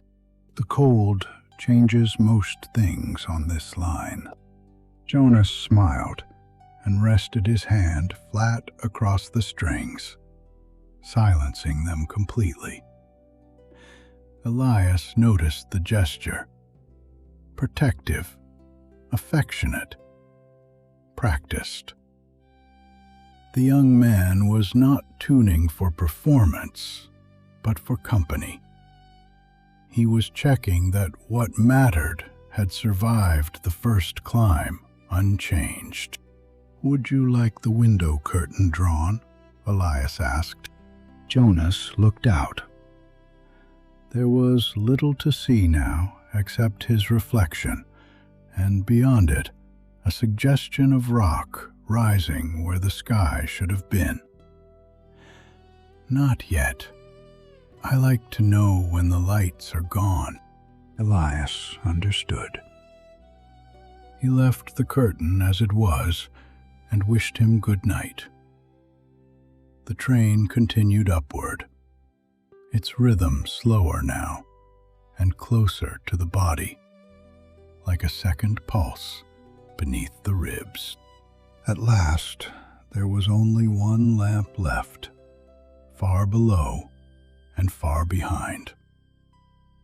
Jonas saw it too from compartment 7, his hand resting quietly on the closed violin case.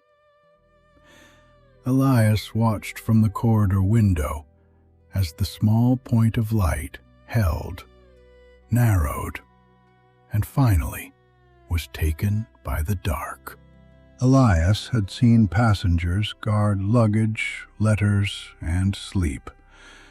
But tonight, he found himself thinking that the things people protected most carefully were not always the things most likely to break. No one announced the change. The train simply went on, and the world outside became larger and simpler.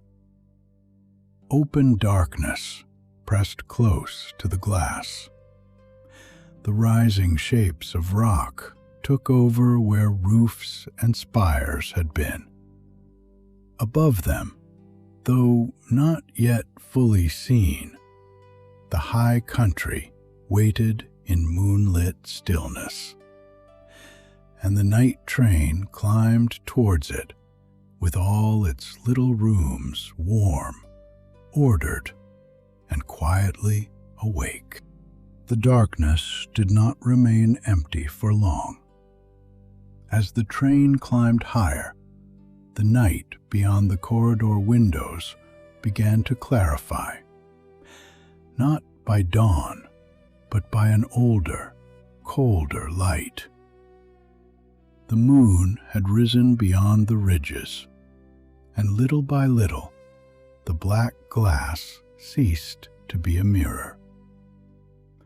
Elias saw the pale edge of a slope, then the lifted shoulder of a mountain, then a white sweep of snowfield taking the moonlight. He had meant only to check the window latch. The latch was secure, the lamp behind him trimmed, the compartments on either side quiet. Yet he did not move on. The train had reached a high traverse, and the view outside had opened so quietly that even a man accustomed to it felt the old permission to pause. Below the line, the valley dropped away into blue shadow. Above it, slopes rose in long plains of snow, broken by dark shelves of rock and the black-green points of trees. Higher still, the glaciers lay in moonlight, bright and motionless to the eye, carrying within them a slow history of weather no timetable could measure. The train slowed a little as it took the pass. To the passengers, it came only as a change in the rhythm beneath them. The wheels, so constant through the foothills, now seemed to choose each beat more carefully. Outside, there was almost nothing else to hear. No village dog, no church bell, no road below. In high alpine valleys at night, sound could carry strangely across snowfields or vanish altogether. Silence seemed to gather under the moon. The cold was present even through the glass. It did not enter as a draught, for the frame was well closed, but it radiated faintly from the pane, a nearness of winter against the skin. Elias felt it along his cheek and at the knuckles of the hand resting lightly on the brass rail. It had a different quality from the damp cold of the station or the clean chill of the foothills. This was height, mineral, and dry. A door opened behind him with such care that he heard not the handle, but the slight change of air. Countess Odile Meunier stepped into the corridor, wearing her shawl about her shoulders. Her hair, loosened from the pins of travel, had been gathered simply at the nape of her neck. She did not appear startled to find him there. Perhaps the moonlight had drawn her from sleep, or perhaps, as Elias suspected, she had not yet fully entered sleep at all. He moved as if to make room, but she lifted one hand, not quite stopping him, only making clear that there was already enough space. They stood side by side at the corridor window, a conductor and a countess in the narrow warmth of a sleeping car, looking out together at a world where such distinctions had no particular use. Neither of them spoke. The silence between them was not awkward, because it did not belong to them alone. It had already been laid over the valley, over the train, over the sleeping compartments, and the dining car gone dim behind them. The moon had cleared a ridge now, and its light widened across the pass. A glacier showed itself more plainly, its surface not smooth, but faintly ribbed and shadowed, like folded linen made of ice. Snowfields descended from it in long, pale bands, broken by black outcrops where the mountain shouldered through. The sky above was so clear that the peaks seemed cut from it rather than standing before it. "It is always larger at night," the Countess said at last. Her voice was barely more than breath, but it carried in the narrow corridor. "Yes," Elias said. "Daylight explains too much."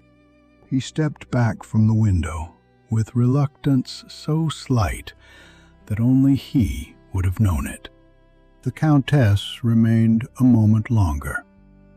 Then she drew her shawl closer, not because she seemed chilled, but because the gesture completed the pause, and turned towards her compartment. Elias opened the door for her. The little traveling clock inside ticked more clearly than before, sat upon its ledge in the low lamplight, counting seconds with a patience that felt almost domestic after the moonlit valley. "Good night, Herr Brandt," she said. "Good night, Madame." He closed the door gently and stood for one more breath in the corridor, letting the wheel rhythm gather around him again. Then he resumed his round. The sleeping carriage had changed during the pause at the window. It was not quieter in any measurable way. The train still moved. The lamp flames still trembled faintly in their glass, and the boards still answered the cold with tiny adjustments. Yet the human sounds had retreated. Conversation had ended. Pages had stopped turning. The day's outward life had folded inward. Elias moved from door to door with the shaded hand lamp held low. Where a lamp burned too brightly, he lowered it. Where a curtain had slipped, he restored it. Where a boot stood in the narrow passage of a compartment, he set it just beneath the berth. His work had become so quiet that it seemed less like service than like keeping faith with sleep. In compartment 3, Countess Odile had settled beneath the blanket, with her shawl folded across her feet. The traveling clock stood beside her, ticking distinctly in the hush. Elias saw only enough. One hand outside the coverlet, the calm angle of the clock, the lamp lowered to its final glow. Compartment 7 was darker than before. Jonas Aby had at last surrendered to the train. He lay turned slightly towards the wall, one arm drawn around the closed violin case, which rested along the berth beside him under a fold of blanket. It was not an elegant arrangement, but it was a familiar one, and Elias did not disturb it. The young man's hand lay against the worn leather with the same unconscious trust one might place upon a rail when climbing stairs in a childhood house. A faint line of moonlight showed beneath the edge of the curtain Jonas had left partly open. It crossed the lower wall and rested on the corner of the case, making the scuffs and softened seams visible. Elias thought of the barely breathed notes he had heard earlier. The tuning that had not been music, and yet had belonged to music all the same. Now even that private care had come to rest. The banker from Basel slept with his spectacles safe on the shelf. The mother and daughter had turned in sleep towards the same side of their compartment, each in the direction of the other, without touching. The man with the newspapers breathed with steady seriousness, as if even sleep were a matter requiring proper management. Elias lowered the remaining lamp. Without the warm center of the meal, the dining car gave itself back to the night. Moonlight fell across bare table edges and the polished curve of a spoon, and the room seemed to hold the memory of voices after the voices had gone. Earlier, the dining car had been the train's heart. Now, that heart had dispersed into the ticking clock, the hand on the violin case, the careful breathing behind every closed door, and the unseen driver reading the line ahead. A night train was never asleep in the simple sense. It rested by division of labor. The train was still climbing, though not as steeply now. The wheel rhythm had steadied into something unbroken and deep, a sound that belonged less to speed than to continuation. At the end of his round, Elias stood with one hand on the rail, listening. The train moved through the heart of the Alps, with its little rooms dimmed and ordered. Nothing needed to happen. Nothing needed to be said. The night held. The wheels kept their measure, and the small traveling clock ticked on into the stillness ahead. The train went on into the last deep part of the night, when even wakefulness seemed to have softened its edges. Elias stood in the guard's van with his watch open in his hand, though he had no true need of it. The hour could be felt without looking. Through the window at the end of the van, the rear lamp burned steadily red. Beyond it, the line they had crossed was taken back at once by darkness. Above the track, very high, One ridge had begun to lose its blackness. A gray touch, a paler edge. The first suggestion that the highest peaks knew of morning before the valleys did. Elias watched it without waiting for it to become dawn. Dawn was still far off for the train, hidden behind mountains, tunnels, and the long folds of the route. Down where the carriages ran, the world remained almost entirely dark. But the peaks were touched first. They always were. The wheels continued unchanged beneath everything. They had carried the supper conversation, the moonlit pause, the ticking clock, Jonas's sleeping hand upon the violin case. Now they carried breath behind closed doors, a conductor with his watch, and a driver reading the line ahead. No further checks were required. Elias knew this, and knowing it did not make him restless. The lamps had been lowered. The doors were secure. The compartments had settled around their occupants.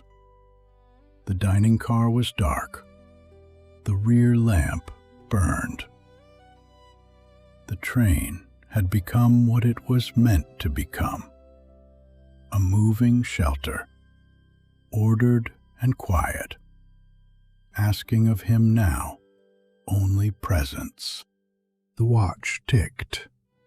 The wheels answered. The red lamp held.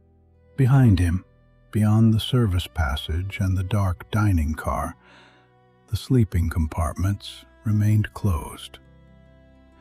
He could not see Countess Odile's traveling clock or Jonas's violin case, but he did not need to.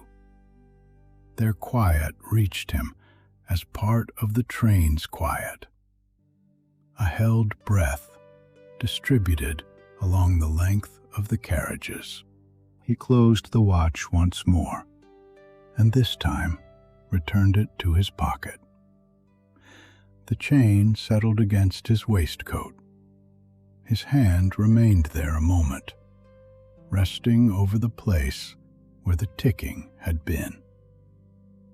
Then he turned from the rear window and stepped back towards the corridor, leaving the red lamp to its steady watch over the track behind. The corridor felt different now that there was almost nothing left to do in it. Earlier, it had been a place of tasks, tickets, lamps, berths, curtains, questions answered in low voices. Now, it was simply a corridor, warm enough, dim enough, moving steadily through the dark. Its brass handles had lost their brightness. Its wood panels held the last low amber from the lamps. The corridor held its hush. The passengers slept. The mountains passed unseen in the dark. Elias stood quietly with the train around him, and the rhythm beneath the floor remained entirely unchanged. Wheels over rail, breath behind doors, gray on the highest peaks, and still, softly and steadily, the train going on. Come down to the quiet shore, where the evening is beginning to gather. Rowan had just brushed the day's last sand from the threshold, when the evening tide began to sound beyond the dunes. It came softly at first, with a low, turning murmur that moved through the walls of the hut. Years ago, old Ewan had listened for that sound in the same way, one hand resting on the rake with the worn handle. He had never explained the work to Rowan. He had only nodded towards the water and said, "Best not keep it waiting." Now Rowan stood in the salt-sweet dimness of the hut, hearing the tide gather itself beyond the grass, and reached for the rake exactly as Ewan once had. The hut was small enough for every object in it to have become familiar by use.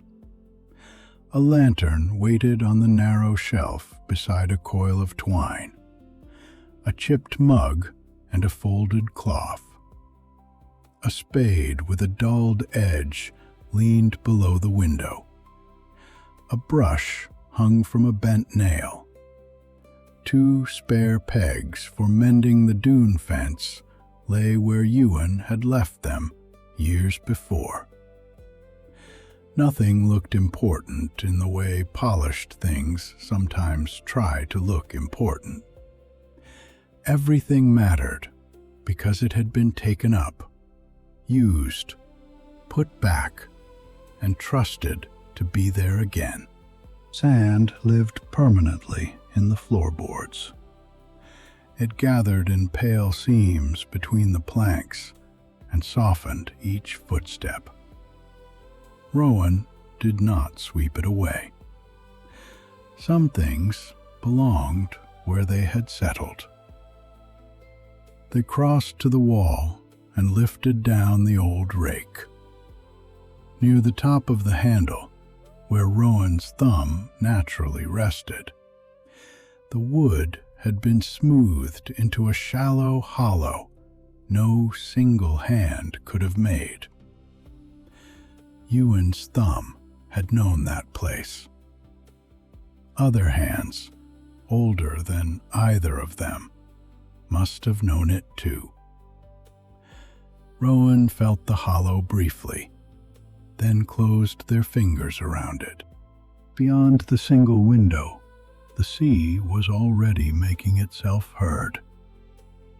Not loudly, not with force, but with a restless turning, wave after wave, lifting and folding somewhere past the dunes.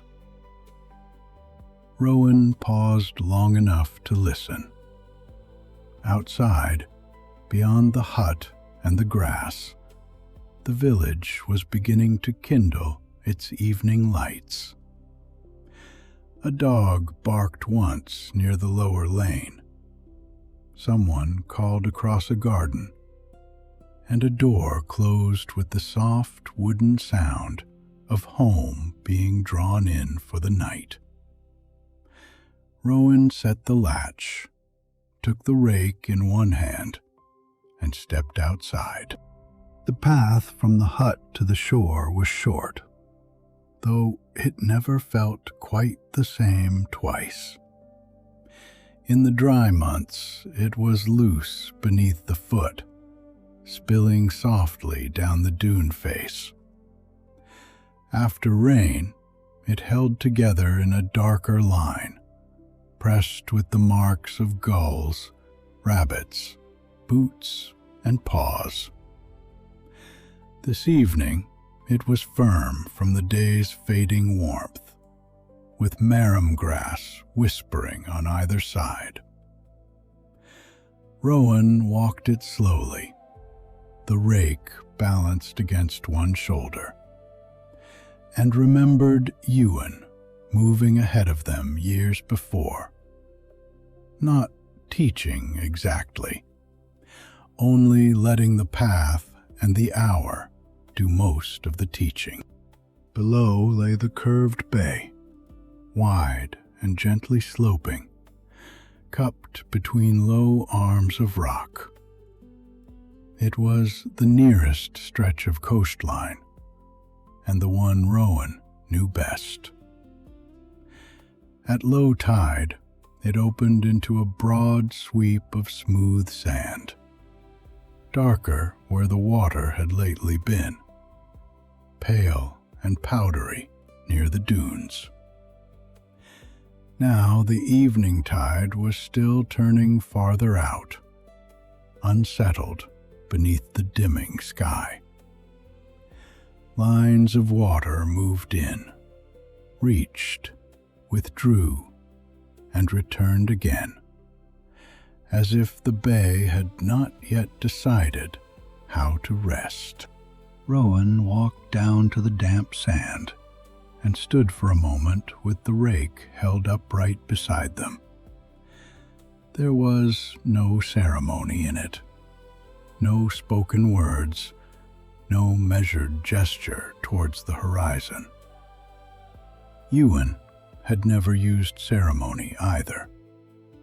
"Look first," he had said once, and then, after such a long pause that Rowan thought the instruction was finished, "Then begin where the shore is ready."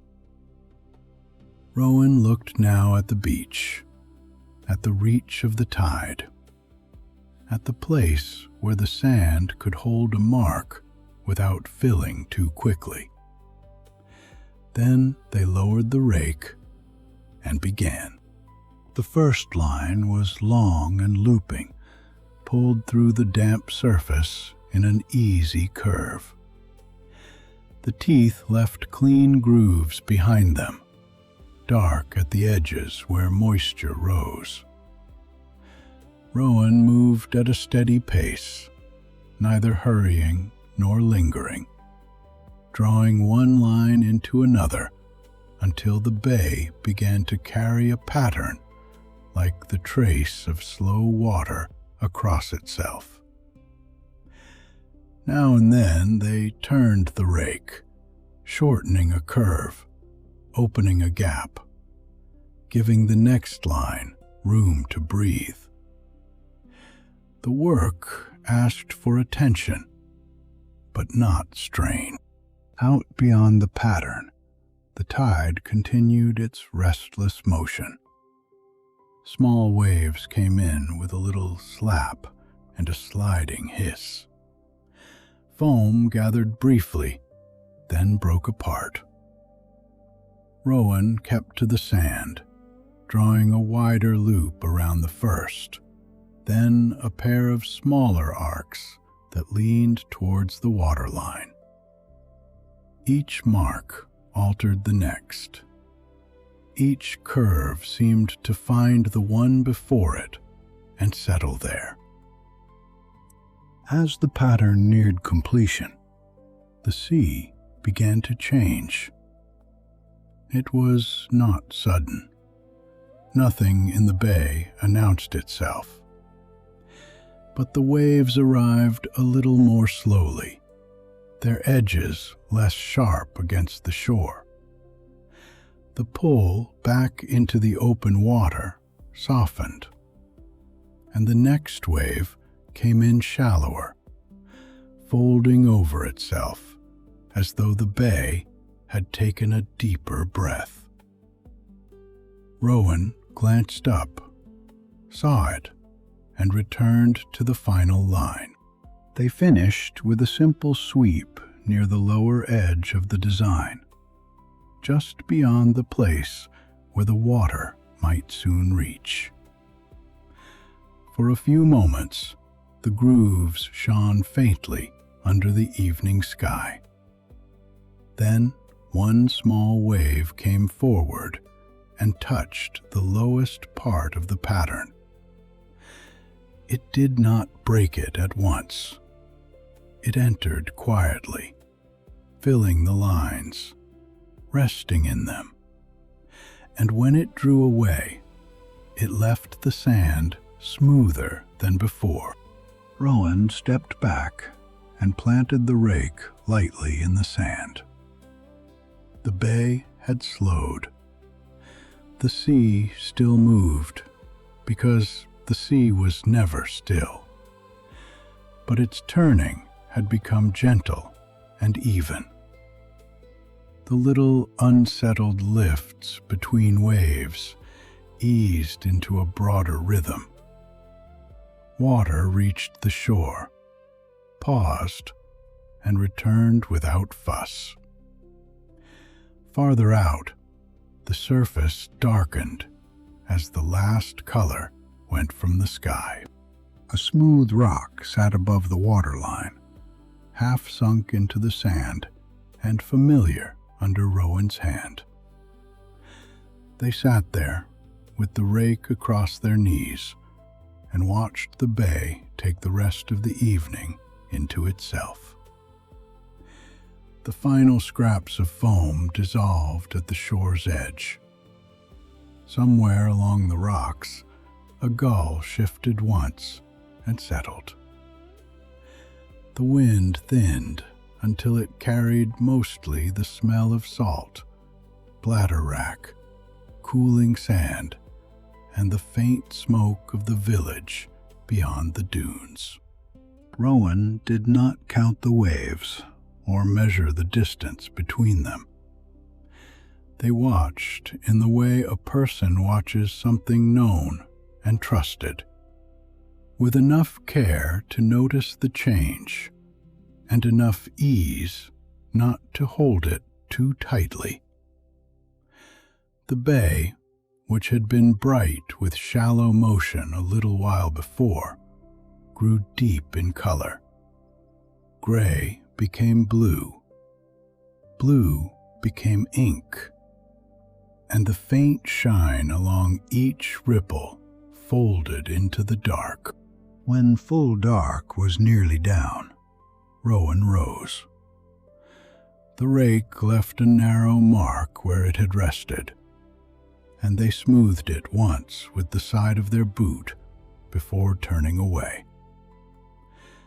Behind them, the ocean's voice had lowered to something soft and steady, no more than a long hush coming in and going out beneath the night.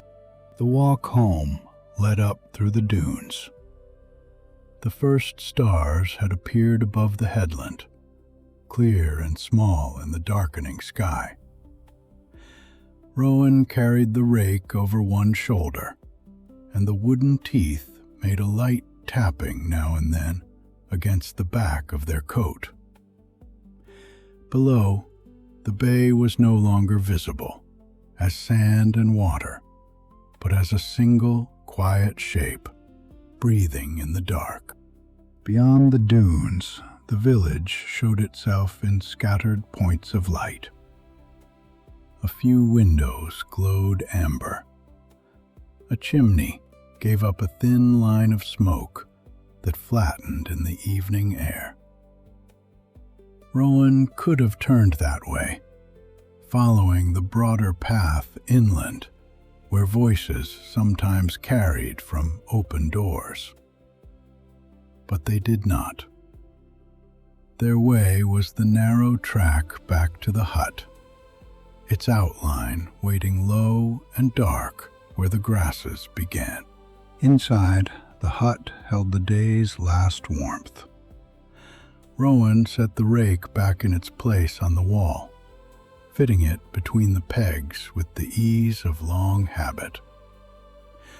A few grains of damp sand fell from the teeth and scattered on the boards. Before letting go, Rowan's thumb found the shallow hollow in the handle again. It was no deeper than it had been that morning, of course, and yet it felt as though the evening had joined it somehow. Another small use added to all the uses before. Rowan closed the door, checked the latch, and stood for a moment beside the window. Through the dark glass came the softened murmur of the bay. On the shelf, the chipped mug caught what little light remained. The folded cloth lay beside the twine. The spare pegs waited where they had always waited. Nothing about the evening asked to be explained. It was simply the work that came with twilight, passed from hand to hand so quietly that no one ever needed to call it inheritance. The following evening arrived under a different sky. Thin cloud had spread over the west, turning the light pearly before it faded. When Rowan opened the hut door, the smell of the sea was cooler, and the sound beyond the dunes sat a little closer, as though the tide had climbed higher through the day. They took down the same rake and walked the same path. Yet the bay was not the same bay. Overnight, the water had drawn new ridges into the sand. A shallow runnel curved where yesterday there had been a smooth stretch, and a scatter of small shells lay near the upper mark of the tide. The damp ground began farther up the beach, leaving less room between the dunes and the water's restless edge. Rowan stood looking over it all with quiet interest. There was no disappointment in the altered sand, no attempt to recover yesterday's design. That pattern had belonged to its own evening and had gone with it. This one would ask for something else. Near the lower shelf of the beach, just where the water had drawn back, Rowan noticed a faint curve beneath the fresh surface. It vanished when a lace of foam slid over the sand, but not before Rowan had seen enough to feel that the shore remembered more than it showed. They began nearer the dune grass, where the sand held firm. The first line was shorter than the evening before, bent inward to follow the new runnel rather than crossing it. The next curved around a patch of shells, leaving them undisturbed in their small pale cluster. A third line opened towards the tide, inviting the water in along a gentler path. The rake moved with the same steady rhythm, but the pattern changed beneath it, shaped by what the bay had brought back and by what it had kept hidden underneath. Once more, as the last lines found their place, the sea answered. The higher tide eased its reaching. The small, impatient slaps against the wet sand loosened into a quieter wash. Water entered the grooves, lingered, and returned with less hurry, leaving behind a soft sheen that caught the last of the clouded light. Rowan stood with the rake in hand until the pattern began to blur, imagining other lines resting unseen beneath it. Evening beneath evening. On another evening, with the last warmth of summer thinning behind the dunes, Rowan followed the shoreline farther than the familiar bay. The path first took them past the place where the sand sloped smoothly into the water, past the rock where they often sat, and on towards the darker shoulder of the headland. Rowan had walked that way in daylight many times, carrying driftwood back for the stove, or checking the old fence where storms sometimes worried at the dunes. But at evening, with the rake balanced along one shoulder and the tide turning under a pearl-colored sky. The headland seemed to belong to another coast entirely. The open sand narrowed underfoot, then broke into small pale patches between shelves of dark stone. Rocks shouldered up from the shore in irregular shapes, some slick with weed, some dry and rough where the tide had not reached that day. Between them lay tide pools, holding pieces of the fading sky. One pool kept a narrow strip of cloud. Another held the first faint star, trembling in the wind. A third was so still beneath its overhang that it seemed to have been poured there and left to cool. Rowan stood among the rocks with the rake in both hands and looked over the ground before beginning. The wide, looping strokes of the bay would not do here. The work asked for smaller thoughts, for care in the wrist rather than reach in the arm. So Rowan set the wooden teeth into a narrow strip beside a pool and drew a short curve, careful not to break the rim of water. Another line followed the channel between two stones, then turned back on itself before the sand ran out. They moved more slowly than usual, stepping from one dry place to another, choosing where a mark could be made and where it was better to leave the rock bare. The rake scratched softly where the sand was thin, then sank with a deeper sound where the tide had left a damp patch behind. Around each pool, the lines tightened, curling in modest half-circles and narrow bends. The pattern did not spread across the headland as one design. It gathered itself in pieces, linked by little channels and gaps, and the quiet judgment of the hand that made it. The ocean answered differently there. No single calm passed over the whole place at once. Instead, the smallest pools settled first. A trembling reflection steadied beneath a ledge of stone. A wrinkle of water in a shallow hollow loosened and went smooth. Then the wash around the rocks grew gentler, no longer striking and pulling with such impatience.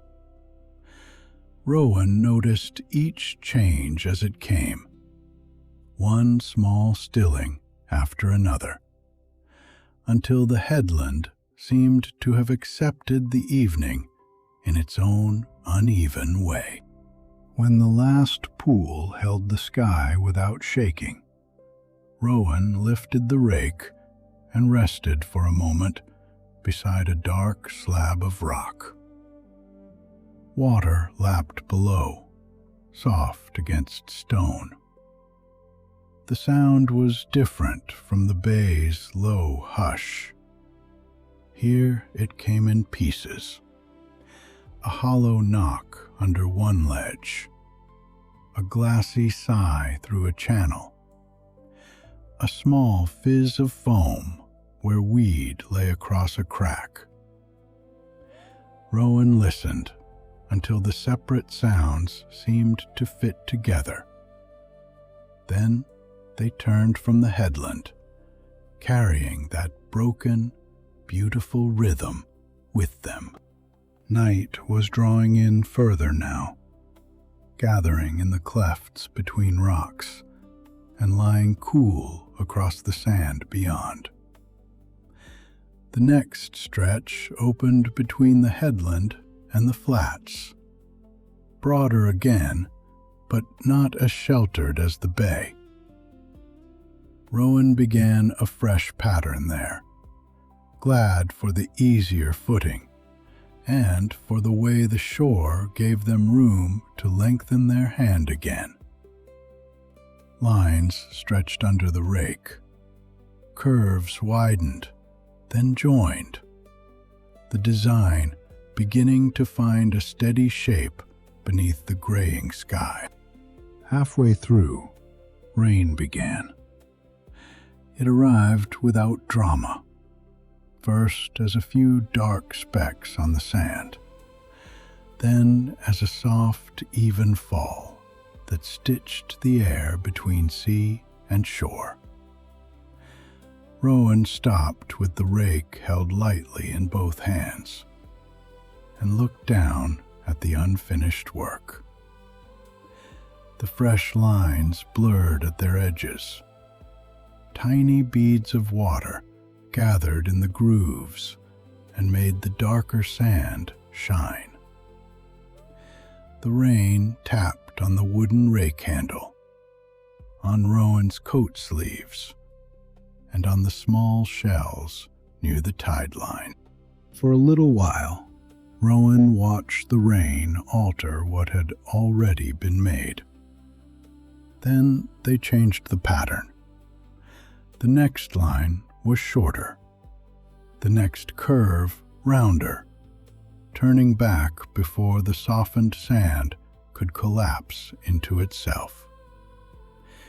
Instead of drawing long sweeps towards the water, Rowan made a series of low arcs that held together closely, as if the design had tucked in its elbows against the weather. The rain was cool on their face and quiet on the sea. It softened the marks almost as soon as they were made, but not enough to erase them. Rowan worked with the change rather than against it, rounding the final lines until the half-finished design became whole in a new way. When the last curve closed, the tide came forward more calmly. Water moved over the rain-dimpled sand and withdrew in a smooth, even breath. Rowan stood still and listened. The pattern had not been perfect in any tidy sense. It had been altered, shortened, and softened by the weather. Yet the ocean answered all the same. That seemed worth remembering.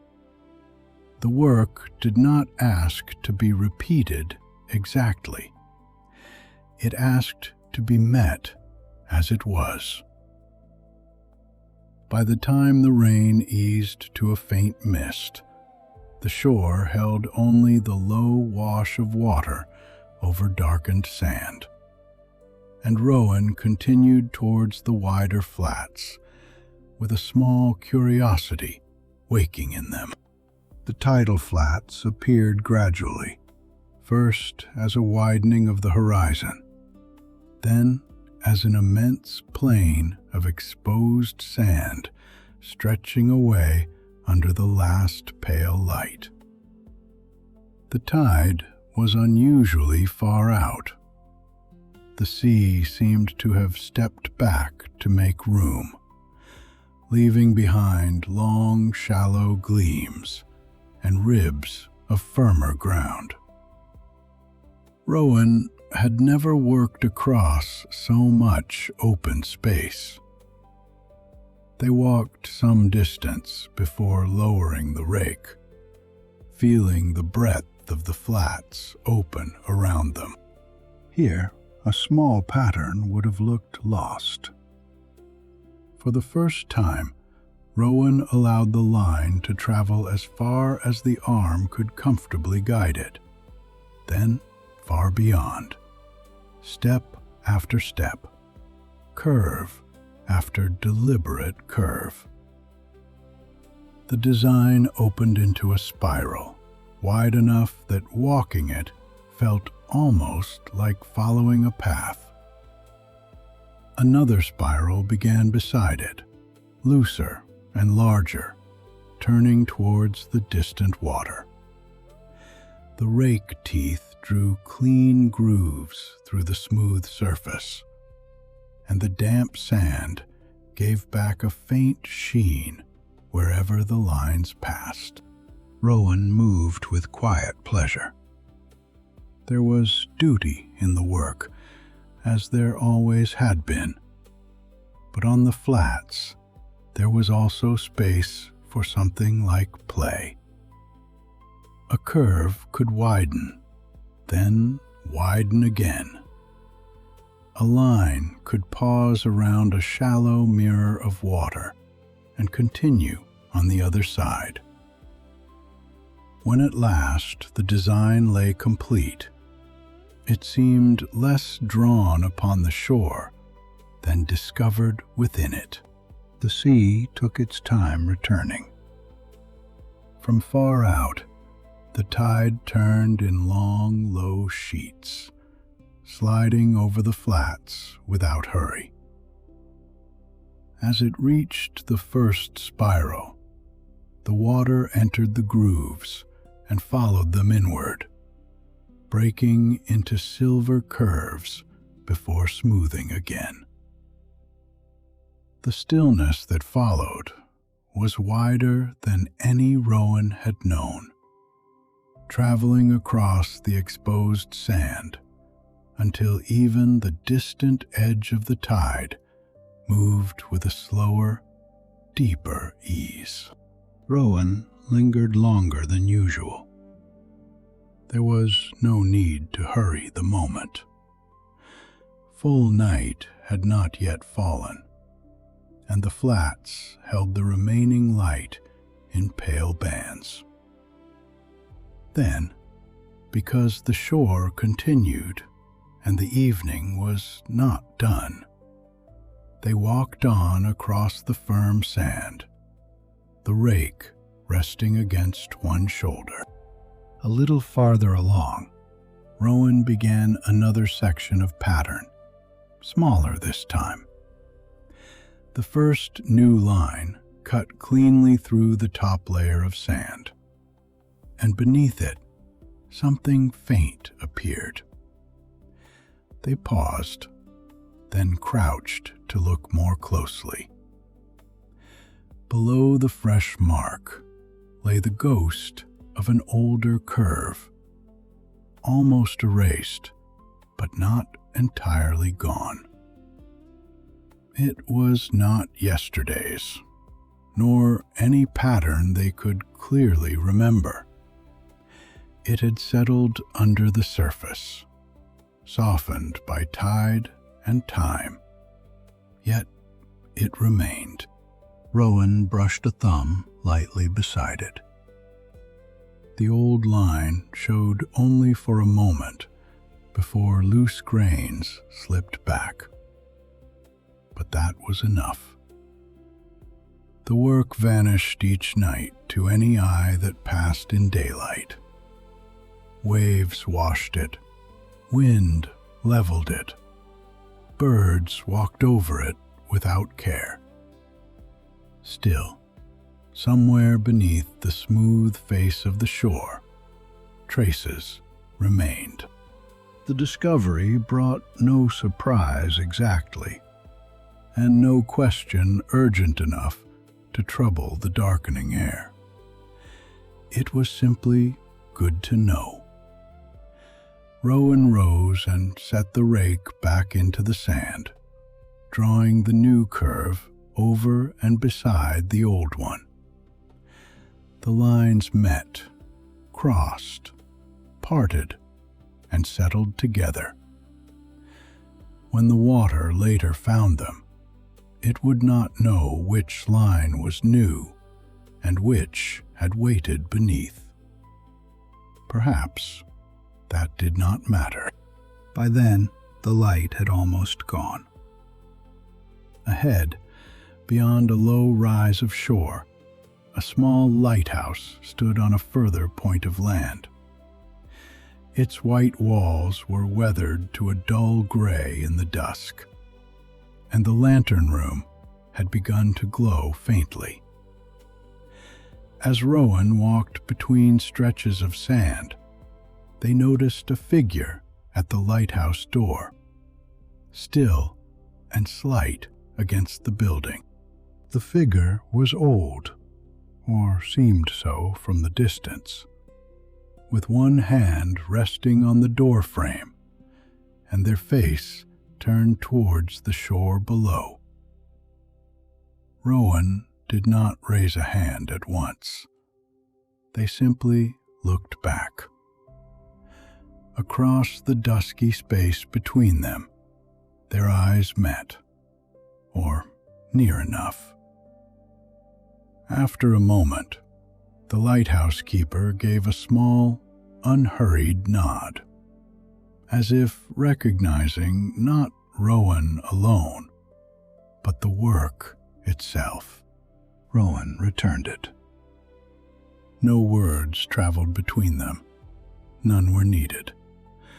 The nod held no astonishment, no demand, no invitation to explain. It was only recognition, quiet and ordinary as a lamp set in a window. Then the keeper turned back inside, and behind the glass above, the lighthouse light began its slow turning. Rowan continued on towards the sheltered strip beneath the dunes.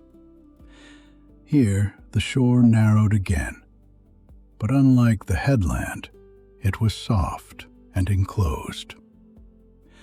Tall dunes rose close behind it, darkening as the stars came out. Their slopes held the day's stored warmth, and the grass along their ridges whispered above the quieter water. The space felt tucked away from the larger coast, as if it had been folded carefully between sand and sea. Rowan whose most place near the waterline, and drew a close pattern suited to the narrow shore. The loops were tight, one fitting beside another, with hardly more than a few steps between each turn. After the great openness of the flats, the smallness of it was pleasing. The rake moved softly through the damp sand, and the lines gathered like a quiet conversation held close to the ground. The ocean settled almost at once. A little wave came in, touched the nearest loop, and lost its hurry before it had fully reached the shore. The next arrived lower and easier. Within moments, the sheltered water was calm, lapping so softly that the sound seemed to belong as much to the dunes as to the sea. The wide spirals had been right for the flats. These close loops were right here. They stood a while beneath the dark line of the dunes, looking back along the coast they had tended across these evenings. The familiar bay, the uneven headland, the rain-softened shore, the great flats, and now this quiet strip held close beneath the sand. Each place had asked for something different, and each had answered in its own way. Above them, the sky was filled with stars. Behind them, far along the headland, the lighthouse beam turned slowly through the dark. Rowan lifted the rake and began the walk towards home, the shore fully settled at their back. They did not yet put words to what they felt. But as the dunes rose around the path, and the sea rested quietly behind them, the work seemed to have opened rather than ended. The next time Rowan came down to the curved bay, their boots met sand that had been remade in the night. A storm had passed far out beyond the headland. It had never come close enough to rattle the hut latch or throw rain against the window.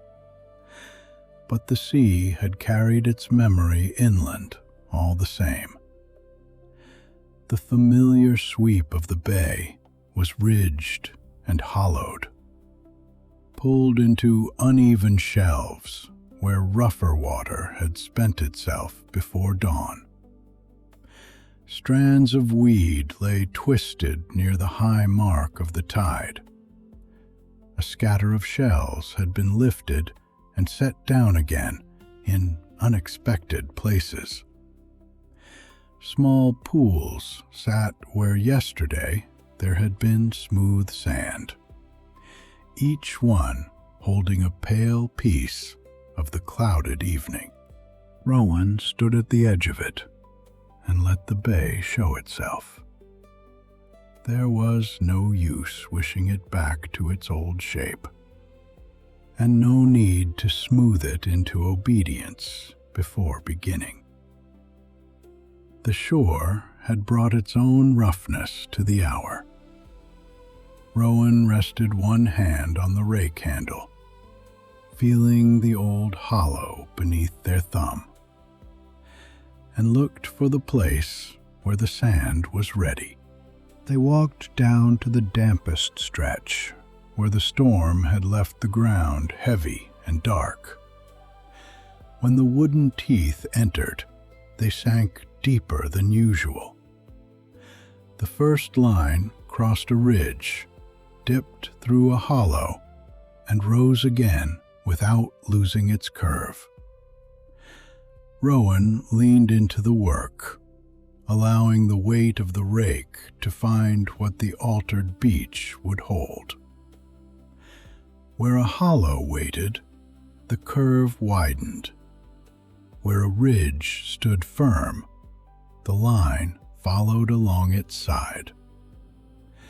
The pattern grew stronger than any they had made before, shaped by the storm's passing. By the time the design was finished, twilight had cleared into a cool, open dusk. The first waves entered the deep grooves and seemed to lose the last of the night's unrest inside them. Their edges no longer broke in little restless falls, but folded thickly and withdrew with a sound like breath drawn after labor. The whole bay lowered into something heavier and more complete, as though the water had been waiting for permission to lay down what it carried. Rowan remained there longer than they meant to. Above the dunes, the sky washed clear, and a few early stars stood bright in the cooling air. Something had shifted, though not in a way that needed naming. Habit had brought Rowan to the shore, but habit alone had not made this pattern. They had trusted the bay as it was, and the bay had answered. Some evenings later, the air fell utterly still. Not a blade of dune grass stirred beside the hut, and the smoke from the village chimneys rose straight before fading into the high, pale sky. Rowan walked to the bay in that rare quiet and found the sand smooth, open, and waiting from one rocky arm to the other. Without quite deciding, They began at the far end. The line they drew did not close quickly into a familiar shape. It continued. It curved inland, returned towards the water, bent around a shallow runnel, and moved on. Rowan followed it step by step across the bay, the rake pulling a steady, low sound from the damp sand. A second line grew from the first, then a third. Each one joined without break, as if the whole beach were becoming one long thought. Light thinned, then faded. The familiar rocks at the bay's edges softened into dark shapes. Still, Rowan continued. There was no hurry in the work, and no impatience in the dark. The loops repeated, widened, narrowed, and turned back in calm succession. Sometimes Rowan paused to ease a shoulder or clear damp sand from the rake's teeth, then carried the line forward. The pattern stretched behind them, unseen now, except where a faint sheen held the last of the sky. By the time they reached the other end of the bay, night had settled fully. The final curve was small, almost modest after so long a journey, and it came to rest beside a stone half buried in the sand. Rowan straightened slowly, feeling the length of the work in their hands and back, and looked out over the water. For a while, they simply waited. The tide reached the first lines in darkness. It moved through them without haste, taking the pattern from end to end in a sequence Rowan could not see but could sense.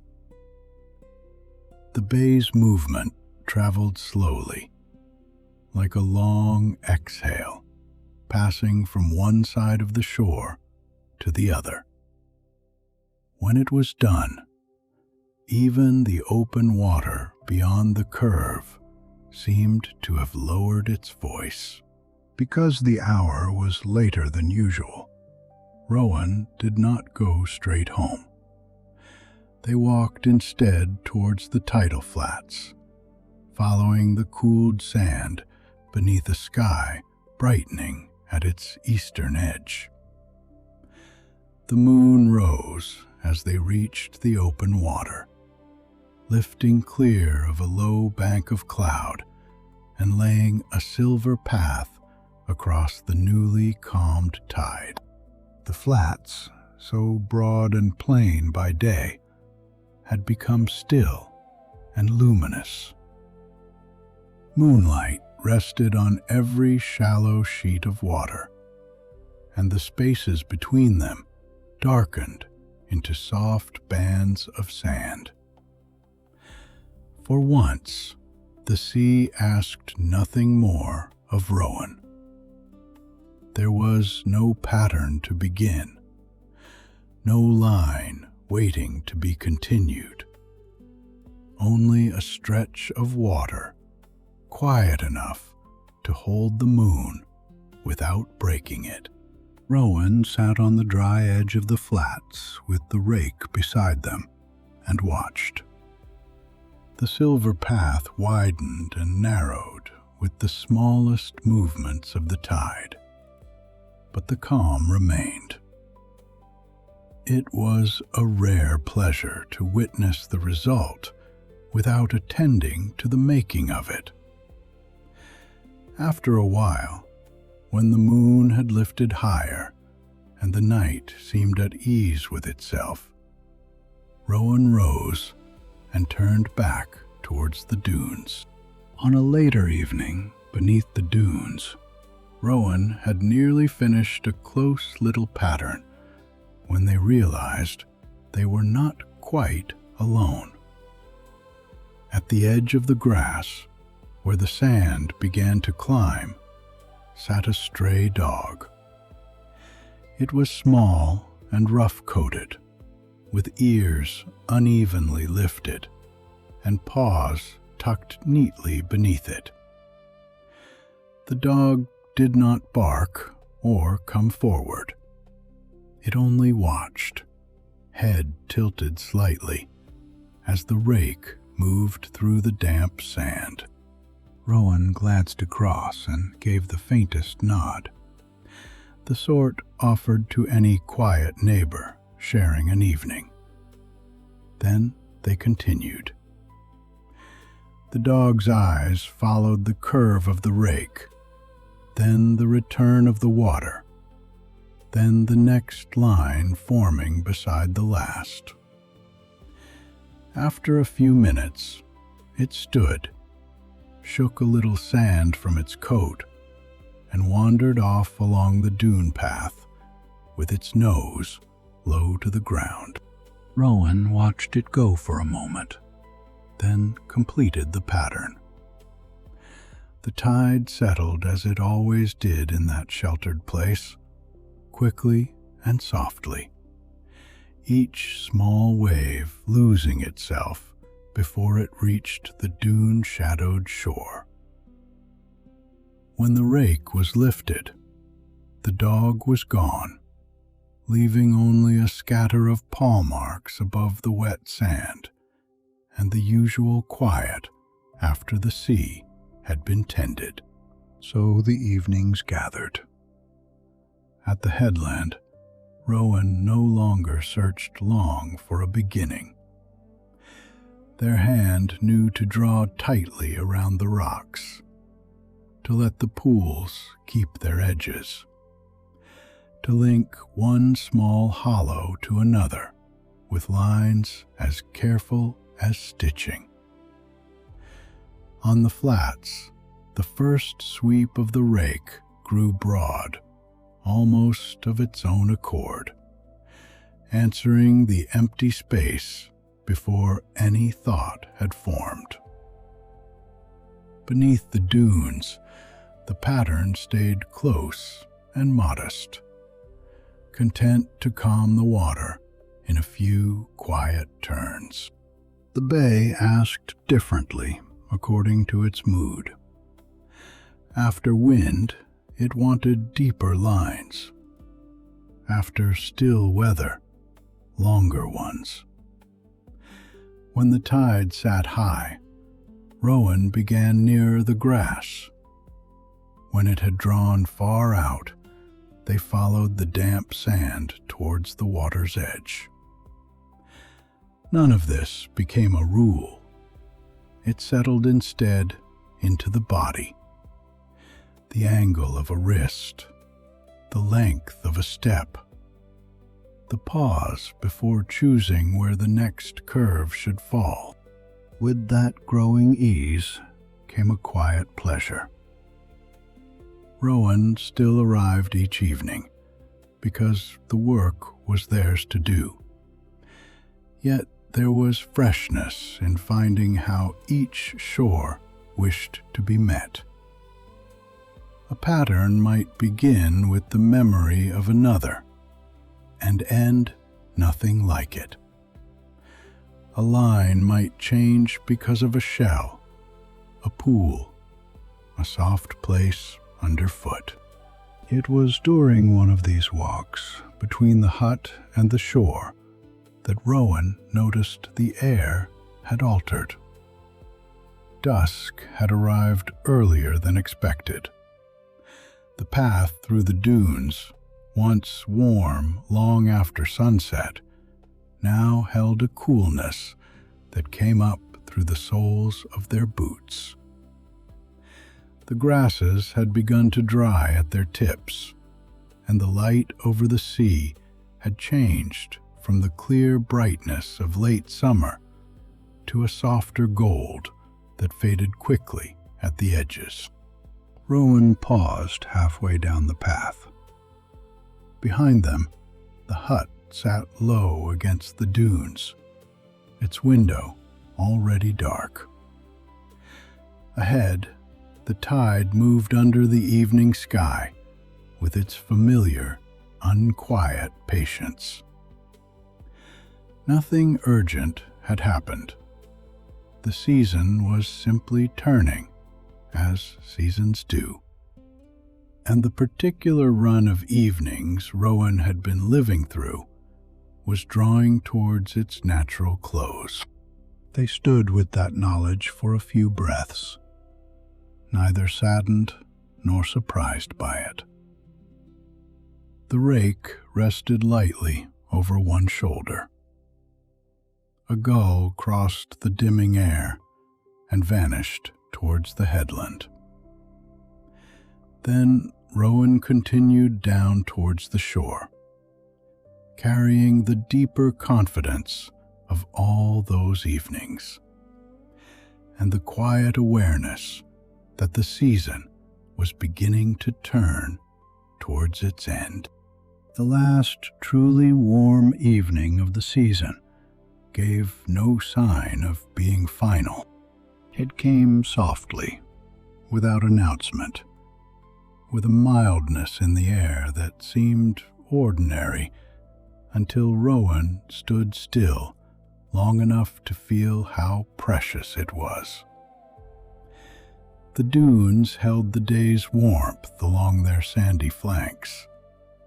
The grasses had dried to a pale gold at the tips, and when the wind moved through them, it made a finer sound than it had in summer, thinner and more brittle.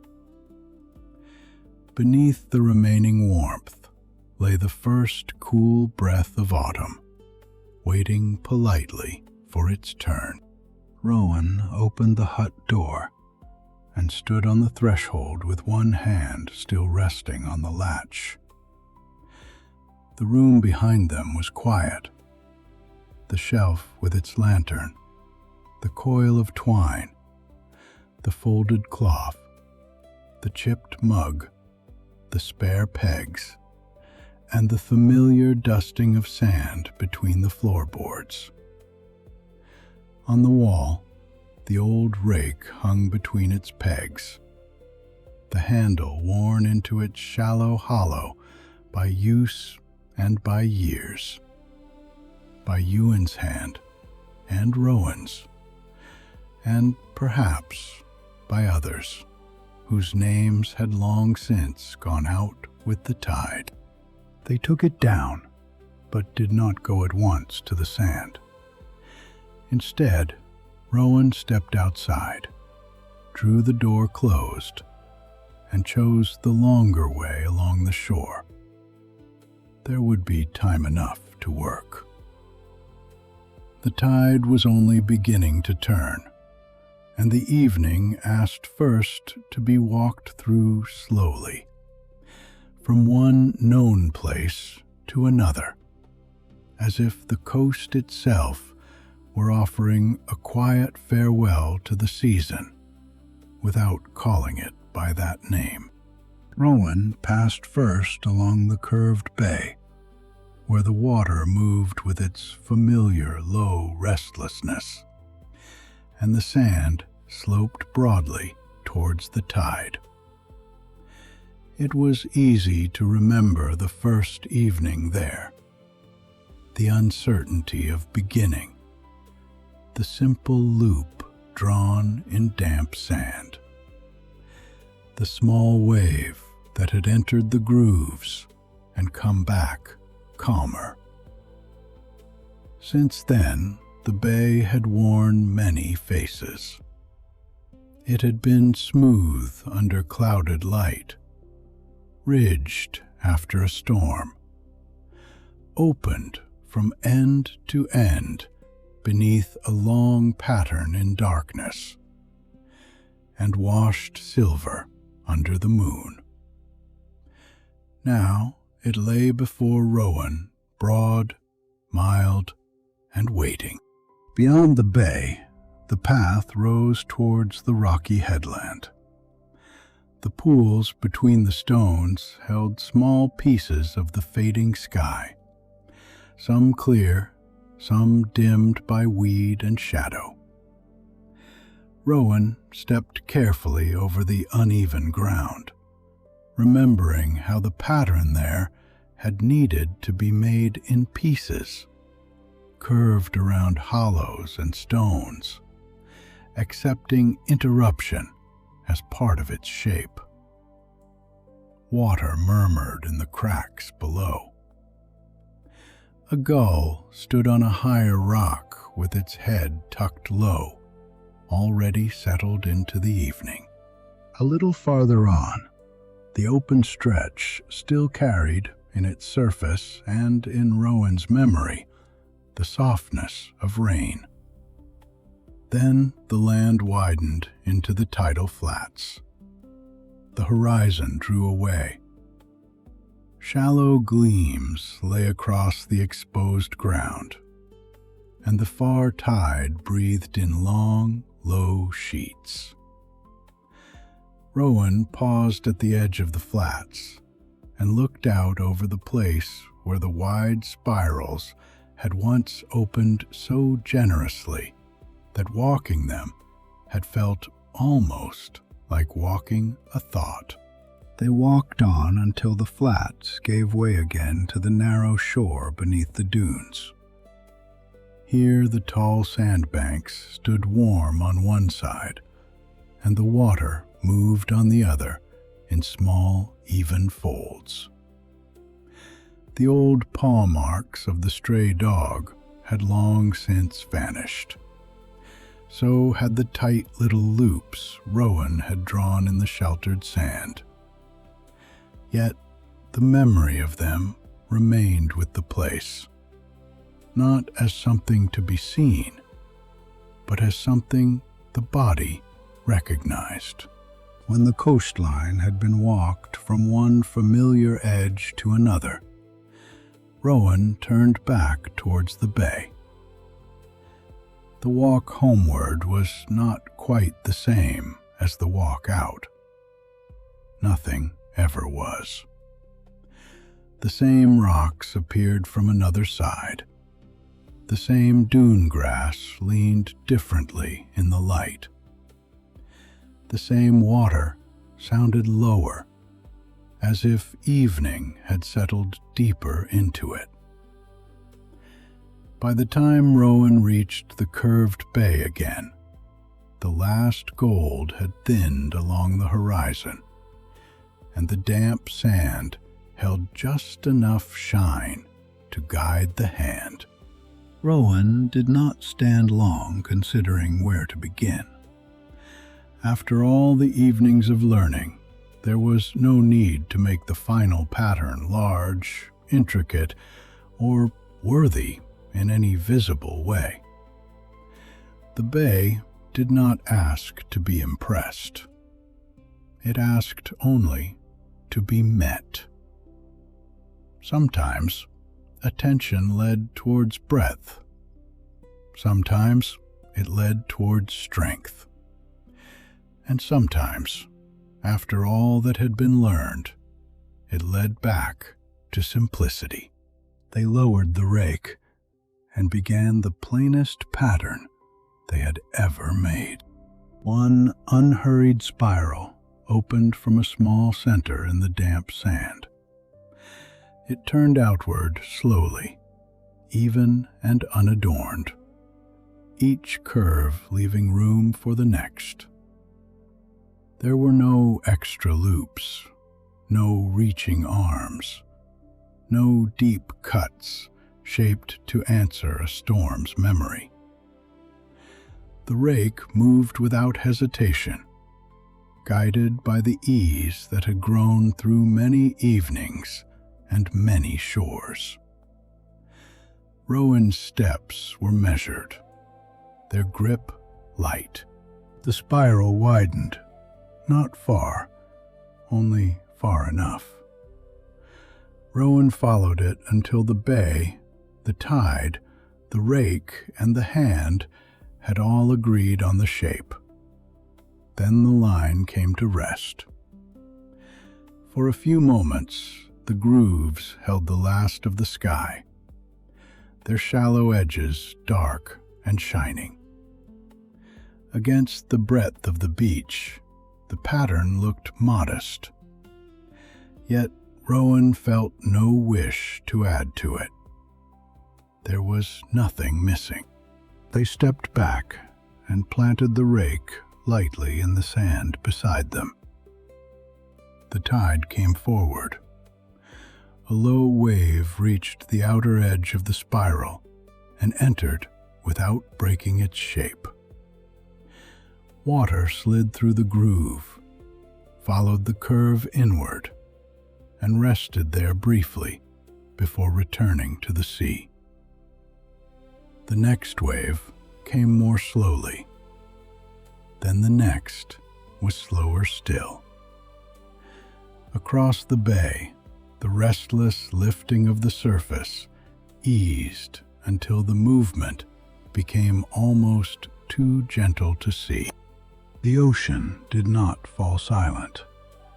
It never did. There remained the faint wash at the waterline, the small breathing sound where tide met sand, and the distant murmur beyond the arms of rock.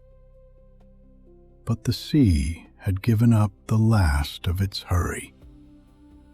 The bay received the coming night as calmly as the tide pools had held the sky at the headland, as steadily as the flats had held the moon, and as softly as the narrow shore beneath the dunes had kept its sheltered water. Rowan remained just above the waterline for a long while. Warmth lifted slowly from the sand. The first true chill of the changing season touched the backs of their hands and slipped under the cuffs of their coat. Far along the coast, the headland darkened into one low line. Behind Rowan, the dunes stood still, holding the small remaining warmth of the day. Nothing on the shore seemed unfinished. That did not mean the work was over forever. Rowan understood that now. The tide would come tomorrow, and the next evening after that. Wind would rearrange the sand. Rain would soften lines before they closed. Storms would leave weight in the bay, and still nights would open the beach from end to end. There would be other patterns, because there would be other evenings. At last, Rowan lifted the rake. A few grains of wet sand clung to the wooden teeth, then slipped back to the beach. They turned from the water and climbed the path through the dunes, taking their time. Behind them, the bay kept its low, even rhythm. Ahead, the hut waited, with its dark window and familiar door, not as an ending, but as the place from which the next evening would begin. Inside, the room held the dimness gently.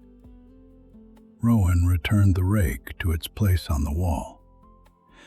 It settled between the pegs with a small wooden sound. The shelf, the lantern, the twine, the folded cloth, and the chipped mug were all as they had been. Sand lay in the floorboards, pale in the cracks. The hut smelled of salt, old wood, cooling air, and the faint ash of the morning fire.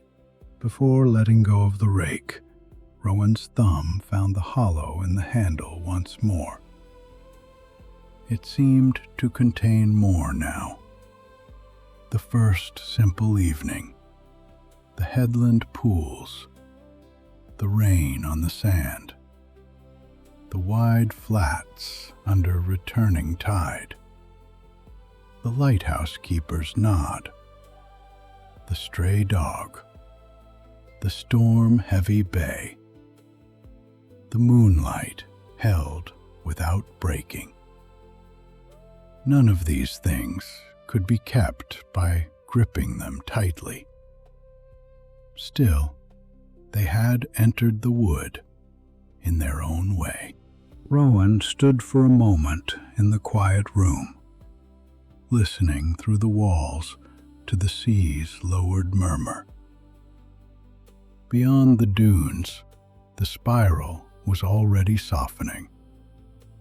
By morning, it would be gone from the surface.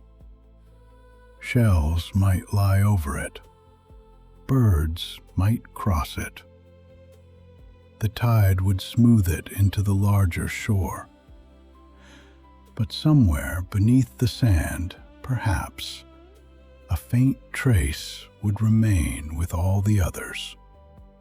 Evening beneath evening, pattern beneath pattern, care beneath care.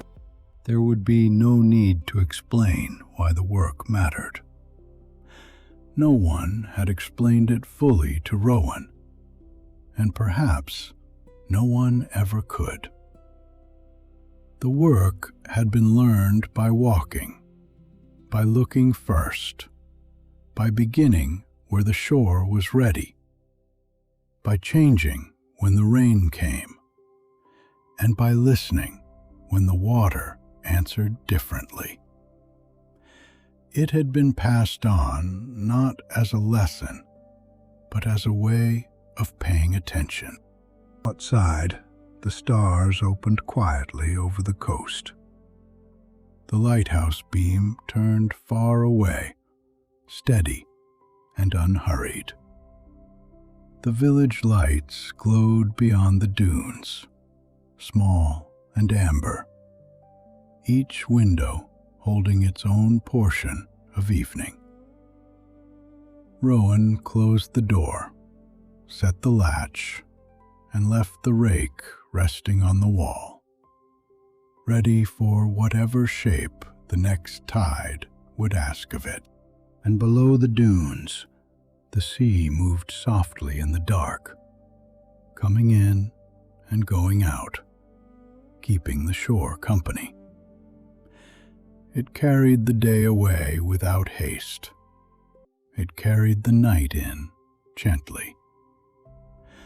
Along the bay, where the plain spiral had settled the tide, the water breathed and rested, breathed and rested, until the sound became part of the hut, the dunes, the village, the stars, and the sleeping coast itself.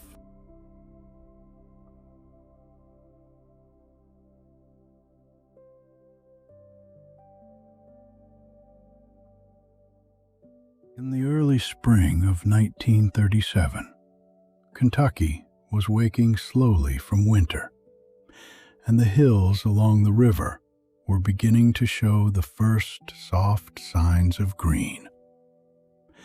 The sycamores still held themselves pale and bare against the sky, but low in the hollows the earth had loosened, and the scent of damp clay, leaf mold, and early blossom moved through the cool morning air. Across the country, the long years of the Depression had left their marks in empty pockets, patched roofs, and careful meals. Yet, in small towns and mountain communities, there remained a steady habit of endurance, the kind that did not call attention to itself. People rose early, mended what could be mended, shared what could be spared, and looked for usefulness wherever it appeared.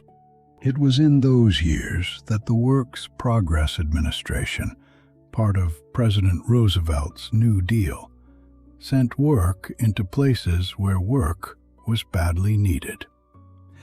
Roads were laid, schools repaired, murals painted, songs collected, histories written down. And in the Appalachian counties of Kentucky, books began to travel by horse and mule over ridges and through creek beds to homes that had never known a public library. The Packhorse Library had already become one of the quiet wonders of that effort, carried largely by women who knew the mountain paths and the weather. Women with saddlebags full of stories, farm bulletins, children's primers, magazines, hymnals, and worn novels passed from hand to hand. Along the river systems, where roads were scarce and bends of water joined settlements more naturally than tracks over land, the same idea took on another shape. A library could float. Cora Baines had thought about that phrase often during the weeks before departure. A floating library.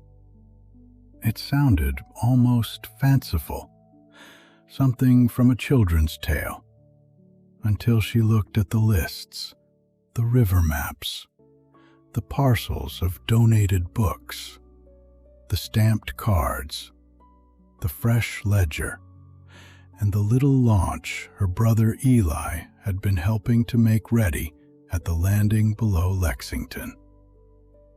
Then it became practical, and because it was practical, Cora trusted it. She was fond of beautiful ideas, but only when they could be folded into a satchel, entered in ink, tied down against weather, and delivered where they were needed. Before dawn, in the small room she rented near the edge of Lexington, Cora stood beside her narrow bed and checked the contents of her bag for the third time.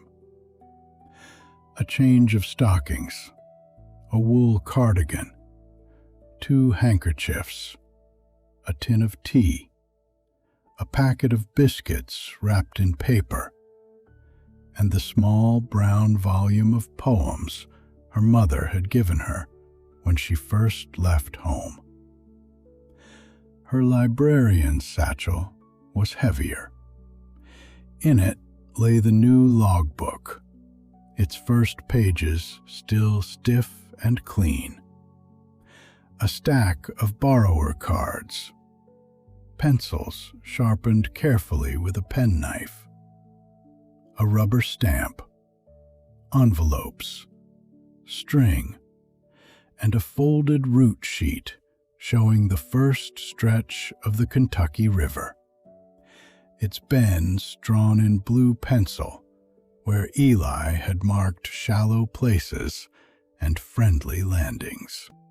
On the table beneath the window lay the books she had chosen to keep close for the first day.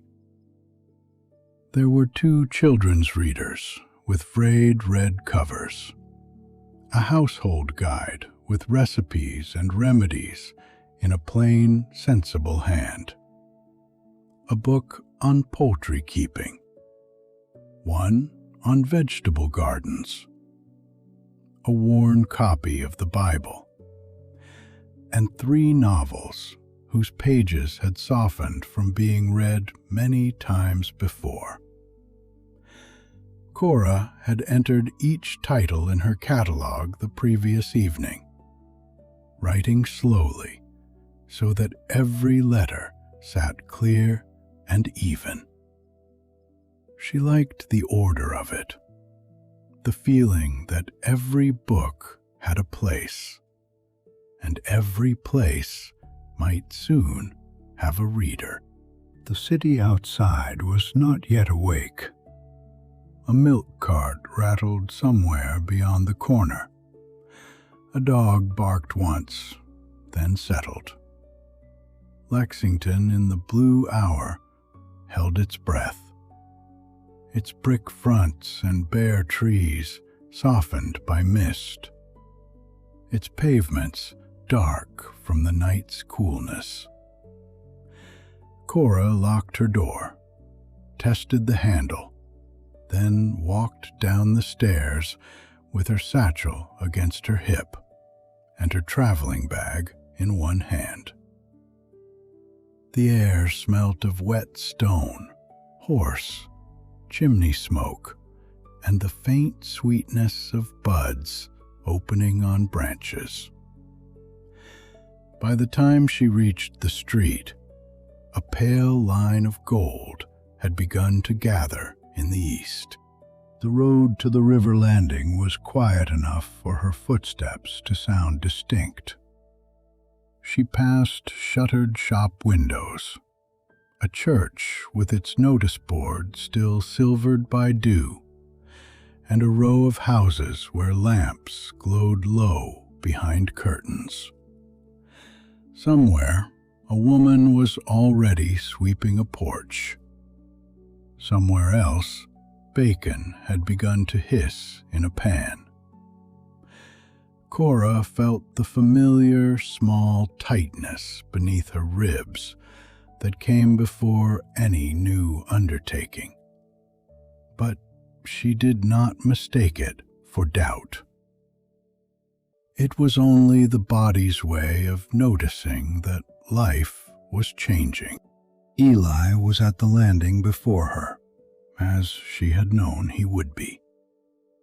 He stood on the weathered gray dock with one boot on a coil of rope, his cap pushed back and his sleeves rolled above his wrists despite the morning chill. Beside him, riding low and neat against the pilings, was the boat. It was not grand. It had none of the proud height of a packet boat, none of the ornamental trim that might have made strangers pause to admire it. It was modest, square-cabined, and sturdily built, with fresh paint along the sides, and a small sign near the door that read, "Floating Library," in clean black letters. "You're early," Eli said. "So are you." "That's different. I had to make certain she hadn't floated off without us." Cora smiled, and the tightness beneath her ribs eased at once. Eli had always moved easily around water. As a boy, he had known which stones were slick, where a current changed color, how a rope should be looped so that it held without quarreling. Now, he stepped from dock to deck with the same unthinking balance, taking her bag, setting it down under the cabin awning, checking a line with one hand while he spoke over his shoulder. The river moved beneath them, wide and slow, carrying a faint green light from the morning sky. On either side, the Kentucky hills rose in long folded shapes, still shadowed at their bases, their upper trees touched with the first warmth of day. Inside, the boat was smaller than Cora had imagined, and more perfect than she had hoped. The ceiling was low enough to make the cabin feel held and intimate. Warm timber lined the walls, still smelling faintly of sawdust and fresh varnish. And shelves ran along both sides, fitted with narrow rails to keep the books from sliding when the wake of another boat passed, or the river turned uneasy after rain. Eli had built the shelves himself, using boards planed smooth but not polished beyond their nature. Their grain showed like quiet watermarks beneath Cora's hand. The books were already waiting in stacked crates. Together, they began to place them. Fiction to the left, where the light from the side window fell best in the afternoon. Farming, livestock, and home remedies to the right, nearest the door, for those who would come in quickly between chores. Children's primers and picture books on the lower shelf, where small hands could reach. The Bible and hymnals together, not because Cora wished to prescribe their use, but because she knew they would be asked for often. Magazines and stitched scrapbooks went in a wooden box beneath the desk, each one made from clippings that other libraries had saved. Dress patterns, seed advice, current events, recipes, poems, cartoons, and instructions for mending a kettle or soothing a cough. At the far end of the cabin, beneath a single lamp, stood the small desk that was to be Cora's. She placed the logbook there, then the catalog cards in their narrow tray. Her handwriting looked very formal in the new light, as though the cards belonged to a larger, older institution, rather than to this floating room with its fresh shelves and its smell of timber, river air, paper, and engine oil. The water outside sent pale reflections through the window. They trembled across the ceiling in slow, wavering bands, so that the whole cabin seemed gently breathing. "You've made her handsome," Cora said. "Useful," Eli replied, though he looked pleased. "Handsome is extra." When the last crate had been emptied and the last shelf checked, Eli went aft to the engine. It coughed once, then twice, before settling into a low, steady note that seemed to pass up through the boards into Cora's feet. The mooring line slipped free. The dock shifted away by inches. Lexington, or the edge of it, began to recede behind them. The landing, the warehouses, the thin morning smoke. The few figures who had paused to watch a little library take to the river. Cora stood at the cabin door, one hand on the frame, and watched the water open ahead. The Kentucky River had shaped much of the country through which it moved, cutting past limestone bluffs, turning beneath wooded slopes, carrying timber, tobacco, coal, gossip, letters, flour, grief, and weather, from one bend to another. Long before motor roads reached the more difficult places, the river had been a kind of road itself, patient and changeable, joining communities that might otherwise have felt hidden from the world. In spring, it had a color like pale green glass where the sky entered it, and darker olive in the shadow of the banks. The boat moved without hurry, and the sound of the engine became part of the morning, no louder than a thought repeated steadily. Cora remained outside until the town had disappeared behind a bend and the hills took them in. The tree line was still mostly brown and gray, but color had begun to show in hints. Willow green along the low places, red bud haze in the woods, the white smoke of serviceberry blossoms on the slopes. A great blue heron lifted from the bank ahead, folding itself into the air with slow, deliberate wings. Once, in a clearing near the water, Cora saw 2 deer drinking, their heads rising as the boat passed, ears turned towards the quiet disturbance, bodies still as carved wood until the trees received them again. Eli steered with one hand resting lightly on the wheel, reading the river as if it were a page printed in a language he had known all his life. He pointed out a sandbar, a snag caught below the surface, a cliff face where swallows would nest later in the year. Cora listened, and between his words, she heard the slap of water against the hull, the creak of timber, the occasional call of a bird hidden in the branches. The rhythm entered her gradually.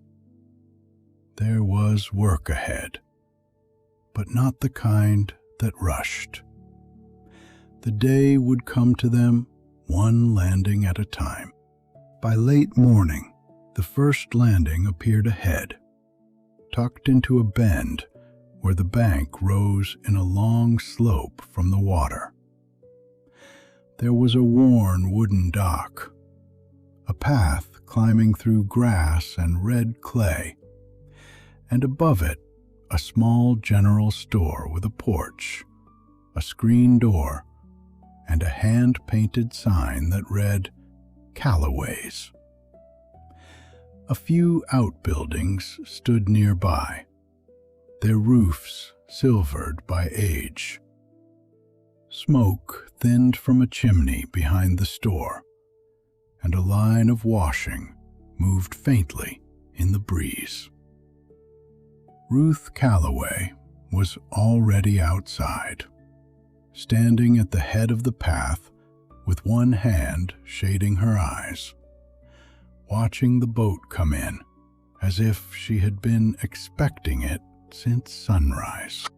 She came down before they had fully tied up, firm-footed on the path, her apron pinned neatly and her graying hair drawn back in a knot. Eli tossed the line, and Ruth caught it with a competence that made him grin. She looped it round the post, pulled once to test it, then looked up at Cora. "You'll be Miss Baines," she said, "and this will be what everyone's been asking about." "Cora, please," Cora replied, stepping ashore for the first time with the satchel strap across her shoulder. The dock shifted gently beneath her, and for a moment she felt the river's movement continue inside her, even on solid boards. Ruth's handshake was warm and dry. "Then I'm Ruth. I put word out after church and at the store. Didn't promise anything except that you'd come if the river let you." The store above the bank smelt of coffee, dry goods, lamp oil, apples kept too long in a barrel, and wood smoke lingering in the boards. Ruth had cleared a little space on the porch for anyone waiting, but the library opened without ceremony. At first, there were only 3 people. A boy in patched overalls, who stood with his hands behind his back and looked at the boat as if it might vanish if approached too quickly. An older woman, who asked whether there were any new quilt patterns, and a young mother with a baby asleep against her shoulder, hoping for something her 2 older children could read aloud in the evenings. Cora brought them aboard one at a time, speaking softly, giving the cabin room to work its own persuasion. Then more came. Word moved faster than feet in a small place, and by noon the path held neighbors, cousins, children, 2 farmers who had meant only to look and stayed to ask about crop rotation, and a shy girl with a slate under her arm who touched the spine of a geography book as tenderly as if it were silk. They arrived cautious, curious, and quietly hopeful, bringing the reserve of people who had learned not to expect much, and the hunger of people who knew exactly what a book might mean when winter was long, roads were poor, and news from beyond the hills came late or not at all. Cora found herself settling into the work as though she had been doing it for years. She listened before she offered anything. To the boy, who admitted in a whisper that he liked engines, she gave a magazine with diagrams of machinery and a reader simple enough to follow, but not so simple as to insult him. To the older woman, she found a scrapbook of patterns and a novel with a quiet courtship tucked inside its weathered cover.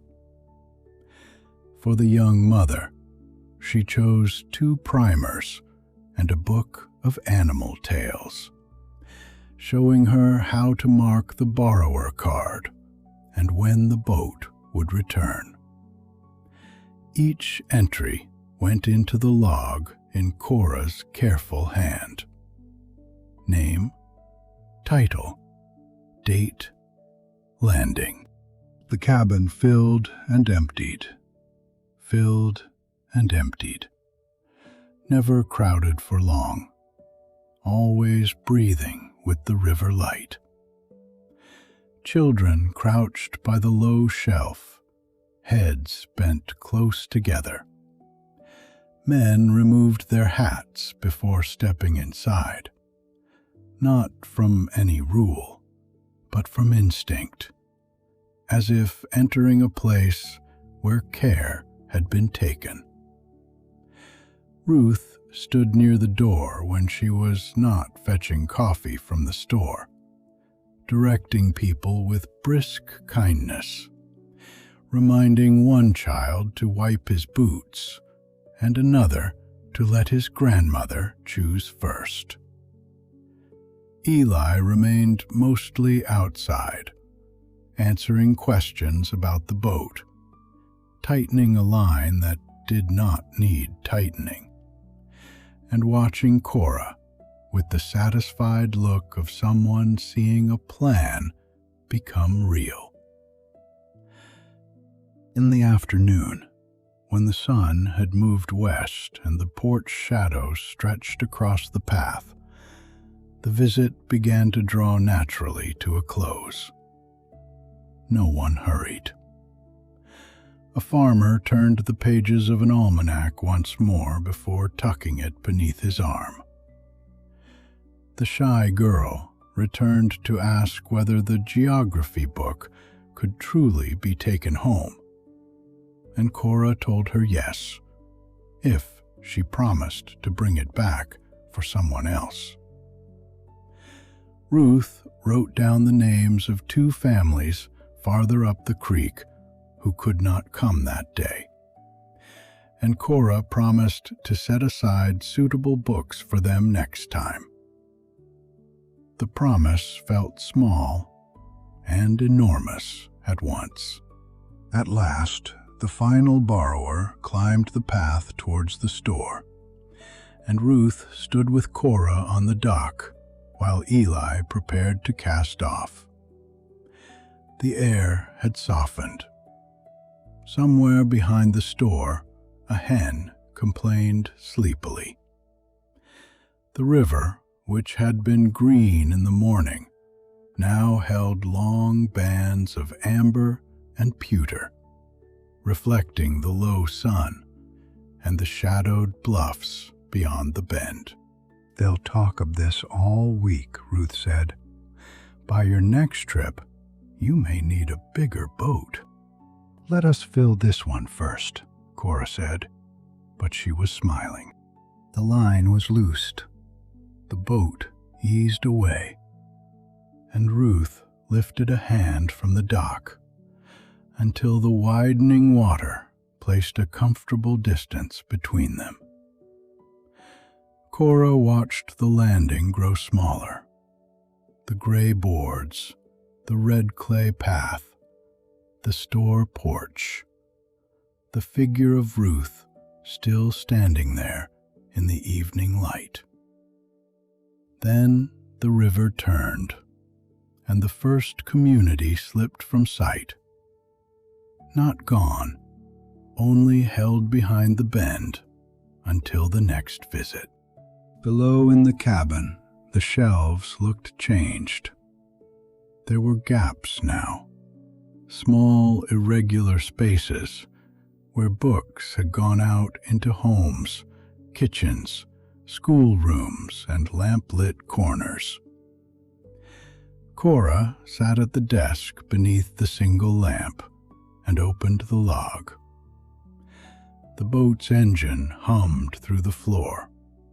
Water whispered along the hull.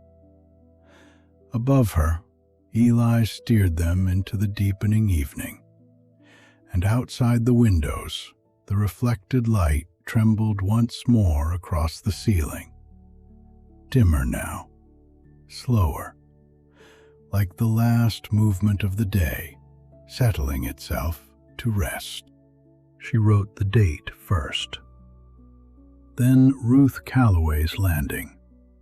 Then the number of borrowers, the titles loaned, the names of families to remember, and a note to bring more primers, more farming bulletins, more stories with strong endings and gentle middles. Her pen moved steadily. The page that had been blank that morning was no longer blank.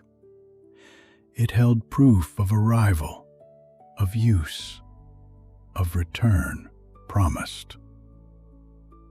Cora paused before closing the book and listened to the river carrying them on through the blue Kentucky dusk.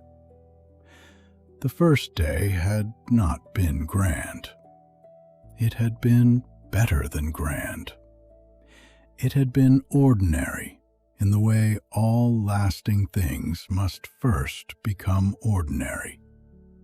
A boat, a shelf, a name written down, a book placed into waiting hands, and beyond the next bend, more quiet miles of water leading onward.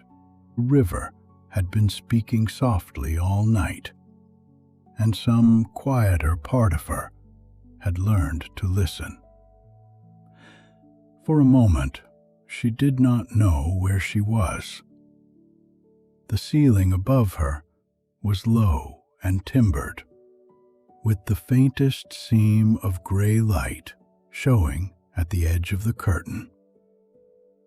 Then the boat shifted beneath her, not enough to startle, only enough to remind her that the floor was floating, and the day came back to her in pieces.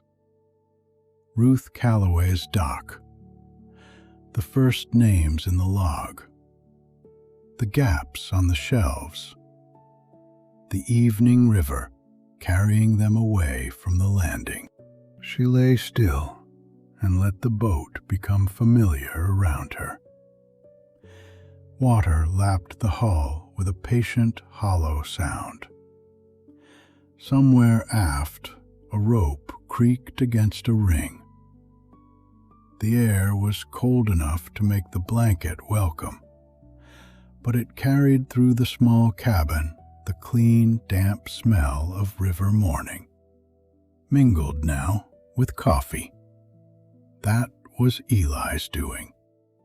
He was already awake.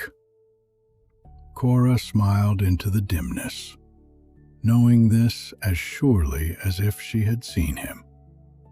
Eli, on deck, in his cap, hands wrapped round a tin cup, watching the mist before the engine had properly warmed.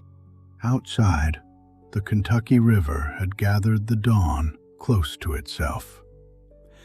Mist sat low on the water, a pale breath drawn along the bends, so that the hills appeared only in layers, first as shadow, then as darker shadow behind it. The trees along the bank were not yet trees, but suggestions, their branches beaded with moisture, their trunks disappearing where the white air touched the water. When Cora stepped onto the deck with her cardigan buttoned over her dress, the world seemed made of quiet beginnings. The engine idled softly, not yet urging them forward. Coffee steamed in the small pot, and Eli handed her a cup without comment. They ate bread with butter and apple preserves from a jar Ruth had sent down to the boat the evening before, though Cora had not noticed it being given. Eli balanced his plate on his knee, gazing out over the blank silver water.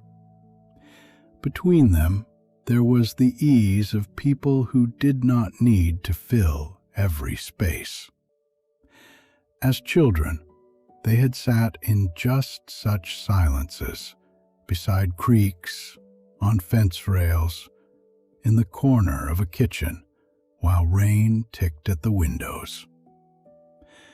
Now, the silence had widened, becoming river-wide, hill-wide, touched by the low calling of birds beginning to stir in the willows. By the time the sun had risen high enough to turn the mist gold at its upper edges, they were moving again. The second landing lay only a few miles downstream, a smaller place than Ruth's, little more than a shelf of bank below scattered cabins, with no store to gather people, and no Ruth Calloway to put out word with certainty. Eli brought the boat in gently, reducing the engine to a murmur. 2 dogs appeared first, then a boy, barefoot despite the chill, and then a man in a dark coat who stood at the top of the bank with his hands in his pockets, considering the boat as though it were a question he did not yet mean to answer. Cora did not hurry. She had learned something the day before, and the river had confirmed it in the night. A thing offered too quickly could feel like a demand. She opened the cabin door, straightened the lower shelf, and waited where she could be seen. One woman came down after several minutes, wiping her hands on her apron, and asked whether the books cost anything. When Cora answered that they did not, and that they were only to be borrowed and returned when the boat came round again, the woman nodded without smiling, then stepped inside. The choices made at that landing were different. Fewer novels left the shelves. The Bible was asked for first, by a young wife who said her mother's copy had lost the book of Luke and half of Acts.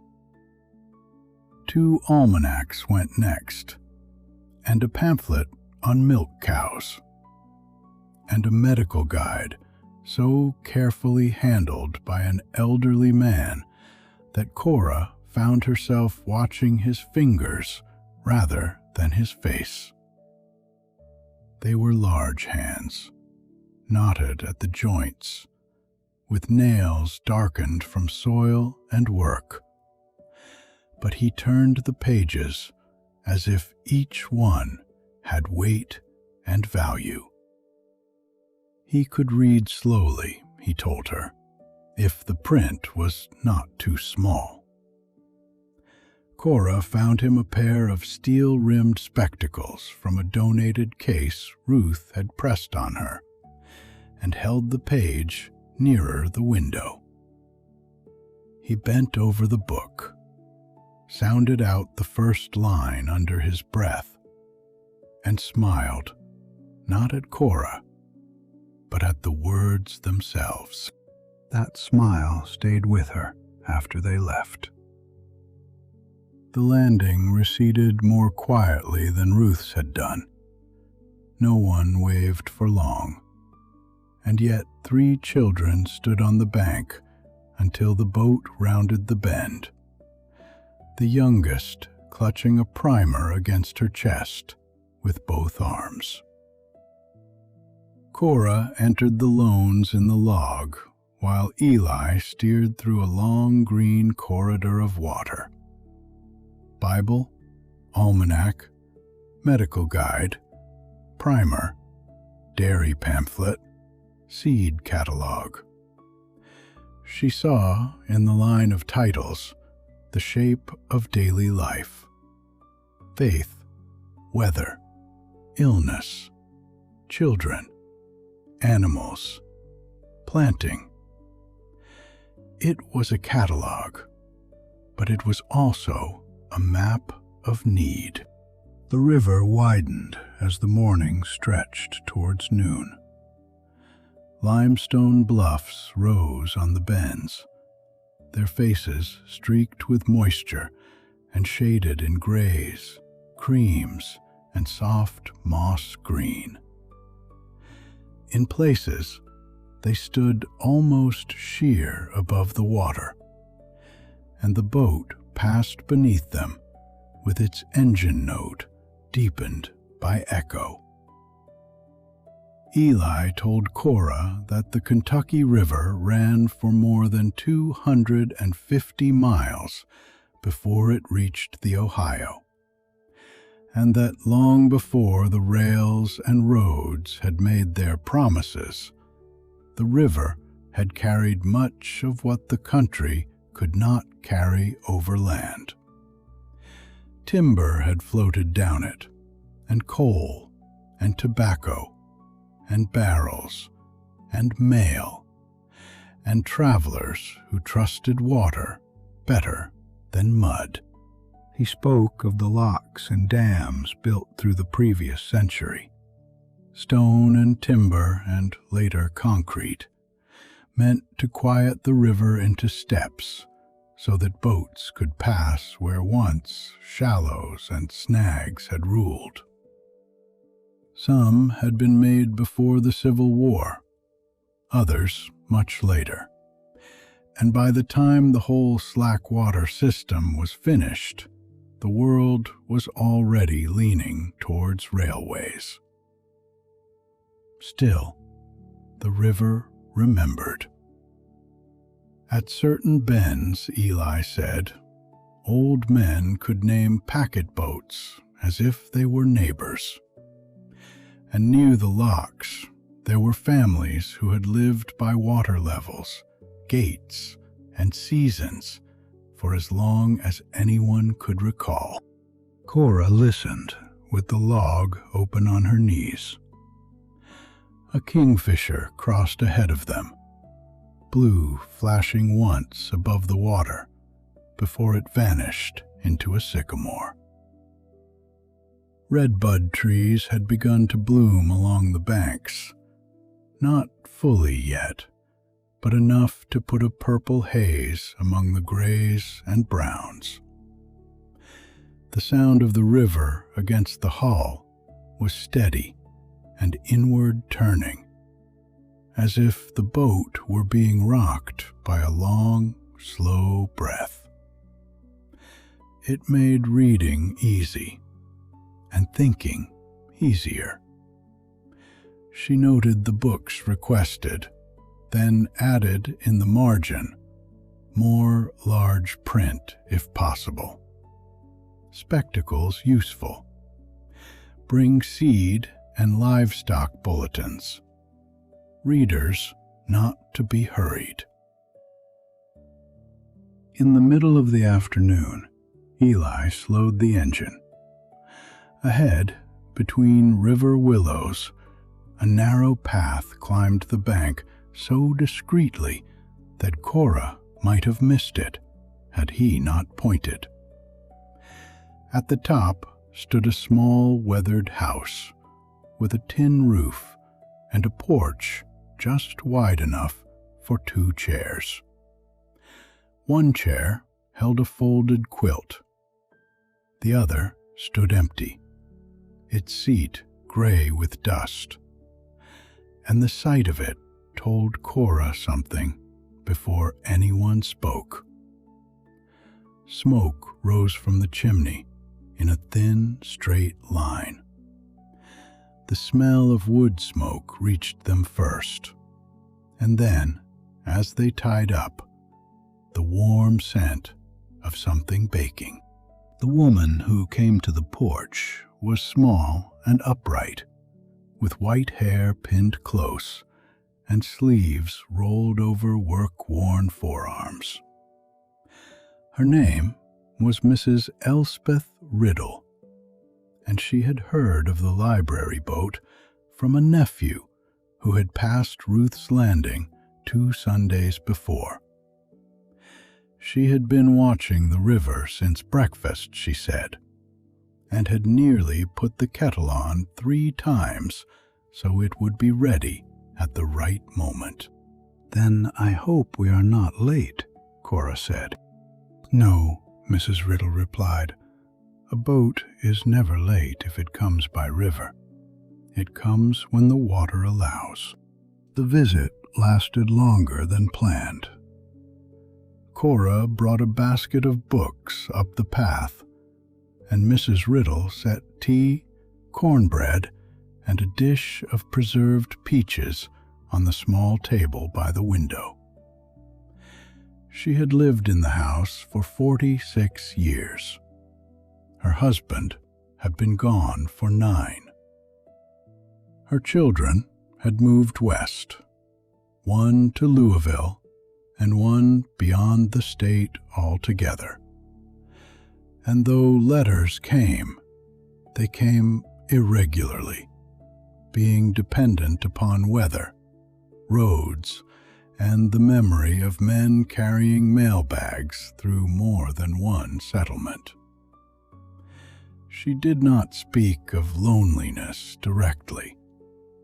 Instead, she asked for a book with gardens in it, because the lower patch took shade sooner than it used to. A volume of poems, because her husband had liked being read to after supper. And a novel with a family in it, though not one, she said, where people shouted too much. Cora laid out the choices on the table. Mrs. Riddle's hands moved over them slowly, fingertips resting on each cover before she decided.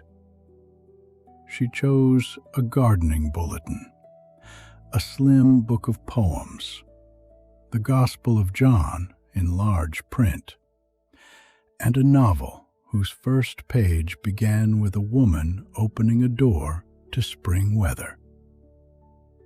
Each selection seemed less like taking than remembering. When Cora wrote her name in the log, Mrs. Riddle watched the pen closely, as if her own presence on the page pleased her. Before they left, she wrapped 2 small loaves in cloth and pressed them into Cora's hands for the night. Evening came softly. They moored at a quiet bank where the river curved beneath darkening hills and no roof showed between the trees. Eli set the line round a leaning sycamore, and the boat settled with its nose towards the current. There was no landing, no porch, no waiting borrowers. Only the slow movement of water, the last birds working the branches, and the sky opening from pale blue into lavender. They ate Mrs. Riddle's bread on the little deck, with beans warmed in a pan and coffee gone strong from sitting too long. "What has surprised you?" Eli asked after a while. Cora considered. Across the river, a whippoorwill called once, then again, its voice carrying from the far bank in a pattern that seemed to belong to the dusk itself. The lamp inside the cabin cast a warm rectangle across the water, trembling gold over black. "How little people ask for foolishly," she said. "I thought I would be choosing stories, and I am. But mostly people ask for what will help them mend a roof, raise a child, keep a cow well, read a psalm without stumbling, or understand a place they have never seen." Eli nodded. "A book is a tool, depending who's holding it. And sometimes company," Cora said, thinking of Mrs. Riddle's unused chair. The night deepened around them.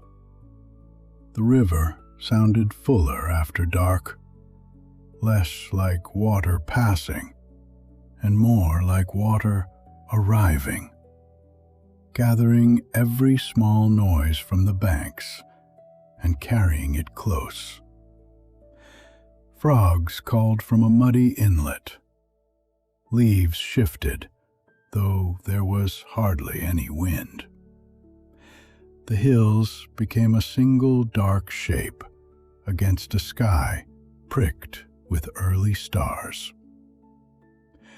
Cora sat until the cold reached through her skirt, then went below and slept, with the sense that the river was not beneath her now, but beside her, keeping watch. Morning brought the largest landing yet. It appeared round a bend in stages.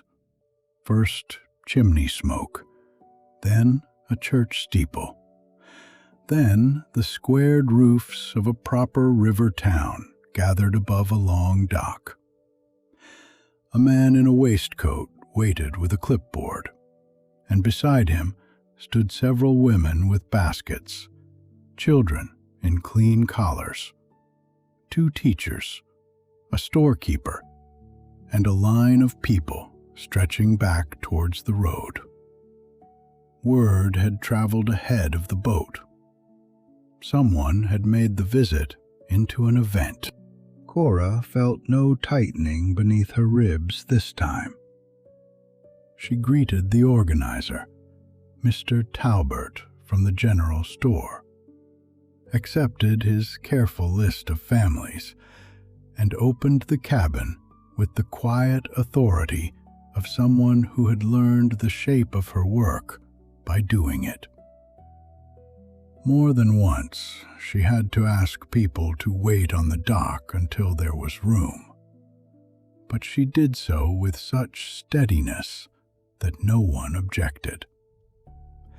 The boat became a small, moving public room, its shelves visited by hands smelling of flour, tobacco, soap, engine grease, and cold morning air. Here the full range of hunger for print revealed itself. A school teacher asked for primers and any maps, however old. A farmer wanted information on orchard blight. Two boys asked shyly whether there were adventures set in the West, and Cora found them a Zane Grey novel with a cracked spine and pages soft as cloth. Several women looked through magazines for dress patterns, recipes, and news of fashions that might never be copied exactly, but could still brighten an afternoon's imagining. The Bible was requested again and again, sometimes for reading, sometimes for teaching letters, sometimes simply because a household without one felt incomplete. By then, Cora understood that the pack horse library, whether carried by mule through mountain weather or floated by boat along river bends, was more than a charity of books. It was employment for women who knew the country. It was a thread between settlements. It was evidence that a place could be distant without being forgotten. In counties where adult reading had often been hard-won, where many schools owned only a few battered texts, a borrowed book could alter the sound of an evening. A child might read aloud at the table. A father might spell his way through a farm notice. A mother might copy a recipe or a remedy into a notebook kept near the stove. A story might move through 3 houses before returning home. When the crowd thinned at last, the shelves were in bright disorder. Cora spent the next stretch of river putting them right again. She mended a torn page with paste, set worn magazines aside for scrapbooks, and rearranged the remaining novels so their titles could be seen. There were more kinds of books aboard than any casual glance suggested. Robinson Crusoe, seed catalogs, hymnals, poultry circulars, a grammar book, household medicine, poetry, sermons, popular westerns, children's stories, a geography with colored maps, and odd volumes of history donated by people whose names had been lost, but whose gifts were still traveling. The catalog had begun to feel alive to her. Its columns were orderly, but what they held was not. They held a boy's wish to understand engines, an old man's patience with large print, Mrs. Riddle's memory of being read to, a school teacher's hope for maps, a farmer's worry over blight. Cora ran her finger down the entries and felt that each line was a doorway opened briefly onto a room she had been trusted to enter. She had read some of the books she carried and meant to read others when the route allowed. But increasingly, she felt that the books belonged first to those who needed them next. The message came at a narrow landing where only 2 borrowers waited. It was folded into an envelope softened by handling, addressed to Cora Baines in a firm hand, and passed to her by a boy who said it had come from the county office with the mail. She opened it after they had pulled away, standing in the cabin while the river light moved over the page. The water route would end at the next major landing. Beyond that, the communities on her list lay up creeks and over ridges where no boat could follow. A horse would be waiting there for her, a mare called Bessie, steady on rough paths and already accustomed to library packs. Cora read the distances twice. 12 miles one day, 18 another. Shorter stretches where the grade was steep, longer where the path held to a creek. There were notes about fords, about a ridge that should not be attempted after heavy rain, about a schoolhouse that served as a distributing center for families farther in. The names of mountain settlements had a different sound from the river landings, as if the words themselves had climbed. She felt the small inner shift of a person who has been living by one element and is about to trust another. The river had carried her. Soon the hills would ask her to carry herself. The final river landing appeared 2 mornings later, larger than any they had yet visited, with a proper dock, warehouses, a school, and houses stepping back from the water into new grass. They stayed 2 nights.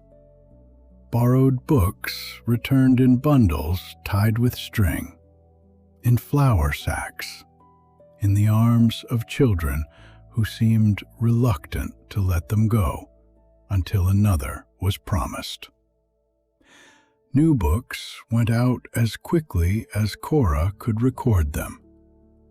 People came from farther away than usual, arriving by wagon, on foot, and 1 or 2 by mule, their animals tied patiently near the store, while conversation moved across the dock like mild weather.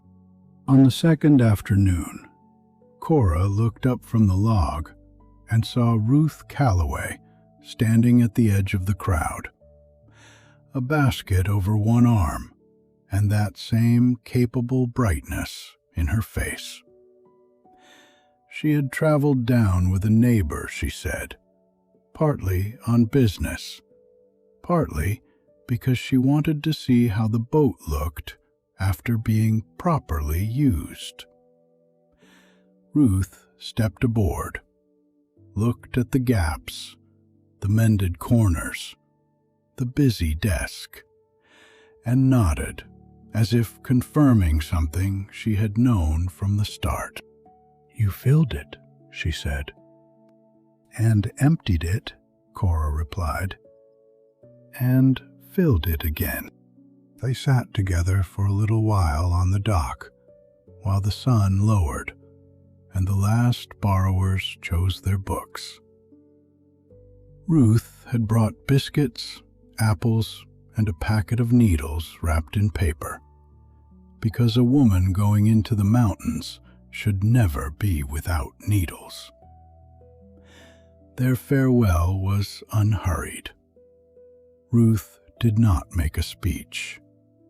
She only took Cora's hand between both of hers and told her that listening was half the work, and that she had that part already.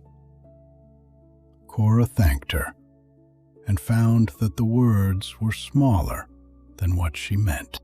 By morning, Cora's bags were packed. They were heavier than when she had first come aboard, not only with clothing, cards, and supplies, but with gifts pressed upon her for the road. Bread wrapped in cloth, dried apples, a tin of salve, the needles from Ruth, and a small packet of seed from Mrs. Riddle's garden, sent along by a neighbor who had passed her house. Bessie was not yet in sight, but the stableman had promised to bring her to the top of the bank. Eli checked the straps twice, then checked them again, because leaving gave his hands something to do. The spring morning had that clear, expectant quality in which every edge seems newly made. The dock boards drying after dew, the grass bright along the path, the river holding a pale reflection of sky.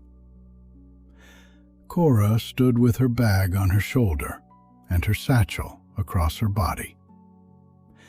Eli lifted the remaining pack as if it weighed nothing, though she knew it did. "You'll write when you can," he said. "I will. And you'll trust the mare more than your map if the two disagree." "I will trust both in their proper order." He smiled at that, then set the pack down at the foot of the path. Their farewell was brief, because neither of them cared to make it otherwise. Eli kissed her cheek, looked once towards the rising road, and said, "Go on then." Cora began to climb. The path up the bank was worn earth, with new grass at the edges and small stones pressing through the clay. She did not look back at once. The satchel knocked softly against her hip. Behind her, below her, the boat rested at the dock, its shelves altered by every hand that had reached for them, its little sign catching the morning light. Only when she reached the top did she turn. Eli stood on the deck with one hand raised. The river moved behind him, broad and calm, carrying the memory of landings, mist, lamps, voices, and pages turned in quiet rooms. Cora raised her hand in answer. Then she faced forward again. Ahead, the path left the river and entered the hills, where the first mountain miles waited in the clear spring air. And she walked towards them with the peaceful certainty of someone who had been brought this far by water and was ready now to follow the road upward. At the top of the bank, where the river path gave itself over to grass and then to the first rising track between the trees, Harlan Combs was waiting, as if he had been there all morning and had never considered impatience useful. He stood beside a chestnut mare with a gray muzzle and a calm, sideways gaze, one hand resting lightly on her neck. He was tall without seeming large, lean in the way of men who had spent more years walking hills than sitting in rooms. And his face held the weather plainly. Sun at the brow, wind at the cheekbones, fine lines gathered at the corners of his eyes. His hat was old, his coat carefully brushed, and his stillness had nothing vacant in it.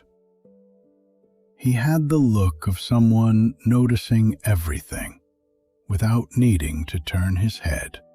"Miss Baines," he said, lifting his hat by the brim. "Mr. Coombs." His smile was small but warm. "Harlan will do, if we're to be on a path together. Then Cora will do as well." The introduction was brief, but it felt complete. Cora understood at once that Harlan was not a man who would explain himself at length. Whatever he knew would come in its proper place, like a spring emerging from rock, only where the ground allowed it. Behind him, the river glimmered below, already lower than it had seemed from the dock, and ahead of him, the path narrowed between young pawpaw, beech, and oak. The mare breathed steadily into the cool morning. Her saddle was plain and well kept, and across it lay the 2 leather bags that would carry the library into the hills. "This is Bessie," Harlan said. "She knows more of these roads than I do, though she will not always admit it." Bessie turned one ear, as if the remark had been acknowledged and set aside. She was sturdy rather than graceful, with strong shoulders, a dark mane rubbed unevenly by harness, and a patient lower lip that gave her an air of private judgment. Cora approached her slowly, letting the mare see her hand before touching the warm place just below the neck strap. Bessie smelled of hay, leather, clean animal warmth, and the faint iron scent of the bit. Her breath showed for an instant in the morning air, then vanished. She did not shift away. She only looked past Cora towards the path, as though the matter of companionship had already been settled. Harlan checked the saddlebags with the careful habit of someone who respected both books and horses. The weight had been divided evenly. Primers, a Bible, 2 almanacs, magazines, newspapers folded flat, a medical guide wrapped in oilcloth, a handful of novels, a gardening pamphlet, a book of poems, and several homemade scrapbooks stitched from clippings. They were the sort of things the mountain librarians had carried for years by then. Not always new, not always handsome, but made useful by hands that mended torn pages and pasted recipes, sewing patterns, current events, and household advice into anything that could survive a route. Across eastern Kentucky, women had ridden such loads through weather and creek water, sometimes 100 miles or more in a week, because some houses could be reached no other way. When everything was tightened, Harlan gave Bessie's shoulder one quiet pat, and they began. The change from river to mountain happened almost at once. Behind them, the open light above the water widened and shone. Ahead, the trees gathered it into green pieces. The path rose from the bank in a long earthen seam, rutted where rain had run, softened at the edges by new grass and the first white stars of bloodroot. With every step, the sound of the river loosened its hold. First, it was a full murmur, then a lower rushing through branches, then only a brightness somewhere behind them. In its place came birdsong, the creak of leather, the slow, reliable placing of Bessie's hooves, and the small shift of books in the saddlebags as her body found the climb. The air cooled as they rose.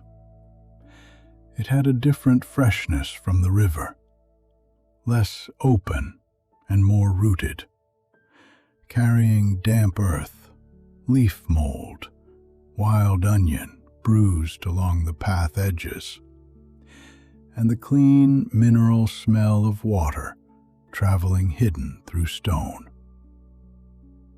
The Kentucky hills were not high in the manner of western ranges, but they were old, folded, and worn down by ages of weather until their slopes had become intimate rather than grand. In this eastern country, part of the Cumberland Plateau, streams had cut long hollows and narrow valleys into sandstone, shale, and coal-bearing rock, leaving ridges that seemed, from a distance, to roll softly one into another. Up close, each mile required attention. Cora learned the mountain pace by surrendering to it. On the river, movement had been continuous even when she stood still. Here, progress came by footfall, breath, and grade. Harlan walked beside Bessie's head on the narrow places, and behind her on the easier stretches, saying little at first. When they reached the first creek crossing, Bessie stopped without instruction, lowered her head, considered the stones, and chose her own line through the clear, cold water. The bags shifted once, then steadied. Harlan did not interfere. "Best to let her think she thought of it," he said. After that, words came more readily, though still without hurry. Harlan had taught school in these mountains for 40 years, first in a one-room building where every age sat under the same roof, and the youngest learned letters, while the oldest worked sums by the stove. He knew who had walked 5 miles to class barefoot in summer, who had learned late but remembered everything, who could mend a plow, recite a ballad, read a weather sign, or keep 3 younger children quiet while a mother worked in the field. His knowledge was not gossip. It was a map made of kinship, need, pride, sorrow, skill, and habit.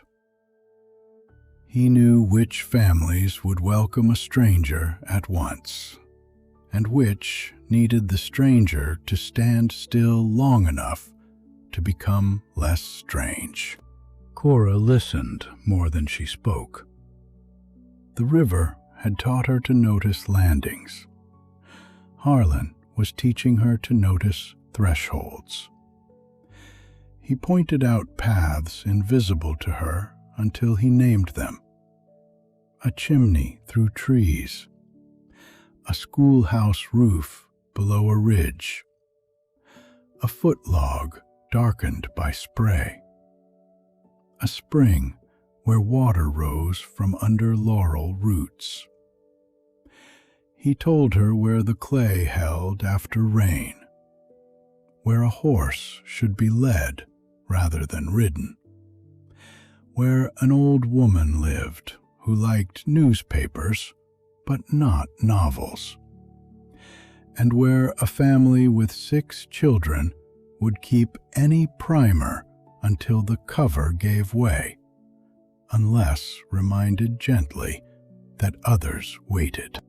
The first mountain community lay below them in a hollow, more scattered than any river landing. There was no dock, no store porch, no single place to gather. 3 houses stood within calling distance of one another, with sheds, wood piles, gardens newly turned, and chickens moving like bits of brown leaf through the yard. Smoke rose straight from one chimney and sideways from another where the draught was poorer. Harlan called from the path before descending, his voice carrying without force. Doors opened, faces appeared. Because he was known, Cora did not arrive as an intrusion, but as something entrusted to him. The books were received quietly, almost solemnly. No one crowded the saddlebags. A mother washed her hands before touching a reader. A boy of perhaps 12 asked for a newspaper, saying his father liked to hear about Frankfurt, even when Frankfurt had nothing to do with them. A child too young to read chose a picture book and held it flat on both palms, careful not to bend it, while her older sister promised to tell her every word. Cora knelt beside them on the packed earth and showed how the card worked, writing names in the log balanced on her knee. The hollow was full of small sounds. A baby stirring indoors, a hoe striking a stone in the garden, Bessie cropping grass, the creek running somewhere below the alders. When they climbed again after the visit, the day had warmed. They reached a high path near midday and stopped where the ground widened beneath 2 oaks still bare at the tips. Below them, the hollow they had left seemed cupped in the hills, its smoke no more than pale threads. Farther off, beyond ridge after ridge, the river showed for a moment as a silver line, so distant that Cora felt she might have imagined it. Around them, spring had taken fuller hold. Redbud bloomed deep pink against gray-brown oak woods. Dogwood was beginning to open, its pale bracts hovering like small lamps among the branches. At the path edges grew trillium, bloodroot, and the first hepatica, delicate as if made for no purpose but to reward anyone traveling slowly enough to see them. They ate bread, dried apples, and a little cheese, while Bessie grazed with steady concentration. Harlan looked over the country without possession or surprise. "These mountains are old," he said. "Old enough to have forgotten being sharp. Folks think that means they are easy." He broke a piece of bread and smiled faintly. "They are not easy. They are familiar, if you let them become so." Cora looked at the folds of land and understood something of what he meant. The mountains did not announce themselves. They enclosed, concealed, revealed by degrees. Their stillness differed from the rivers. The river had carried sound along its surface. Here, sound gathered in hollows and softened among trunks. Even the light had changed. It came filtered through leaves and branches, green-edged, broken, close to the skin. For several minutes, neither of them spoke, and the silence was complete without being empty. In the afternoon, Harlan's manner altered almost imperceptibly as the path turned downward. "Next is May Sturgill's Hollow," he said. "She will decide for herself whether she wants us." He said no more, and Cora did not ask. The descent was steep, following a creek that ran clear and cold over dark stones. Laurel crowded the banks. The smell of the hollow rose to meet them. Creek water, wood smoke, turned earth, and something green beginning under last year's leaves. May's house stood on a small flat above the creek, weathered but well kept, with a straight wood pile, a fenced kitchen garden already planted in careful rows, and shirts drying on a line between two posts. Two children watched from a window and vanished when they saw they had been seen. May Sturgill was on the porch, arms folded, still as a post. She was not old, though work and weather had placed seriousness in her face. Her hair was tied back with a strip of cloth, and her sleeves were rolled above strong wrists. Nothing about the place was careless. A hoe leaned clean against the fence. Kindling was stacked under cover. The garden beds had been turned deeply and evenly. Here was a life managed alone, with competence so complete that it made any offer of help seem, at first, an impertinence. Harlan introduced Cora in few words. May nodded, polite but guarded. She asked how often the route would come.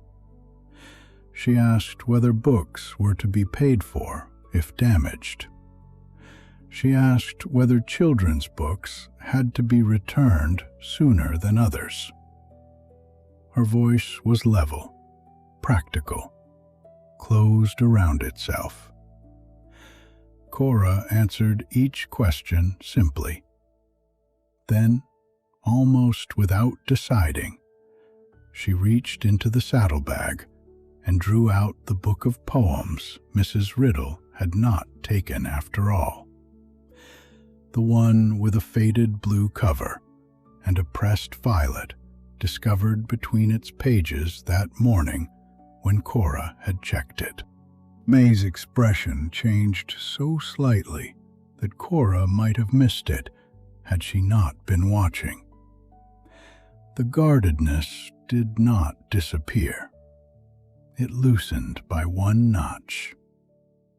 Her eyes went to the book, then to Cora's hand, then back to the cover.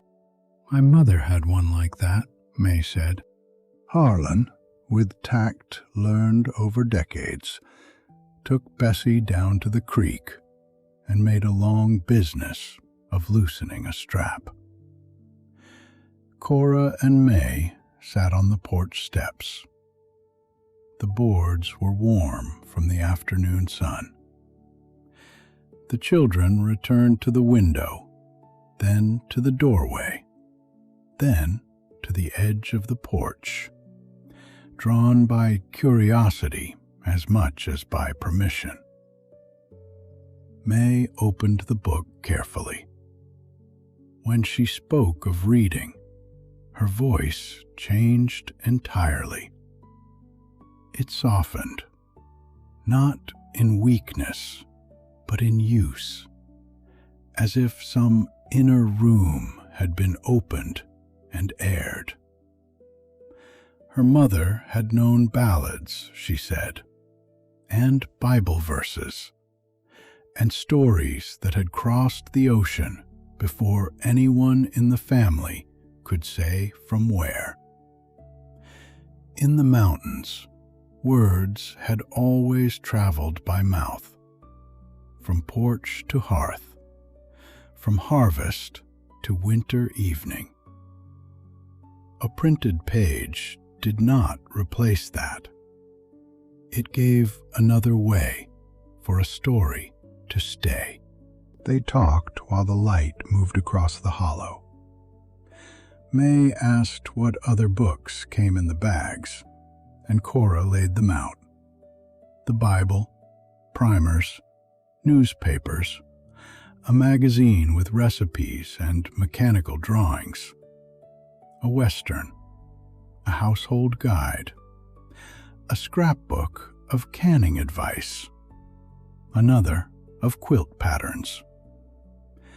May touched the scrapbooks with interest. They were not fine things. Some pages had been cut unevenly. Some clippings overlapped. The paste showed in places. But they held what people had thought worth saving, and that gave them a homeliness more durable than polish. "You'll stay for supper," May said at last, as if stating the next sensible fact. They stayed. The table inside was covered with oilcloth, its pattern faded by wiping. The chairs did not match, and the lamp in the center had been cleaned until the chimney shone. Supper was cornbread, beans, greens, and peaches preserved from the previous autumn. Nothing was wasted. Nothing was wanting. The children, a boy and a younger girl, watched Cora with open interest until May gave them small tasks, and then their shyness settled into usefulness. Harlan spoke little, but when he did, the children listened, as children listen to someone whose stories they have trusted before. After supper, May lit the lamp properly and opened the blue book. Cora and Harlan sat on the porch, while the children drew close inside. The door remained open. May began to read, and her voice carried out into the hollow, low and sure, finding the rhythm of the lines without display. The creek went on speaking below the house. Bessie shifted once in the yard, then settled. Beyond the garden, the dark came up slowly from the ground, gathering first under the trees, then along the fence, then beneath the porch steps. Cora listened with her hands folded in her lap, and felt no wish to add anything to the moment. The book had crossed water and hill to reach this room, but now it belonged to the sound of May's voice and the stillness of her children. They slept that night under May's roof, Cora in a small room smelling faintly of soap and stored quilts, Harlan on a pallet near the kitchen stove. In the morning, the hollow was cool and blue before sunrise. Mist lay along the creek, and the garden rows were dark with dew. Harlan was already preparing to return to the river landing. He tightened Bessie's girth, checked the bags, and gave Cora the route sheet folded smaller than before, marked now with his own pencil lines. At the fork after Mill Creek, take the upper path if the sky stays clear, he said. If rain comes, take the lower, even if it adds miles. The upper turns mean after wet weather. Bessie knows, but you should know why she knows. That was his farewell to her. Practical, precise, generous in its own fashion. He shook Cora's hand, then turned to Bessie and put both palms briefly against the mare's face, speaking to her too softly for Cora to hear. Bessie breathed into his sleeve. It was the most open affection he had shown all morning, and Cora liked him for it. May stood on the porch with the blue book held against her apron. The children hovered behind her, no longer hidden. Harlan lifted his hand once and started down the creek path, moving with the unhurried certainty of a man returning through country that had known him almost all his life.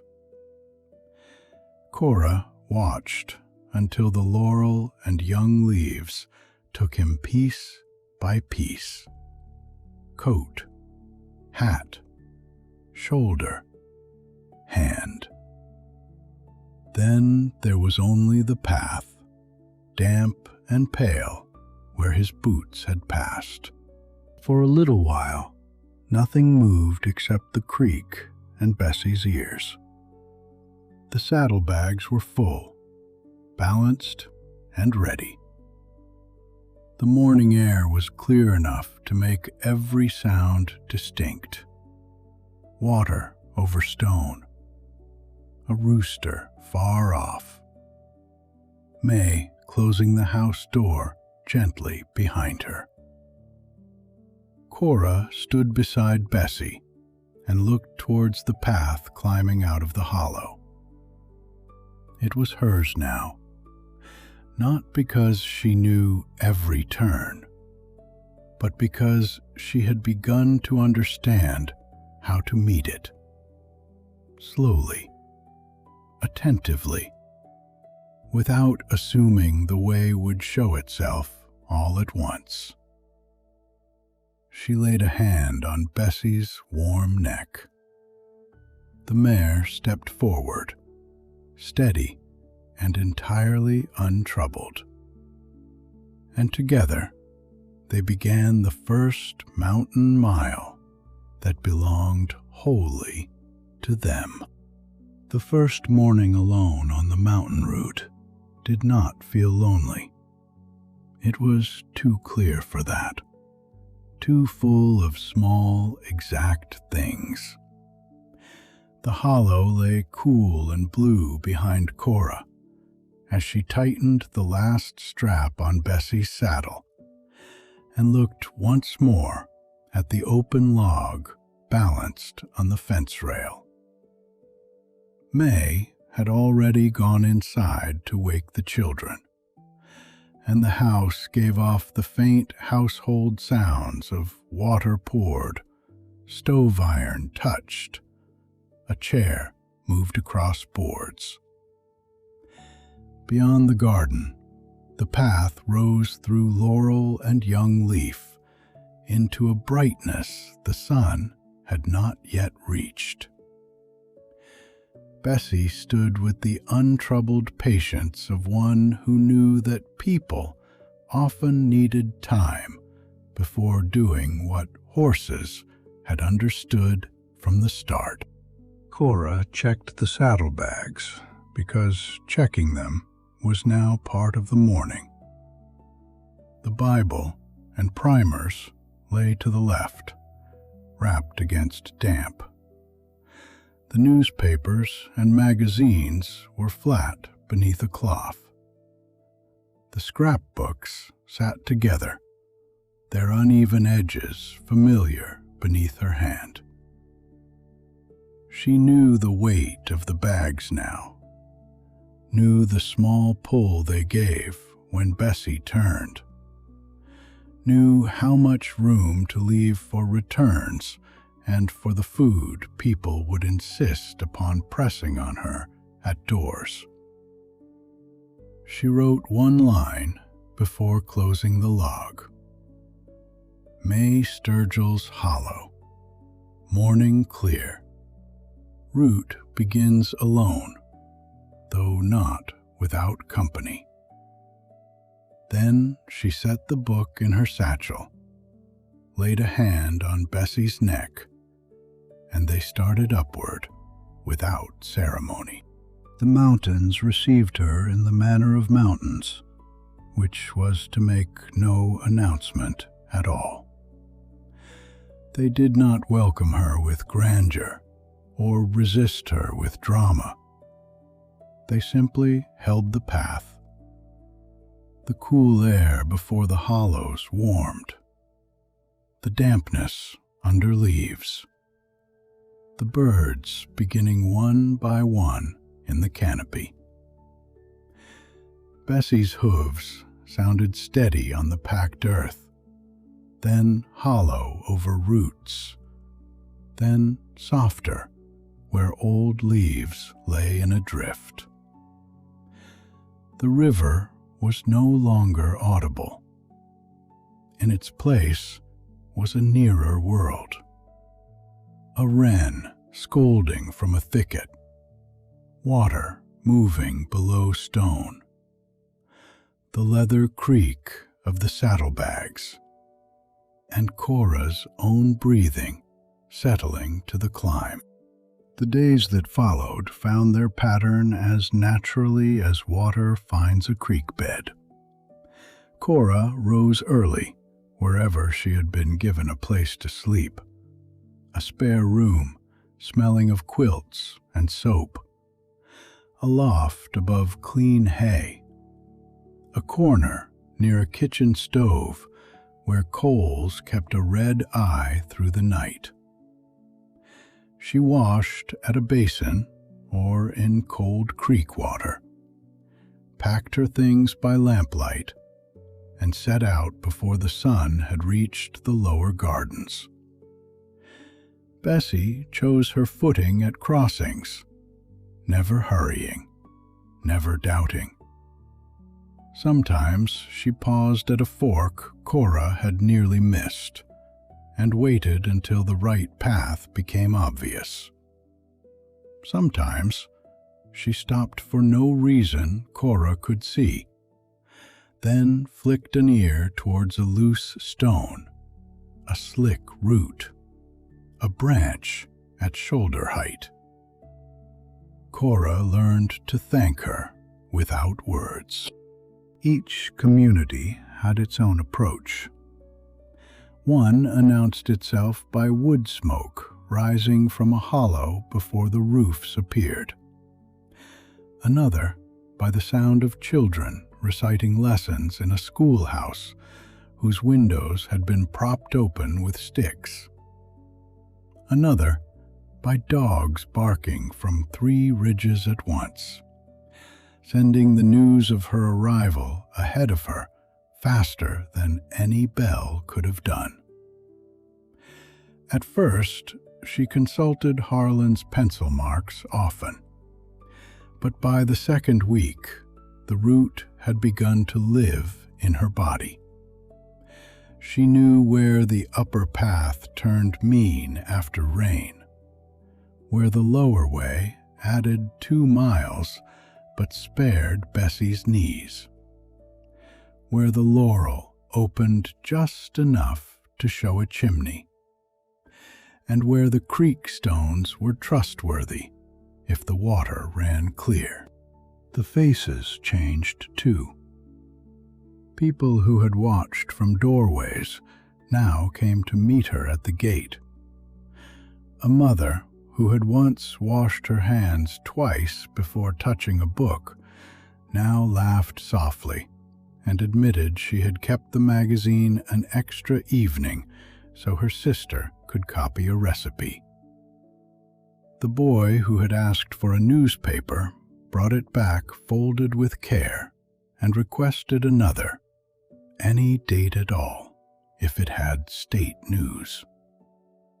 The small child who had once held a picture book flat on both palms had learnt to sound out the first page, pressing a finger beneath each word while her older sister stood by, proud and impatient in equal measure. Books began to move through the hollows, not as strangers, but as visiting kin, borrowed, read aloud, discussed, carried to a neighbor, returned with a pressed leaf or a scrap of paper tucked inside to mark a place. In the evenings, when the day's last voices had settled and Bessie had been fed, Cora opened the log. Its pages had altered since the first morning on the river. Her earliest entries had been neat, almost formal. Names, titles, dates, numbers. Now the lines still held all that, but around them had grown a finer record. At Mill Creek, 3 primers returned, 1 repaired with flour paste, acceptable. Mrs. Naylor requests more about poultry and less about presidents. At Pine Fork, Ezra read aloud without being asked. His mother looked away so as not to trouble him with praise. At May Sturgill's, Blue Poetry Book renewed. Children now know the first piece by heart. May says a book is like a borrowed window if the view is worth keeping. The log was a ledger, but not only that. Across eastern Kentucky, women carrying books by horse, mule, boat, and foot kept such records, because the program required accounts of miles covered, families served, and volumes loaned. Yet those lists, made in pencil and ink by tired hands at the end of long days, held more than administration. They preserved the shape of rural life in a difficult decade. Who wanted a Bible? Who needed a farm circular? Who asked for medical guidance? Who treasured a magazine? Who wanted stories of western deserts or far oceans? Because the mountains were loved, but not the whole of imagining. The Packhorse Library would not last forever. Federal funding would one day end, as all such public works eventually met their season. But for those years, and for those pages, the roots were written into being every time a name was entered. Late in May, on a morning washed clean by rain in the night, the path climbed higher than usual. It wound through woods grown full now with leaf, oak and tulip poplar closing overhead, fern uncurling in the damp shade, the last spring wildflowers giving way to thicker summer green. Then, almost without warning, the trees thinned. The path broke onto an open ridge where the sky widened so suddenly that Cora drew in breath and held it. The whole country seemed gathered below. Ridge after ridge moved away into blue distance, each one softer than the last, with hollows lying deep and green between them. To the west, far below and almost beyond belief, the river shone as a silver thread, not a road now, but a memory of water. The air at that height was clean and cool. The sky above had the clear late spring blue that appears to have no bottom, only depth upon depth. And for a long while, there was no sound except the faint cropping of Bessie's teeth at the path edge and the small settling of leather as she shifted her weight. Cora did not think of Lexington, or of the first morning at the dock, or even of the miles yet to be walked. She was simply there. The saddlebags were full of books waiting to be delivered. The mare beside her was warm and steady. The hills below held houses she could now find by smoke, by creek, by turn of path, by the memory of a child's face at a doorway. A red-tailed hawk rode a thermal below the ridge, so that, for the first time, Cora looked down upon a bird in flight. It circled without effort, borne by air she could not see, then slipped towards the next hollow and vanished. The silence that remained was complete, clean, and without weight. She stayed until Bessie, having found all the grass of interest, turned her head and regarded Cora with mild enquiry. Then they descended towards May's Hollow. By then, the path was familiar enough that every bend carried a small anticipation. The redbud had finished. The hollow was deep green with full leaf. The creek ran lower than it had in early spring, clearer and quieter over its stones. Beans climbed poles in May's garden.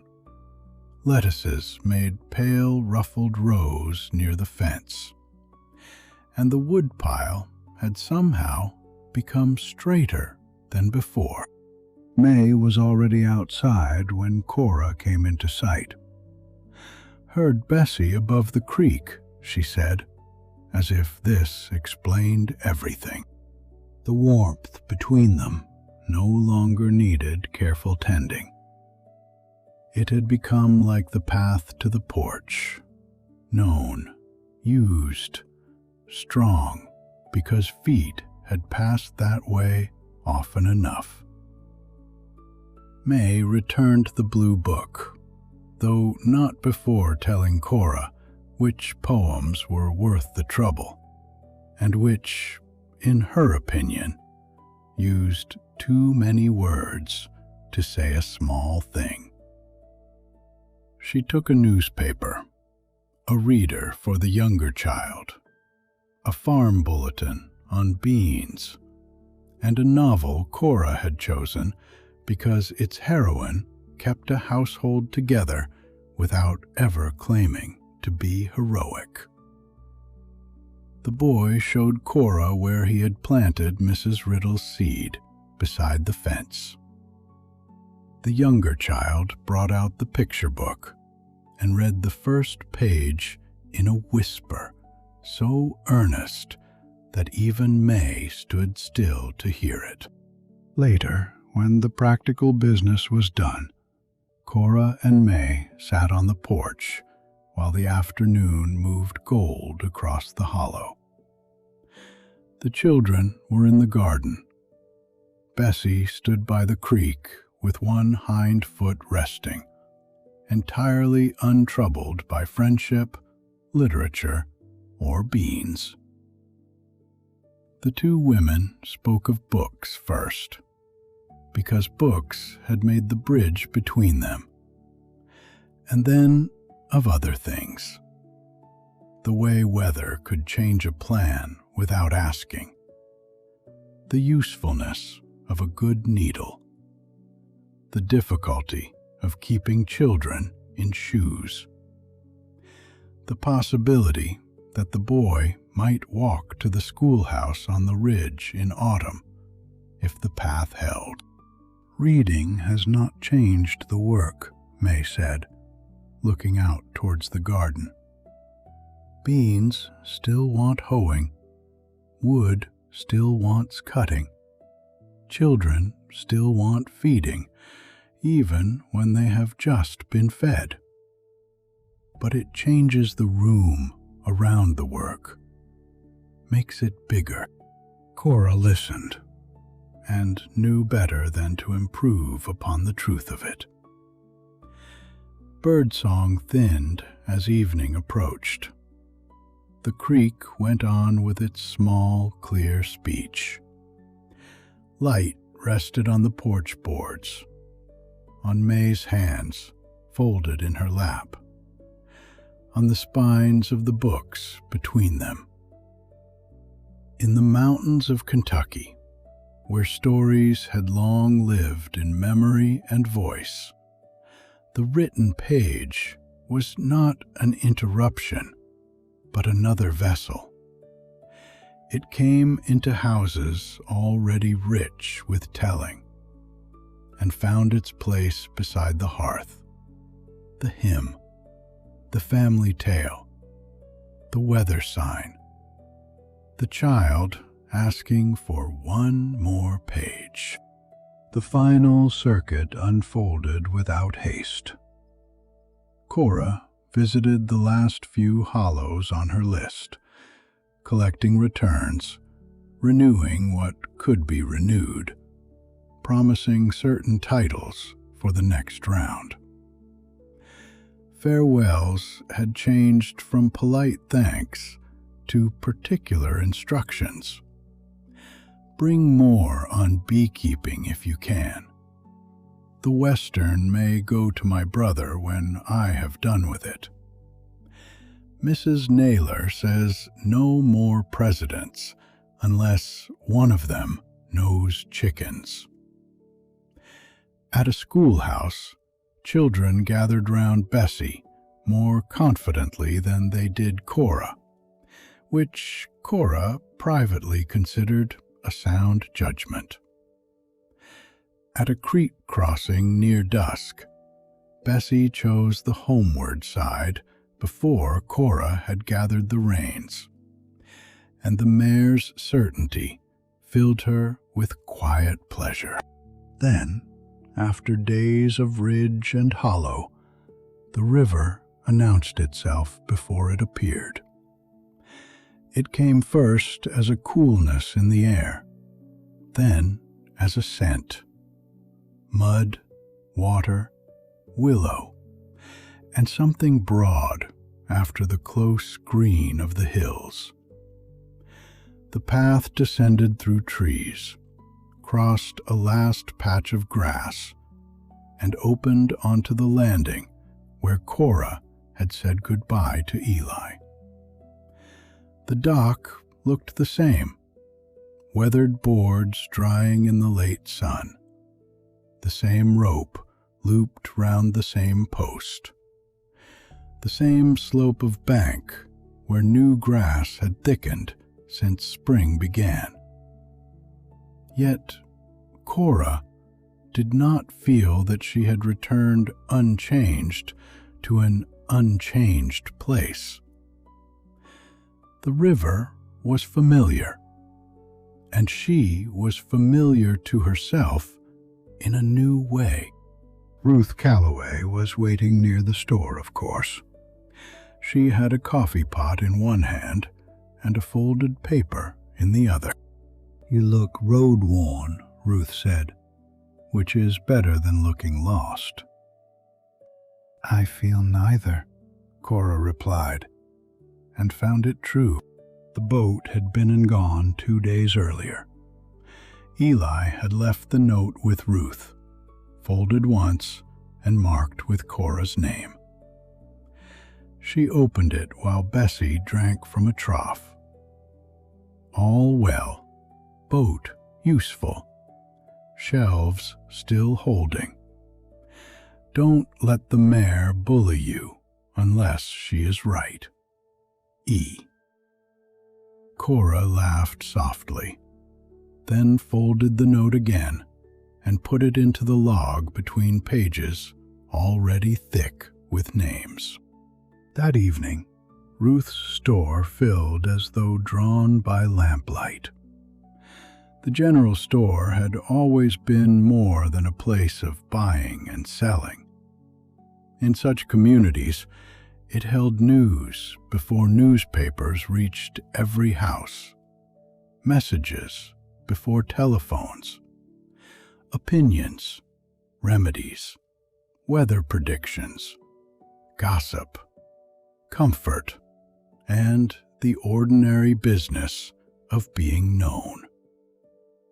Now it held books as well. Coffee steamed near the stove.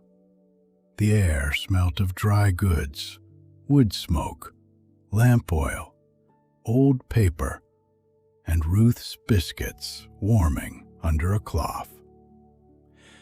People came in ones and twos, then in clusters, bringing returned volumes wrapped carefully against dust, and asking after titles that had gone on to the mountains and might come back by another road. Cora moved through them easily. She knew when to recommend and when to wait, when to write a name at once, and when to let a reader hold a book a little longer before deciding. Ruth watched from behind the counter with quiet satisfaction, making change, pouring coffee, correcting a child who leaned on a flour sack, and sending a man back outside to wipe his boots properly before he came near the lower shelf. The gathering had none of the excitement of the first day, and that was its beauty. It was no longer a novelty. It was something worth keeping. At last, the evening thinned. Families left with lanterns swinging low. The screen door closed and opened, closed and opened, then finally rested. Ruth banked the stove and carried cups to the back room. Cora sat at a small table in the corner, where the lamplight fell most kindly, and opened the log for the final entry of her first season. Outside, the river moved below the landing, unseen but steady. Inside, the store settled around her with the small wooden sighs of a building cooling after a day of use. She wrote slowly, not because she lacked words, but because she wanted each one to arrive properly. First circuit complete. River route and mountain route joined. Books returned in good order, except one torn primer, mended on site. Requests for next journey. Large print scripture. Poultry. Beans. Maps. Westerns.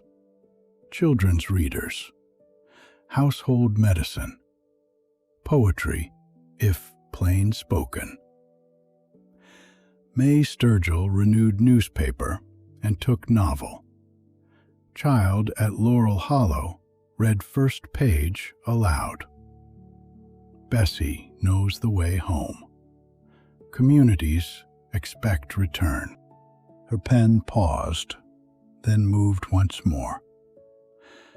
It is not only that books are wanted. It is that their coming makes a road visible between people who have always been here, each in their own hollow, bend, or house, and yet not always within reach. The road may be water, or clay, or creek stone, or a line written in a ledger. It may be a woman walking beside a mare. It may be a neighbor carrying a book onward when the first reader is done. However it is made, it holds. She closed the log and set the pen beside it. For a moment, she rested her hand on the cover. The Packhorse Library would continue beyond this first circuit, beyond this one season, as long as the funding held and the roads, rivers, and women held with it. Across the mountain counties, such routes would carry books until 1943, reaching tens of thousands of people who had once stood beyond the reach of ordinary shelves. But Cora did not think of numbers then. She thought of names, doors, creek crossings, Ruth's hands, Eli's note, May's porch, Bessie's ears turning towards the right path. When she stepped outside, the Kentucky night was warm enough to stand in without a shawl. The store windows glowed behind her. Below the landing, the river sounded in the dark, steady and unhurried, as it had on the morning when everything began. To the east, the mountains rose as deep shapes against a sky beginning to show stars. Somewhere along those ridges, paths waited in leaf shadow. Somewhere in the hollows, books lay on tables, beside beds, near stoves, already becoming part of the evening speech of families. The boat would come again. Bessie would climb again. Ruth would put on coffee. May would read aloud when the work was done. Cora stood between river and mountain, and the world she had chosen held her quietly on both sides. The books were not at rest. They were only waiting for the next journey, the next hand, the next lamp lit in a window at the end of a path. Above the Kentucky hills, the stars brightened one by one. Below, the river kept its slow, dark music. And in that gentle meeting of water, stone, paper, and night, Cora felt herself entirely at home, as if the road had not ended at all, but had simply softened into sleep.